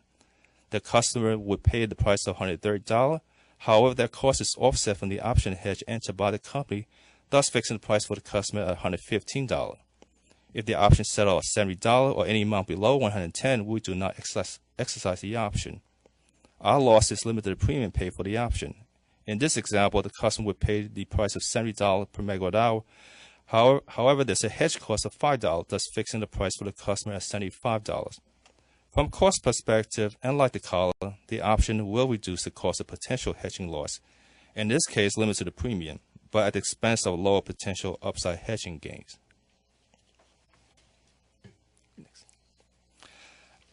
Our financial hedge plan is a multi-year plan that is updated annually with the latest forecast of energy market prices and the requirements of the mass market, incorporating various analyses that include backtesting, sensitivity analysis, and Monte Carlo analysis.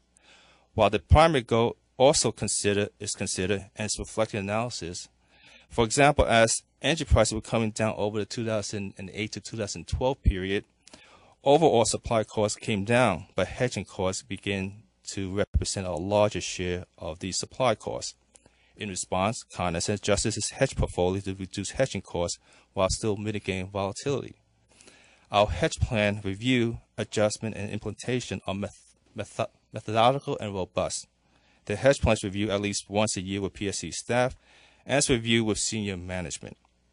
In our implementation, we purchase our hedges in modest increments over time. so that market liquidity is not adversely impacted and hedge energy costs do not merely reflect market price at a single point in time. Con Edison hedges electricity, natural gas, and transmission congestion. Specifically, the company hedges its New York City or Zone J ISO purchases natural gas requirement for our physical supply from both our own generation and contracted generation, and transmission congestion from sourcing supply from outside Con Edison's service area. We hedge using various platforms. One example is through the exchange, for example, ICE, which stands for Intercontinental Exchange. One advantage of transacting via an exchange is that there's no credit risk since margins may be posted daily. Another platform used is the over-the-counter, or OTC, that is, transacting directly with a counterparty. The advantage of an OTC transacting is that unsecured credit is provided based on the company's credit rating, eliminating the need to post collateral until credit exposure exceeds a contractual limit. Finally, ISO platform is used to purchase TCCs, or transmission congestion contracts.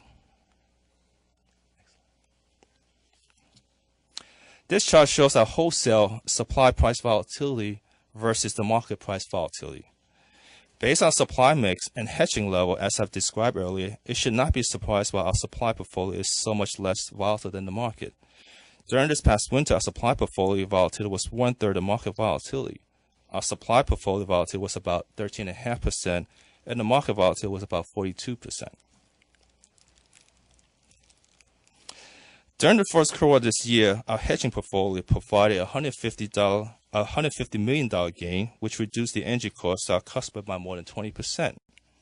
These results demonstrate the effectiveness of Con Edison's hedging program, highlighted when market conditions became extreme like this past winter.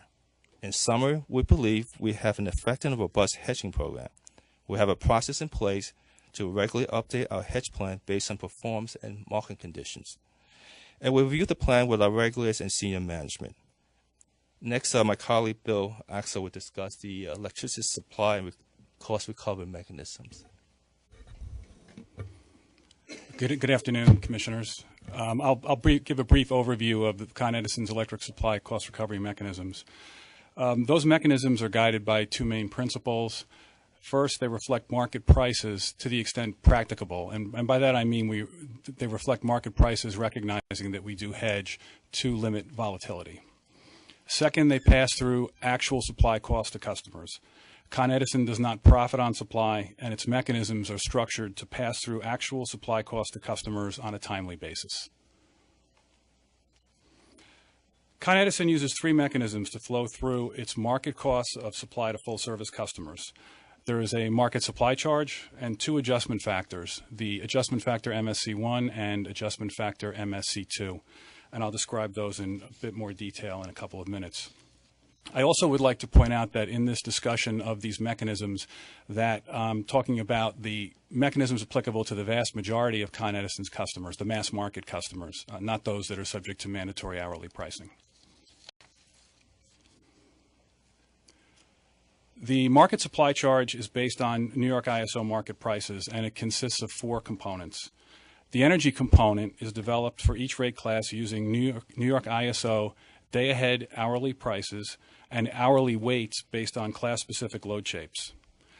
Separate energy prices are developed for the New York City load zone, which is Zone J, and for each of the two Westchester zones, Zones H and I.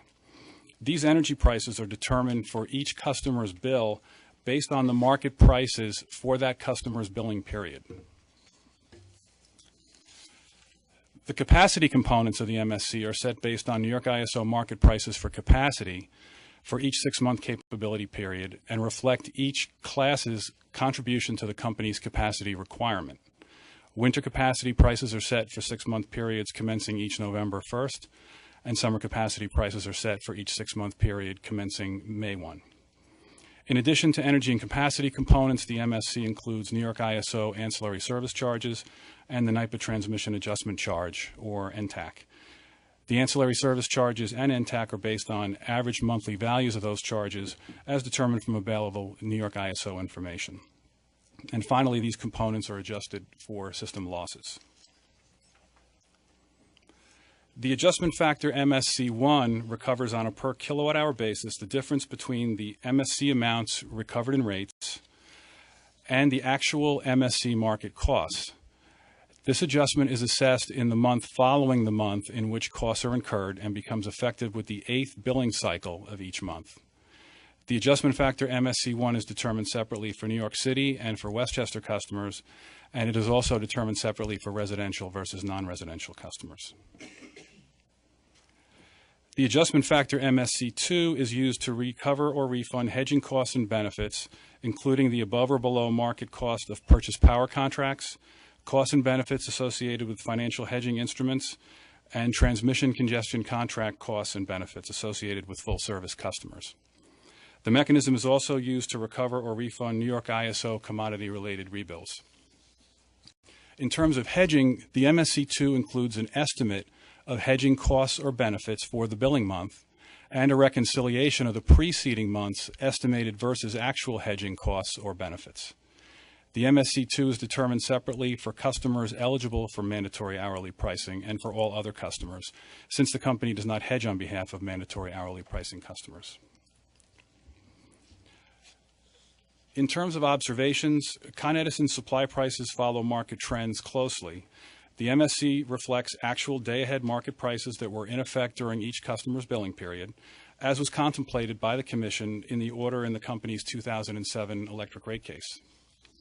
Con Edison's supply prices are significantly less volatile than the market during periods of high market volatility, like the past winter. That was demonstrated earlier by Mr. Look. We have identified a potential improvement related to the 1-month lag in the application of differences between estimated and actual hedging costs and benefits on customers' bills. As I mentioned earlier, the MSC2 includes an estimate of hedging costs or benefits for the billing month and a reconciliation of the preceding month's estimated versus actual hedging costs or benefits.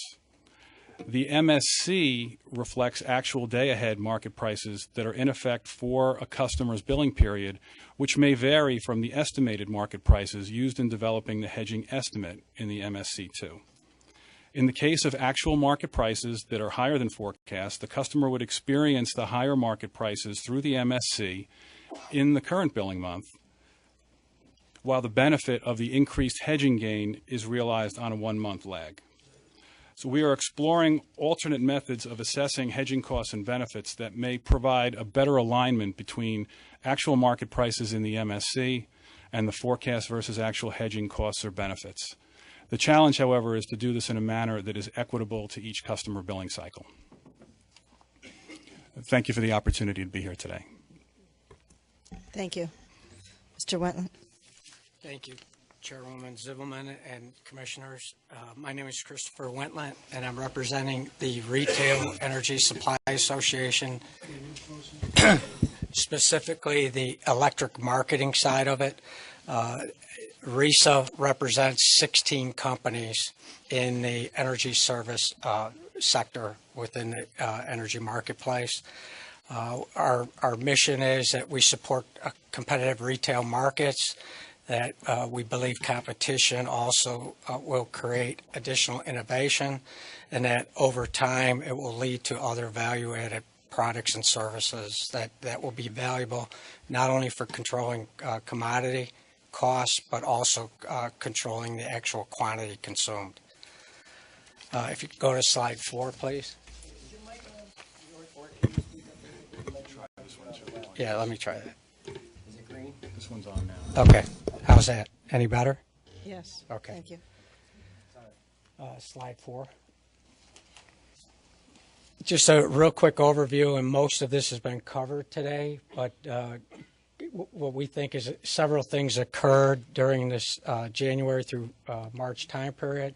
Record electric demand, severe cold snaps in multiple time periods, a new all-time record for winter energy demand, and then couple that with high natural gas demand that included residential heating, industrial consumption, and electric generation in the ISO as well as neighboring markets. Some of the consequences that occurred from that scenario was that we experienced some natural gas transportation cost constraints that drove up the price of natural gas. The electric transmission system that we talked about earlier this morning, in particular, saw a congestion in Zone F, the Albany area. The fact that oil-fired generation, unusual as compared to past winters, became the fuel of choice and an economic choice in the dispatch curve. And then finally, another thing was that New York's fuel diversity actually provided a critical benefit in that we are rich in nuclear, in hydro, in oil generation and renewable generation, and that provided a benefit to the system. Lastly, conditions merited ISO waiver at FERC to request the $1,000 cap be exempted or waived at least for a period of time. Next slide. Next slide just gives a kind of an overview on the actual heating season, heating demand days. And the reason why I include this slide is it gives a look at the past 5 years. It also gives a look at the 2013-2014 winter period. And then you can see it compares a 10-year normal and a 30-year normal. So you can see that we experienced one of the coldest winters in the past 20 years. To now take that overview on the wholesale side, and this next chart gives at least a breakdown of how the current sectors within the retail side are composed. On the large commercial industrial, on that particular market, that the ESCOs, some of which are RISA companies, represent over 72% of that marketplace, and partially due to the reasons cited in your presentation, in that there's a mandatory hour pricing threshold, and so many of those customers are exposed to spot market prices and need to make an energy decision to hedge that. On small commercial and residential, we kind of see a flip-flop. We see actually those markets represented heavily by the local utility, with a far less percentage being represented by energy service companies. A couple of things on product offerings, and I'll try to break this down into two different groupings, the C&I side and then the residential side. As we heard this morning on one of the first panels, on the commercial C&I side, there are a number of offerings that are available to the larger end users. There's a 100% fixed product. You could go 0% fixed, 100% variable, and you can go a number of different types of products in between. Some examples could be you layer in your hedge over time. You could take a block percentage of your load and lock that in. You could take a percentage or a position just on peak versus off peak. So there are a number of different opportunities or options for a larger end user to exercise. And then lastly, you do have a variable price contract that could be available. On the C&I side, a bit different. You generally see either fixed or a variable offering. It may have a green component to it. And Commissioner Brown asked a question this morning on what type of terms are available on fixed. Generally, the terms, at least canvassing our members, are anywhere from 6 months up to 2 to 3 year type term.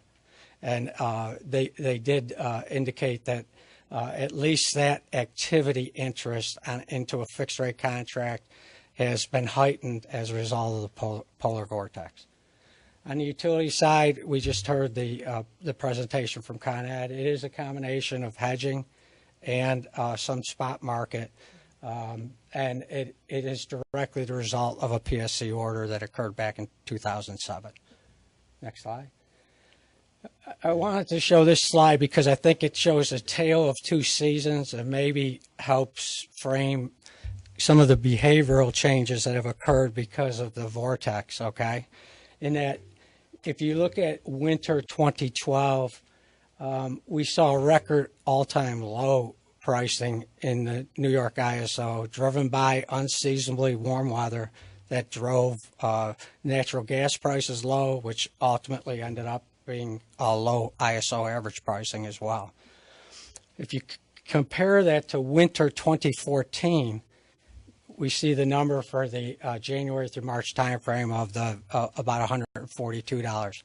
Kind of we had the polar opposite. We went from unseasonably warm weather to extreme cold. So we actually, in a 3-year period of time, got to see that really a market have to react to different conditions. So a couple of points I would make comparing variable versus fixed, okay, especially from a residential point of view.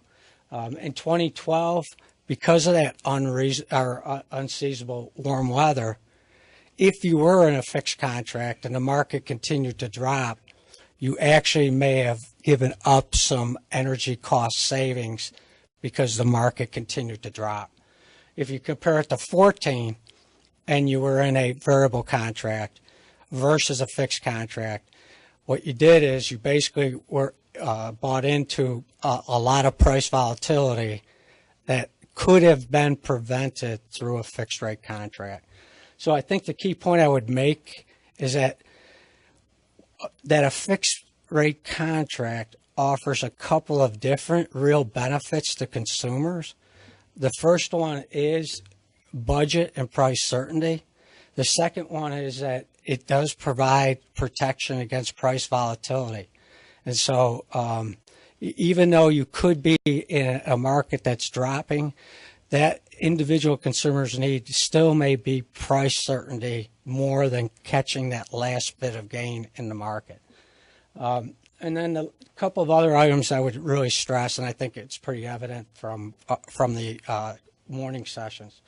The wholesale markets can be impacted by a number of issues.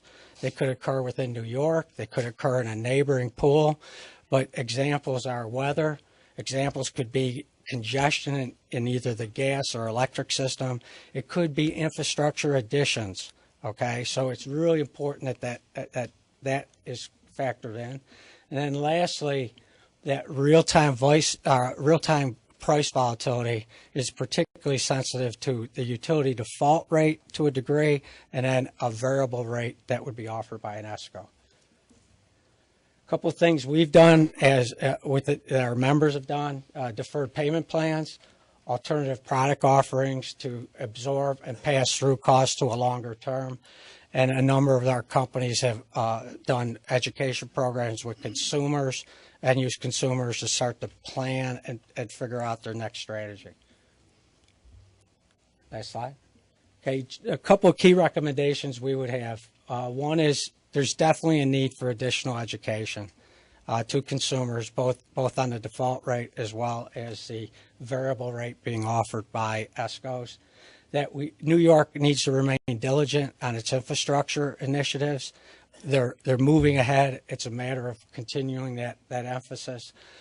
Fuel diversity is critical. This winter proved it. We need to figure out how to maintain that, in particular because it could be a competitive advantage versus other pools that exist in the Northeast. And then lastly, just on the electric and gas coordination, the need to continue forward with tightening up the coordination between those two markets. Thank you. Thank you. Ms. Jensen, welcome. Thank you, Commissioners, for having us today. I think you need to turn your mic on, too. I'm sorry. Okay. Thank you for the opportunity today. Today, my colleague and Pamela Dice and I will be sharing with you an overview of National Grid's hedging portfolio, our hedging programs, commodity rate mechanisms, in addition to a review of the experience we had this winter, and discuss the prices, the hedge benefits, and the bill impacts that our customers saw. We'd also like to describe how National Grid is preparing for the future and how we're reaching out to our customers and assisting with high bills. And as we go through this information today, Pamela and I will be passing back to each other, covering the topics that, based upon our expertise in supply and rates. So first, I'd like to give an overview of National Grid's upstate coverage in upstate New York. It's a very diverse region, stretching from the Great Lakes, the West Zone, as the New York ISO calls it, the Zone A, all the way across the state to the Zone F capital region where we are today. This wide geographic region poses a challenge in managing a supply portfolio, since there are very different market issues across these different zones, as we heard today and as we'll discuss in a little bit more detail. We serve 1.6 million customers with electric delivery, and we provide electric commodity supply to almost half of that to our customer load across the state. And for our smallest usage customers, the residential and the small commercial customers, we call them the mass market. For them, we offer the service of hedging or price protection of their supply costs. Our mass market customer load is over 70% of our total commodity supply, and this supply portfolio is the primary topic of today's presentation, both the hedging protection and the bill impact discussion. So let's begin with an overview of National Grid's electric supply portfolio and our hedging. The objective of our hedging strategy is to mitigate the volatility of electric rates for our mass market customers, while still sending the market signal in order to encourage energy efficiency. Our methodology is, like Con Ed's, to lock in fixed price swap contracts and options on a dollar cost hedging basis, adding contracts systematically across time, diversifying all the price points. Our current hedge target is 55% of our forecasted volumetric sales for our mass market customers based on normal weather. Our hedge levels are higher in peak months as we shape our hedges across the months, locking in more for periods like January and February, when prices tend to be more volatile and loads tend to be fluctuating significantly. We continually monitor and review our hedges, analyzing their effectiveness as well as the pricing risks and the hedge results. To manage our portfolio, we use several analytical tools to manage the volatility of our customer rates while minimizing overall supply costs. We perform Monte Carlo simulations, running multiple trials to approximate the probability of certain outcomes and examine the impact on our supply costs and rates from varying scenarios of market prices, congestion, loads, and different contracts. This analysis, which is performed at least monthly, becomes the foundation of the company's hedging program and execution plans, as well as our longer-term strategy for protecting our customers' rates. So now that you have an overview of our supply portfolio, Pamela will describe our commodity rate mechanisms. So before we jump into what happened this winter, and Margaret goes through our portfolio and how that actually impacted our mass market customers. Again, I'm going to focus on mass market customers, which is our residential and small commercial customers. It's important that you understand how the actual supply costs flow through to customers. Similar to Con Ed, we had talked about before, we pass 100% of the supply costs through to customers. We're not allowed to profit on it, and we also try to get the cost on customers' bills close to when the costs are incurred by the company. So there's really three components that flow through to our mass market customers' bills. The first one is the electricity supply cost. And what that is the actual, we set 3 days before the beginning of the month, the forecast market price based on NYMEX futures. So we set that 3 days going into the month, and that's a fixed rate through the entire month. The next one is the new hedge adjustment. Those are the hedges that that we enter into, and Margaret's going to talk about that in a little bit. And we actually use the same market price forecast, so we're aligned from the market price forecast period that we're looking at. And based on that market price forecast, we're able to determine what the value of those hedges are. The value of those hedges are socialized across all of our hedged commodity customers. And then there's the reconciliations. This ensures that we true up exactly to our commodity expense. And there's two basic different true up mechanisms. One actually trues up the forecast to the actual market price, both in the electricity supply cost and our hedging forecast. And then there's and that's done on a 2-month lag, and it's also socialized across all of our hedge mass market commodity customers. And then there's also a 2-month lag true up between actual commodity revenue and actual commodity expenses. So those are the components of the electricity commodity side of customers' bills. I'll turn it back to Margaret to go through the portfolio. So with that overview, we could turn to what happened this winter. This is something that we've seen several times today, that the wholesale electric market saw an unprecedented increase this winter. Here we're showing Zone C, the central zone, and the increase of the 122% over last year. We had seen some market price increase in the winter prior, from the relative lows of the winter 11 or 12. However, the market price increases as seen here was much larger, and the monthly average prices more than doubled over the prior winter. And it wasn't just Zone C, it was also Zone A all the way in the west, as well as Zone F, significantly impacted. So with this huge increase in market prices, how did our hedges perform? Well, going into the peak winter months of January and February this past winter, we had locked in prices for 60% of our forecasted mass market customer load at a hedge target which had been increased over the prior winter and spread across different zones. Our winter hedges included physical hedges, seen here in the blue, as well as swap and option contracts layered in over many months prior to the winter. These financial hedges for the winter peak months of January and February produced over $60 million in savings for our mass market customers, helping to offset the increase in market prices. And now Pam will take us through those market prices and how they were reflected in the bills. So what this chart is trying to show is there's basically 3 different lines. The blue line in the middle shows the delivery component. And this is average across all of our upstate zones for residential customers. So you can see the blue line is relatively flat and very stable. The green line below flows through those commodity components that I had talked about before, the ES cost, the new hedge, and all the reconciliation mechanisms. And you can see it's much more volatile, and especially over this last winter when you get down into the December, January, February, and March time frame, you can see how it jumps around. I think I neglected to mention earlier that when we do the forecast of the market price and pass that through to customers' bills, that is done on a zonal basis. So the market price forecast in Zone A will be different than the market price forecast in Zone F. All of the hedges and reconciliation mechanisms are done on a socialized basis. Next slide. And so this is a different chart that basically shows what happens this winter. It's broken into 2 components, right? On the top-hand side, that's Zone C, which is our central zone.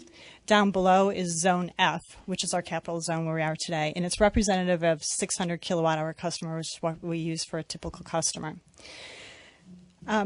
So what you'll see here again is the blue is relatively flat, and you'll see the top on the green for the Zone C is jumping around. And you can see in March it goes much higher. And both the Zone C and the Zone F. And I'll explain that on the next slide because it has to do with our reconciliation mechanisms and our lag. If we could just kind of revisit what happened over the winter, we've learned through the whole day, you know, the wholesale market prices kind of jumped all around in the January and February timeframe. And if you remember how I mentioned how we set our rates in January, we set them at the beginning of December. So we set those rates, and what happened in January? January was very cold. The prices stayed very high for a long period of time during January. So we set the market price too low, right, based on the NYMEX futures as well as the value of the hedges. That gets reconciled in the March timeframe. So that's why you see it jump up a bit there. The other thing I wanted to mention on this slide, I'm sorry, you can see, and it was talked about earlier from other parties during the presentations today. You can see between January and February, those charts are relatively flat.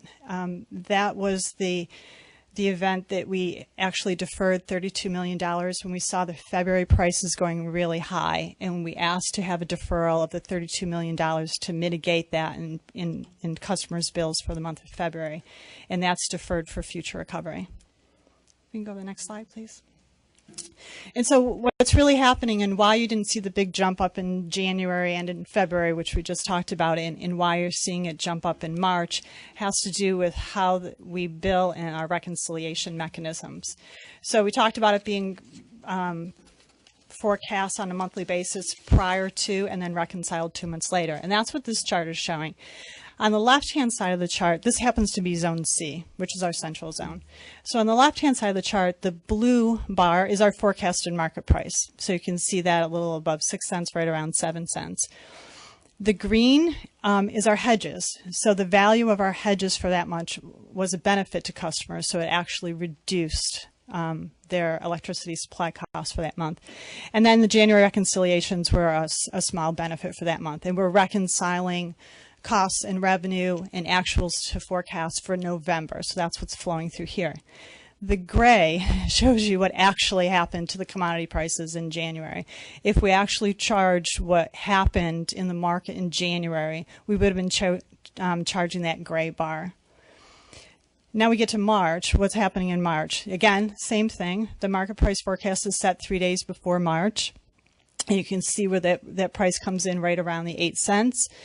But then you see a huge reduction on the hedging side, right? That's the reconciliation of the hedge. Remember, I said before, we align our forecast both for the market price as well as the hedges. Well, so we undershot what the price was going to be for January based on where the futures were, right, 3 days before. That turns into undervaluing what those hedges would have been. So you see that in the hedge when you see the March. And then the March reconciliations represent the difference, the large majority of it, is the difference in the gray bar for January and what we actually charge customers in January.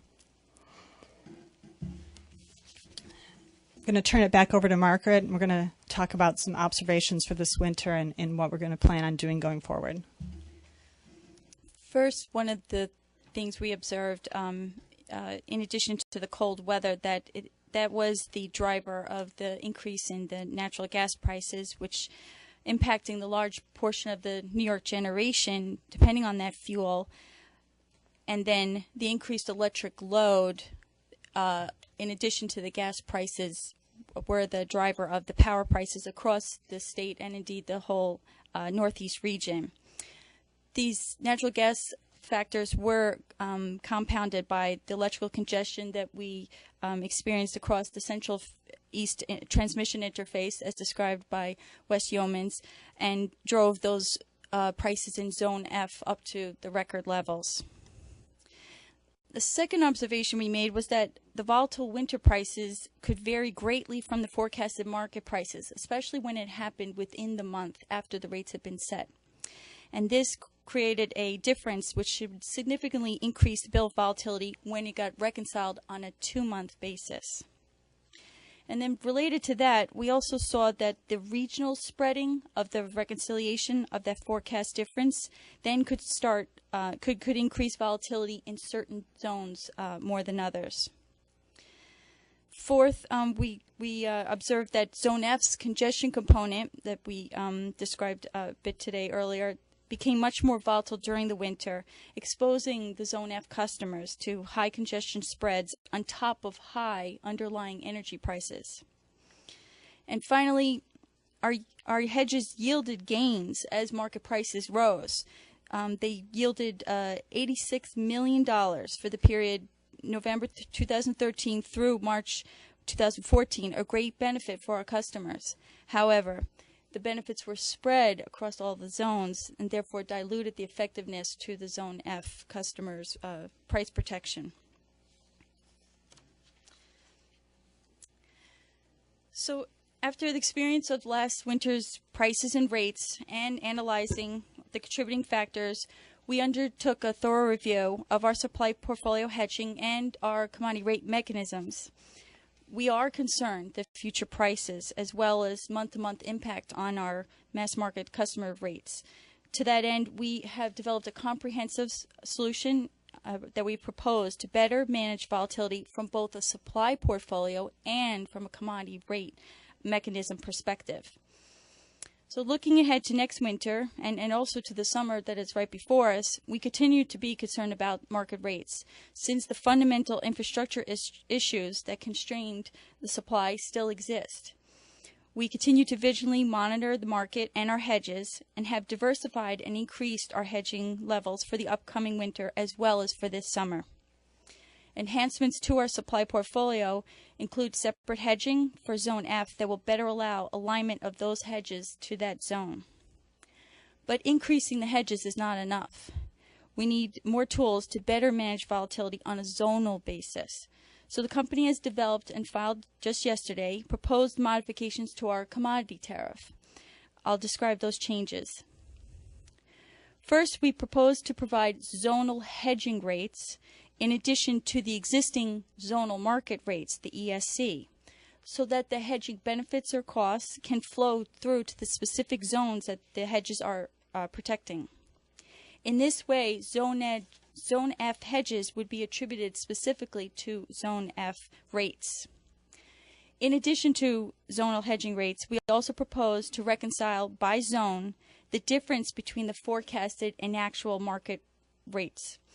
This will allow the company to reflect the actual zonal prices, ensuring that those customers receive the credits or charges incurred in that zone. We've also proposed the flexibility to delay reconciliation recovery so that the company has more flexibility in the timing of its reconciliation of revenue and expenses for its mass market customers. In the case of extreme market volatility, the company would have the ability to spread out monthly reconciliations over 2 or more months rather than the current 1-month period. In summary, the zonal hedging rates and the zonal reconciliation of forecasted rates work together with the separate hedging portfolios. With the tariff flexibility and the reconciliation recovery would allow the company the necessary tools to better help mitigate the rate volatility for mass market customers. In developing our proposal, we researched best practices of other utilities and benchmarked ourselves against others. We also performed analyses to determine the impacts of the various modifications and how they would work together. We ran a backcast analysis using actual market data for several scenarios to determine what modifications could have effectively mitigated the high rates last winter. In this analysis, we did exclude the $32 million deferral that we had in February in order to better determine the full impact of what the winter prices would be on the retail rates. Among these scenarios, we analyzed a separate supply portfolio, including specific hedges for Zone F, along with zonal hedging rates to allocate the benefits and costs to those zones. In addition, we modeled the change to the reconciliation tariff, which would have provided flexibility in the months for recovery of our reconciliations, a tool that might have been used when January market prices skyrocketed mid-month above the forecasted rates, thus impacting March with the large reconciliation. The chart on this graph shows, on the top right, shows the backcasted typical residential bill on a backcast basis for Zone C with the green and blue bars, and how this scenario of modifications could have mitigated month-to-month bill impacts. This is seen in contrast to the black line, which is the actual bill impact that we did see this winter. The backcast shows that the volatility for March and April bills could have been significantly mitigated with the proposed modifications. And this would have allowed also for a modest increase over the next 2 months to recover the balance of the reconciliation once we exercise the tariff flexibility. On the bottom right, the backcast analysis for Zone F with the scenario of modifications shows that the month-to-month volatility could have been significantly mitigated from December through April and would have been fully reconciled by April if we had exercised the tariff flexibility on the reconciliation recovery. According to our backcast analysis of this scenario, our customers in Zone F could have benefited from over a 30% reduction in the actual costs that they saw for January through March. As a note, in another one of our scenarios that we analyzed, we found that an increase in Zone F hedges was not enough to significantly mitigate rate volatility. It took both tariff changes in order to make any significant difference. The zonal rates for the hedging and the reconciliation, in addition to the tariff flexibility on the reconciliation recovery. And now Pamela will cover what National Grid is doing for our customers that are experiencing the high bill impacts. And I know the red light's on, so I'll just take a couple of minutes to go through some of the highlights of the next slides, because I know these slides have been before the Commission before, so they should look very familiar. The company recognizes this winter has been very difficult for some of our customers. You know, the prolonged extreme cold temperatures that we've been talking about, the volatility of the electricity market, as well as the high prices that they're seeing. Really makes us want to reach out to the stakeholders and work with them. So in the next few slides, we're going to go through some of the things that we're doing. One of the most valuable tools that we have is our consumer advocacy group. This is the outreach group that actually works with some of our low income special need customers, and they're offering first of its kind customer expositions to connect customers with all low-income organizations in a single location.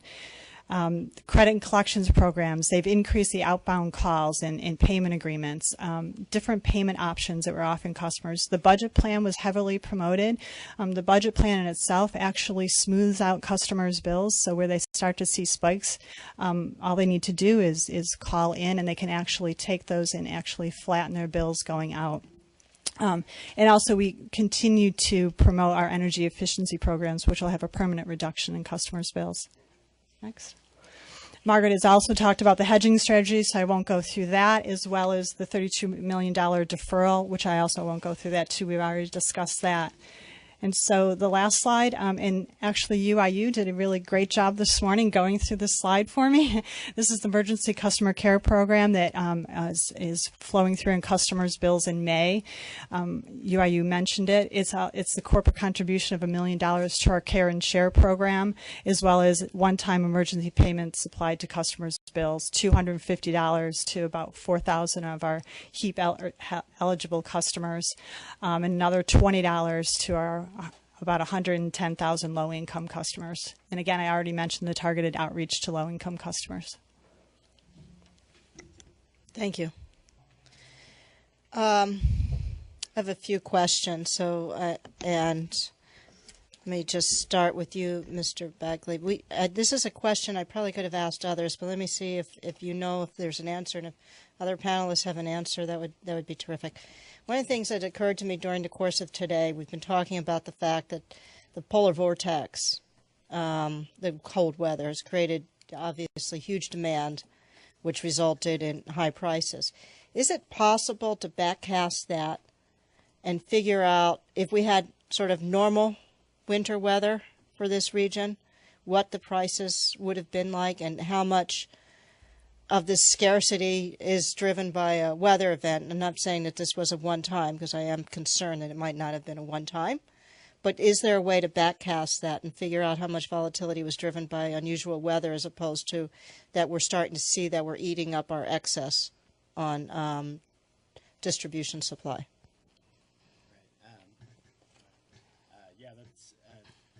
Sorry. I think that's a very good question, and I'm not too familiar with the ideas. I'm sure that there are plenty of people out there who are looking at that kind of thing, and something that would be of value.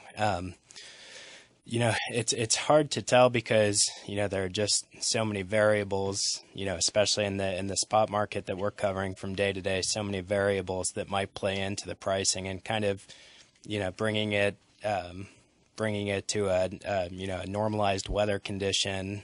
I think it would give you some ideas of where the price may have been, but probably has some limitations as well. But okay. Anyone else want to?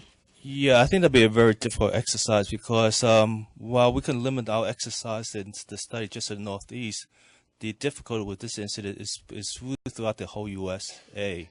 So it's very difficult trying to normalize and trying to find a winter in the past or something like that to try to gauge this. What would the volatility be under a more of a normal winter? So again, if it's this event which is limited to the Northeast, I think that exercise probably be more doable.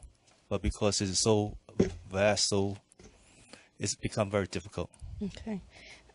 Mr. Wentland, for a question for you, because you were talking about fixed products, and I think you probably heard the earlier conversations today from the consumer panel about the fact that they're looking at probably 3 to 5 years, but there's an issue potentially about your ability or the willingness of retailers to offer fixed pricing to mass market because of credit issues and or to smaller consumers. Is that, I mean, from your perspective, is that a limiting factor, or is there a limiting factor, and what might that be in terms of the willingness of retailers to offer fixed pricing? And I'm speaking just for our members. Your group, yeah, right? They're definitely willing to offer fixed product pricing, and the term length is up to 2 years, 2 to 3 years for residential. As we heard this morning on the panel, you could see C&I type deals that could go out to a 3 to 5 year period of time. So I do believe that a fixed price offering is available and would be available. Would it be for every single ESCO in New York? I'm not sure, but I definitely believe it is available. But there, I mean, for obvious, there's a credit premium associated with that. Is there? In terms of pricing, if we were to look at pricing from residential to commercial, would we see reflected in that a credit risk premium from the perspective of the ESCO? Okay, I think you would see a premium for the fixed contract. Right. I think I'd have to go back and check on the credit piece because it may vary by company, and I honestly I don't know the answer. I mean, one of the things that's striking me, and I just had a question, I guess, for the utilities. You know, we've both companies have talked about the fact that you're trying to manage volatility through hedge products.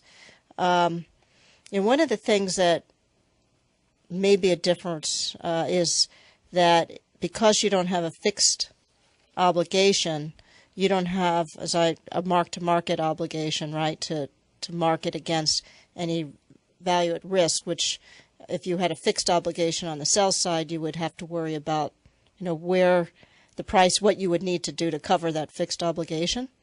And so I'm just curious in terms of that, is that the value, obviously, of having hedges and not having a fixed price is that there's not a tendency to overhedge in the fear that if you're, you know, that your price would has enough cushion in it. Is that a fair statement? But I'm curious as to how then you make a determination of how much you should hedge around volatility. What do you benchmark against if it's not a internal value at risk? And the only reason I'm asking that is I'm kind of curious about this question of whether fixed prices would result in lower rates or just having good hedges in place result in lower prices, bills to consumers. If you follow my logic, which may not be logical, but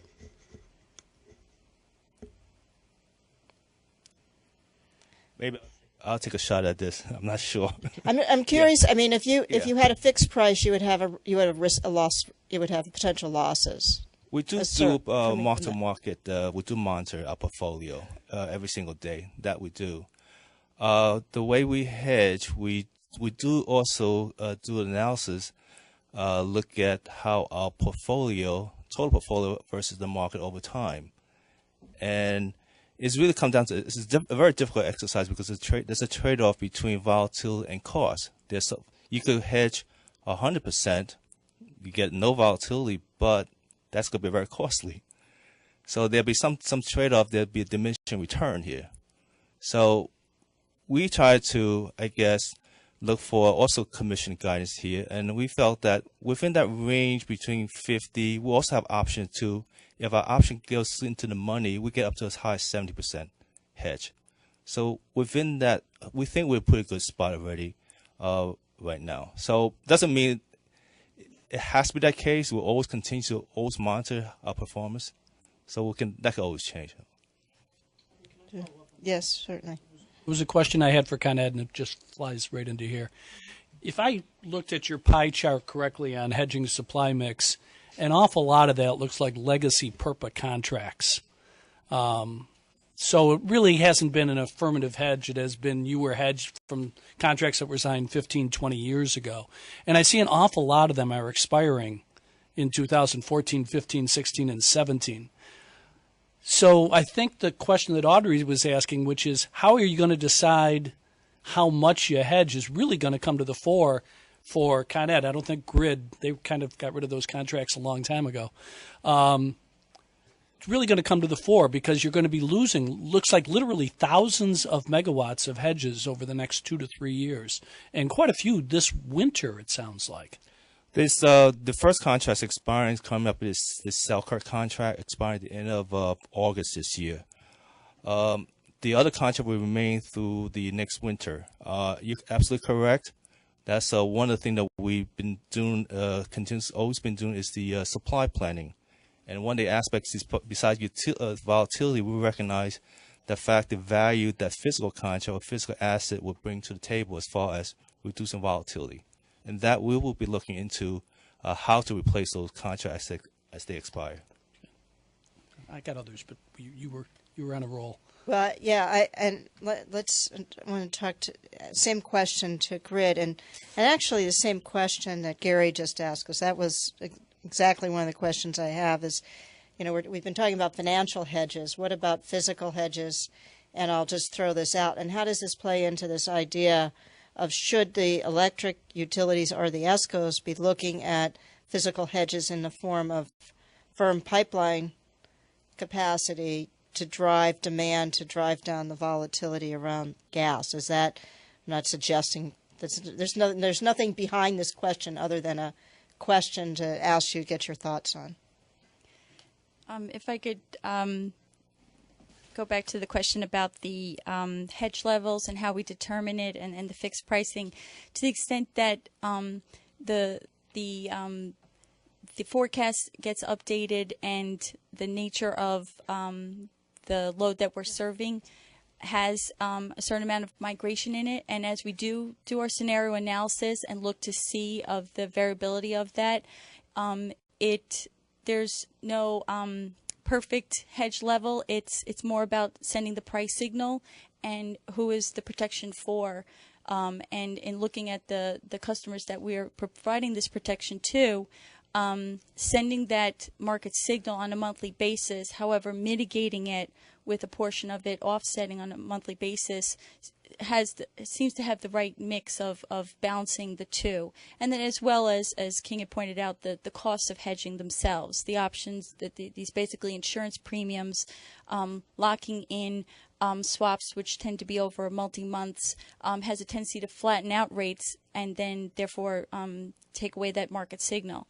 So to the extent that that is something that is very dynamic, the loads, making sure the correlations are making sense, the right hedges. But to the question of the financial versus physical hedges, at one point Niagara Mohawk had quite a bit of physical hedges in the form of nuclear and hydro. And as those hedges came off on a predetermined basis, when the company was seeking an effective, low-cost execution manner in which to hedge, the financial markets lend themselves to it. We are able to leverage good credit ratings with and can use standardized contracts. So it effectively allows us to lock in prices and to do that in a low-cost and effective manner on a relatively short term basis. It doesn't take much to. Once all the credit terms have been established, it's very easy to execute. But to the extent that the physical hedges themselves, have indeed benefits, especially with the locational benefits, indeed, that's something that our company does look into and does would consider as part of the portfolio, because it can fit into for a firm commitment. It would fit well into the portfolio.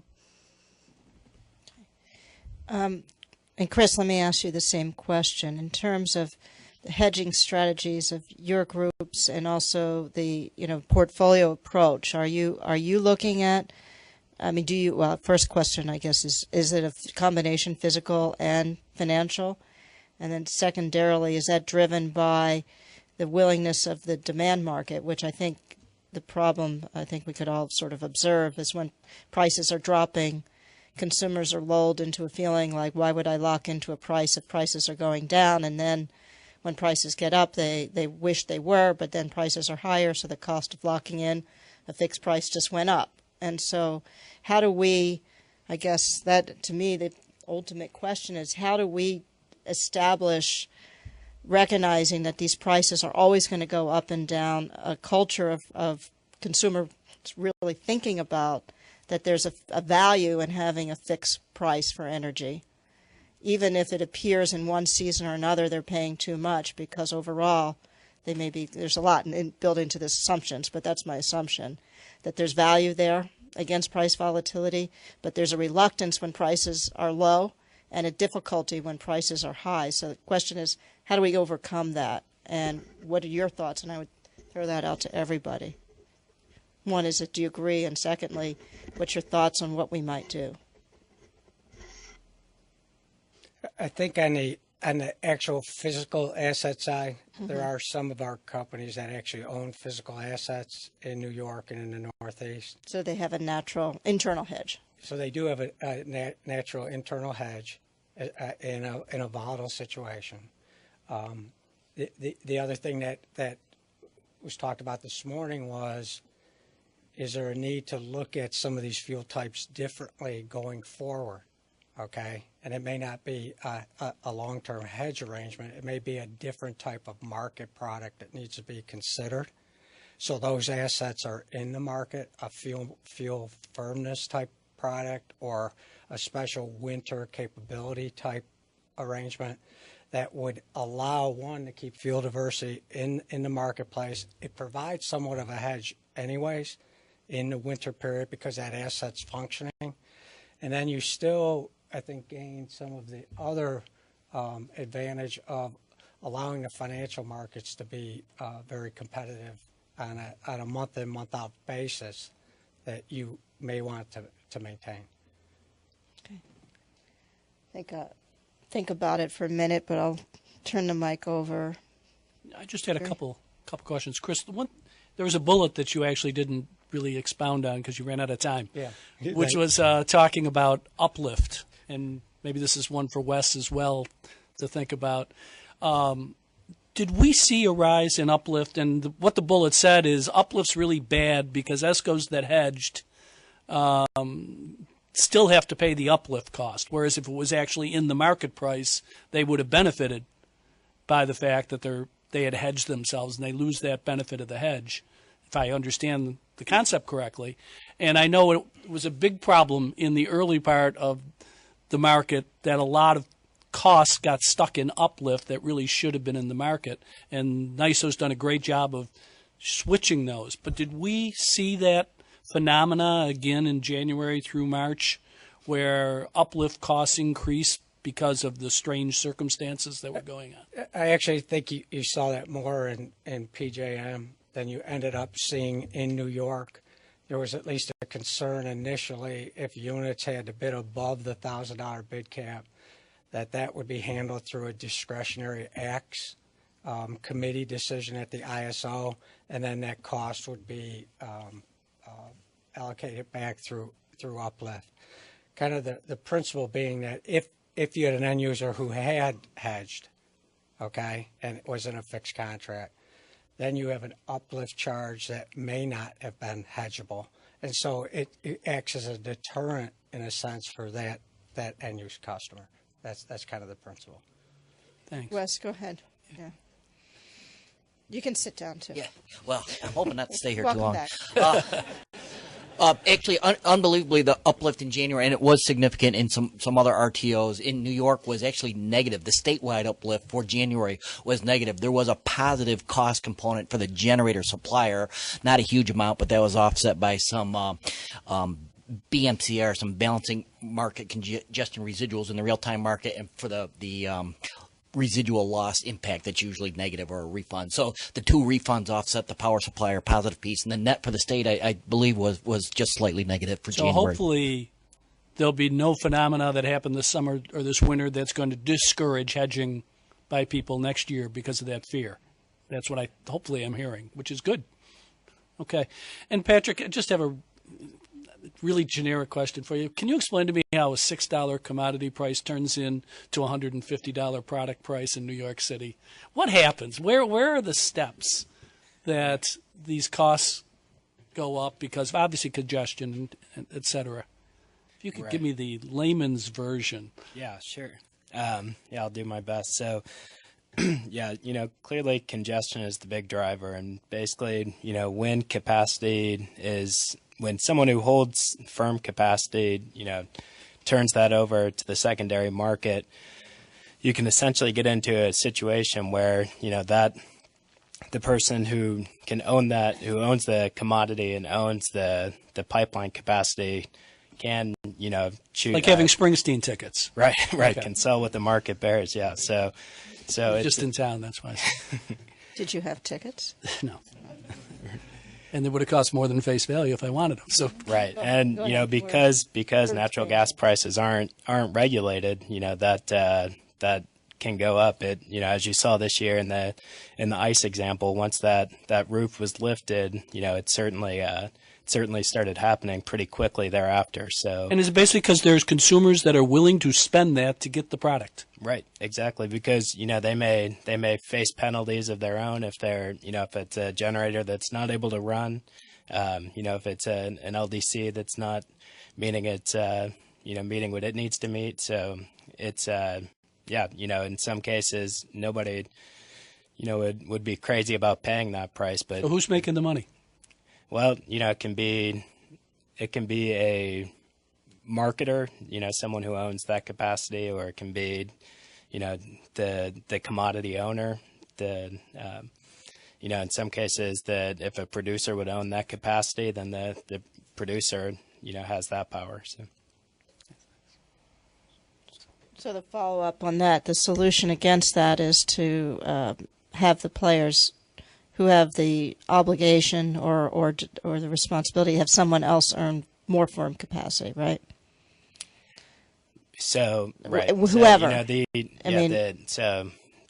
Holding firm capacity, would be a solution. It's as we've talked about today, can be a pricier solution. The addition of capacity, as more pipeline capacity being built into these heavy demand areas. Okay. Further questions?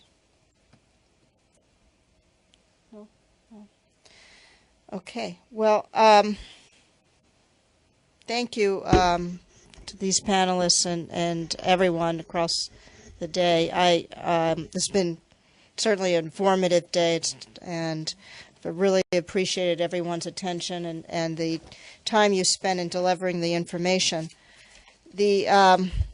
Just my observations, and these are just sort of initial observations, but also some probably requests going forward. It does seem to me, and maybe this is a question as well, but it does seem to me we are entering into a new time.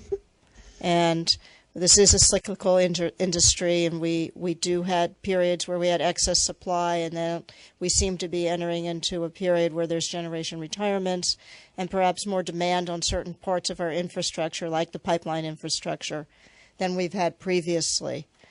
And what I'm concerned about, and something I know that, Gary, you've been focused on in the last several years, is the fact that as with the electric industry, of course, the obvious points become more and more dependent on a gas infrastructure. And as we heard a little bit today, as the gas infrastructure is dependent on backup oil, which may or not be there because the demand is intermittent, we need to really start thinking about the intersection of these industries and really thinking about it on a long-term period is, one is where's demand going in the state, how that potential demand and requirements and pricing can be affected by what's going on elsewhere, because we're not an island, and really kind of getting ahead of it, because if we're not ahead of it, we're constantly going to be behind the eight ball. And that means really looking at, and I think a fairly deep level, the infrastructure needs of the state moving forward. And that's not just electric infrastructure, obviously an important part, but also gas infrastructure. And I think it's also important that we consider the backup oil infrastructure and other fuel types, and how all these need to fit together to be in a position that these weather events don't drive these type of price events that either really hurt consumers or potentially drive other businesses out of business. And so I think that one thing that I'm taking away from this is that it is going to be very important that from a collective standpoint that we do get our arms around what's going to be the requirements in this for the state over the next 10 to 15 years. How do we maintain the fuel diversity, which I think everyone's identified is of value?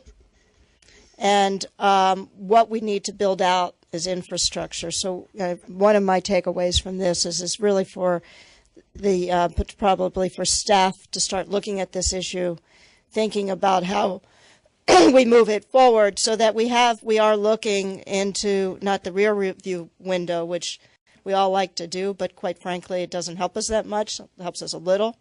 But we really need to look forward and see what the needs are, and really start thinking about what does that really mean in terms of investment, and how do we actually incent that investment in the most efficient way. So I think that's sort of one big takeaway.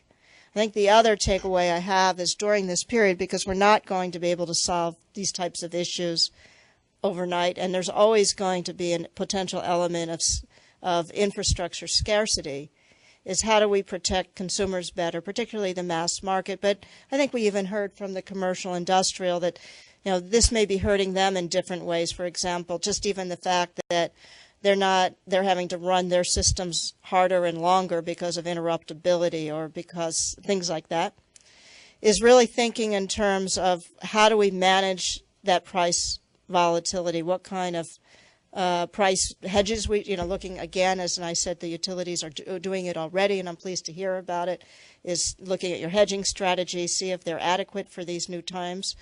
But I think also we really need to look at market products, and frankly look at, again, fixed products, whether offered only by ESCOs, whether we go back and look at whether the utilities should offer fixed products, what does that mean? And I know, as part of our REV docket, we are going to be looking at all of these elements, because this is a big piece of how to animate the retail markets better, but also to drive efficiency and drive out some of the natural volatility from the standpoint of what kind of consumer products can be offered. But I would appreciate folks' thoughts on both of these issues. How driving infrastructure investment, how do we use demand to drive that investment, and what are the best vehicles to get there in your comments to us, because this is a cyclical industry, and I think we'll never stop it from being a cyclical industry. But in the end, I think it's really important that we think about, from the consumer perspective, how do we protect them from these boom and bust cycles, so that electricity not only remains affordable, but the price remains reliable, so people can budget around it. So those are sort of my two big takeaways, other than the third one, which was it was a cold winter, but that was obvious. Comments from any other commissioners? No, I just want to. One thing I didn't get a chance with grid, just the simple look at not socializing the hedging. If it really hits one zone over another, is going to make for an improvement, hopefully in 2014-15. And I think that's got to be, there's kind of two efforts here. One is the near-term effort. What can we do in the next 6 months to make things less likely to happen if we have a repeat of events next year? And then the second is the longer term, kind of what Audrey just described, which is what are we going to do on a more permanent basis as the dynamics of the system change, and electricity and gas are obviously becoming incredibly more interdependent. If coal plants close throughout the Midwest, it's got all sorts of ramifications. So there's just a lot of longer-term questions that we need to think about. As having been an oil and propane customer for the last 20 years, I'm entirely comfortable with the concept. Every winter I have to decide whether to buy ahead or ride the price. That product's been out there forever. And some winters you win and some winters you lose. For some reason, that hasn't caught on in some other fuels. I don't think it's really a matter that consumers couldn't understand it. It's just I don't think that product has generally been there for people to move forward. So that's, and I know, matter of fact, Doug Elfner sent me an email after some questions this morning, and I'll thank Chris Wentlet and the ESCO community. There seems to be a lot more fixed price product emerging, maybe as a result of this winter. Maybe a lot of consumers said, wow, I should have that option, and the ESCOs are responding with that option. So I think we need to take a look at what we need to do this year, and we need to take a longer-term look. So those are my initial thoughts. Yes. You're going to keep your vow, aren't you, Patty? Madam Chair, Zibelman, it's very hard to put on a truly substantive technical conference such as this. So I thank you and all of the staff for what you've done to put this together so successfully. I also applaud all the panelists and those members of the public who have taken the time to participate in this conference today. And I welcome their comments that can be formally submitted after this conference.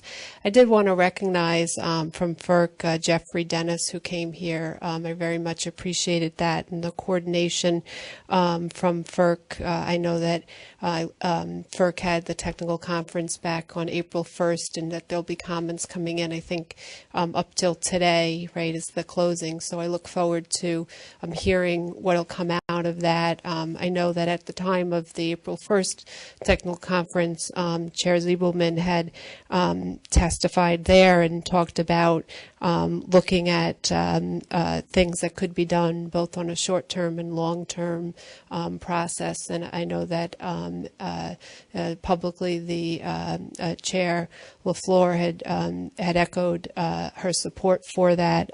So I look forward to that continued coordination. But I'd also like to recognize, what I've affectionately termed as Wes the rock star in New York. And I'm sorry to publicly call you out on that, but you once again have proven. I tried to trip you up by looking at your testimony back on April 1st, and you did stick pretty much. There was not one thing that you said, both actually in your testimony and in your PowerPoint, that I could say, you've done something differently. You really have shown just your due diligence and really how much you work for the benefit of the people of New York. And I'm really just very glad that you have your eye on the ball. And the ISO has a big role to play in the coordination and the planning on a going forward basis. And I know that, we really need to look at regionally the coordination and the lessons that have been learned. And,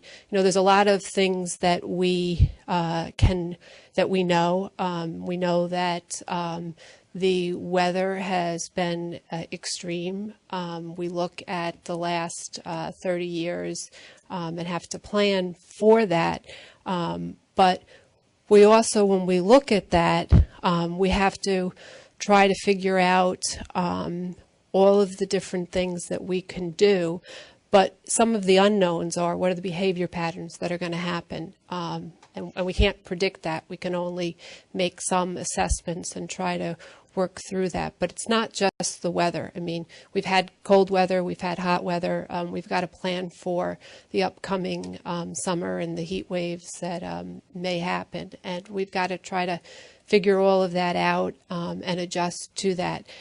For us, our number one priority is reliability, keeping the lights on, and it's important to have short-term goals that are also focused on the long-term goals, which is, a lot of this dovetails into the REV proceedings. The Track 1 and the Track 2, a lot of the hedging issues are focused on what we'll look at for the Track 2 with the fiscal issues that'll come. So all of these things, we have to be partners in coordinating. For me, it's looking at what we do know in terms of potential retirements, aging infrastructure, pipeline constraints, and all of those things sort of merge together, and being able to work together. And so I just thank you for what I think was a very informative technical conference that helped set the stage for what we all have been doing and continue to do. And this is very important. So thank you, Chair, and thank you, staff and panelists, and the Rockstar West in the corner there. So thanks. Thank you. Let me just add it, just because now that I had a couple minutes to think. I do think that this issue about education is one, and consumer education, it seems to be coming back to it, is how do we get, we talk about getting consumers engaged in REV, but how do we get consumers to understand? Because unfortunately, and I think we heard from this, is that with everything that goes on and everything we do, when prices go up, the expectation of consumers is that somebody did something wrong. And that's, maybe, and I think we need to get people to understand that there are tools available, but on the other hand, we have to make sure those tools are available and they're effective and they're affordable. And so I think that's a big piece of what we need to do going forward is think about that. And certainly a big part of the REV proceeding is how do we make that work better. And then I do think that the work that ISO is doing is something we definitely want to support and make sure we understand how that can help us, help consumers. With that, one last point I wanted to make, because I didn't want to forget it. You might have noticed that Commissioner Sayre has not turned into Secretary Burgess, but he had another commitment today. He's had another hearing. And since we couldn't manufacture two Commissioner Sayres, he desperately wanted to be here because this is a topic he's very interested in. But I'm sure he'll be reading the record and be following this very closely. So thank you all, and thanks staff for arranging this, and we look forward to your comments. Bye-bye.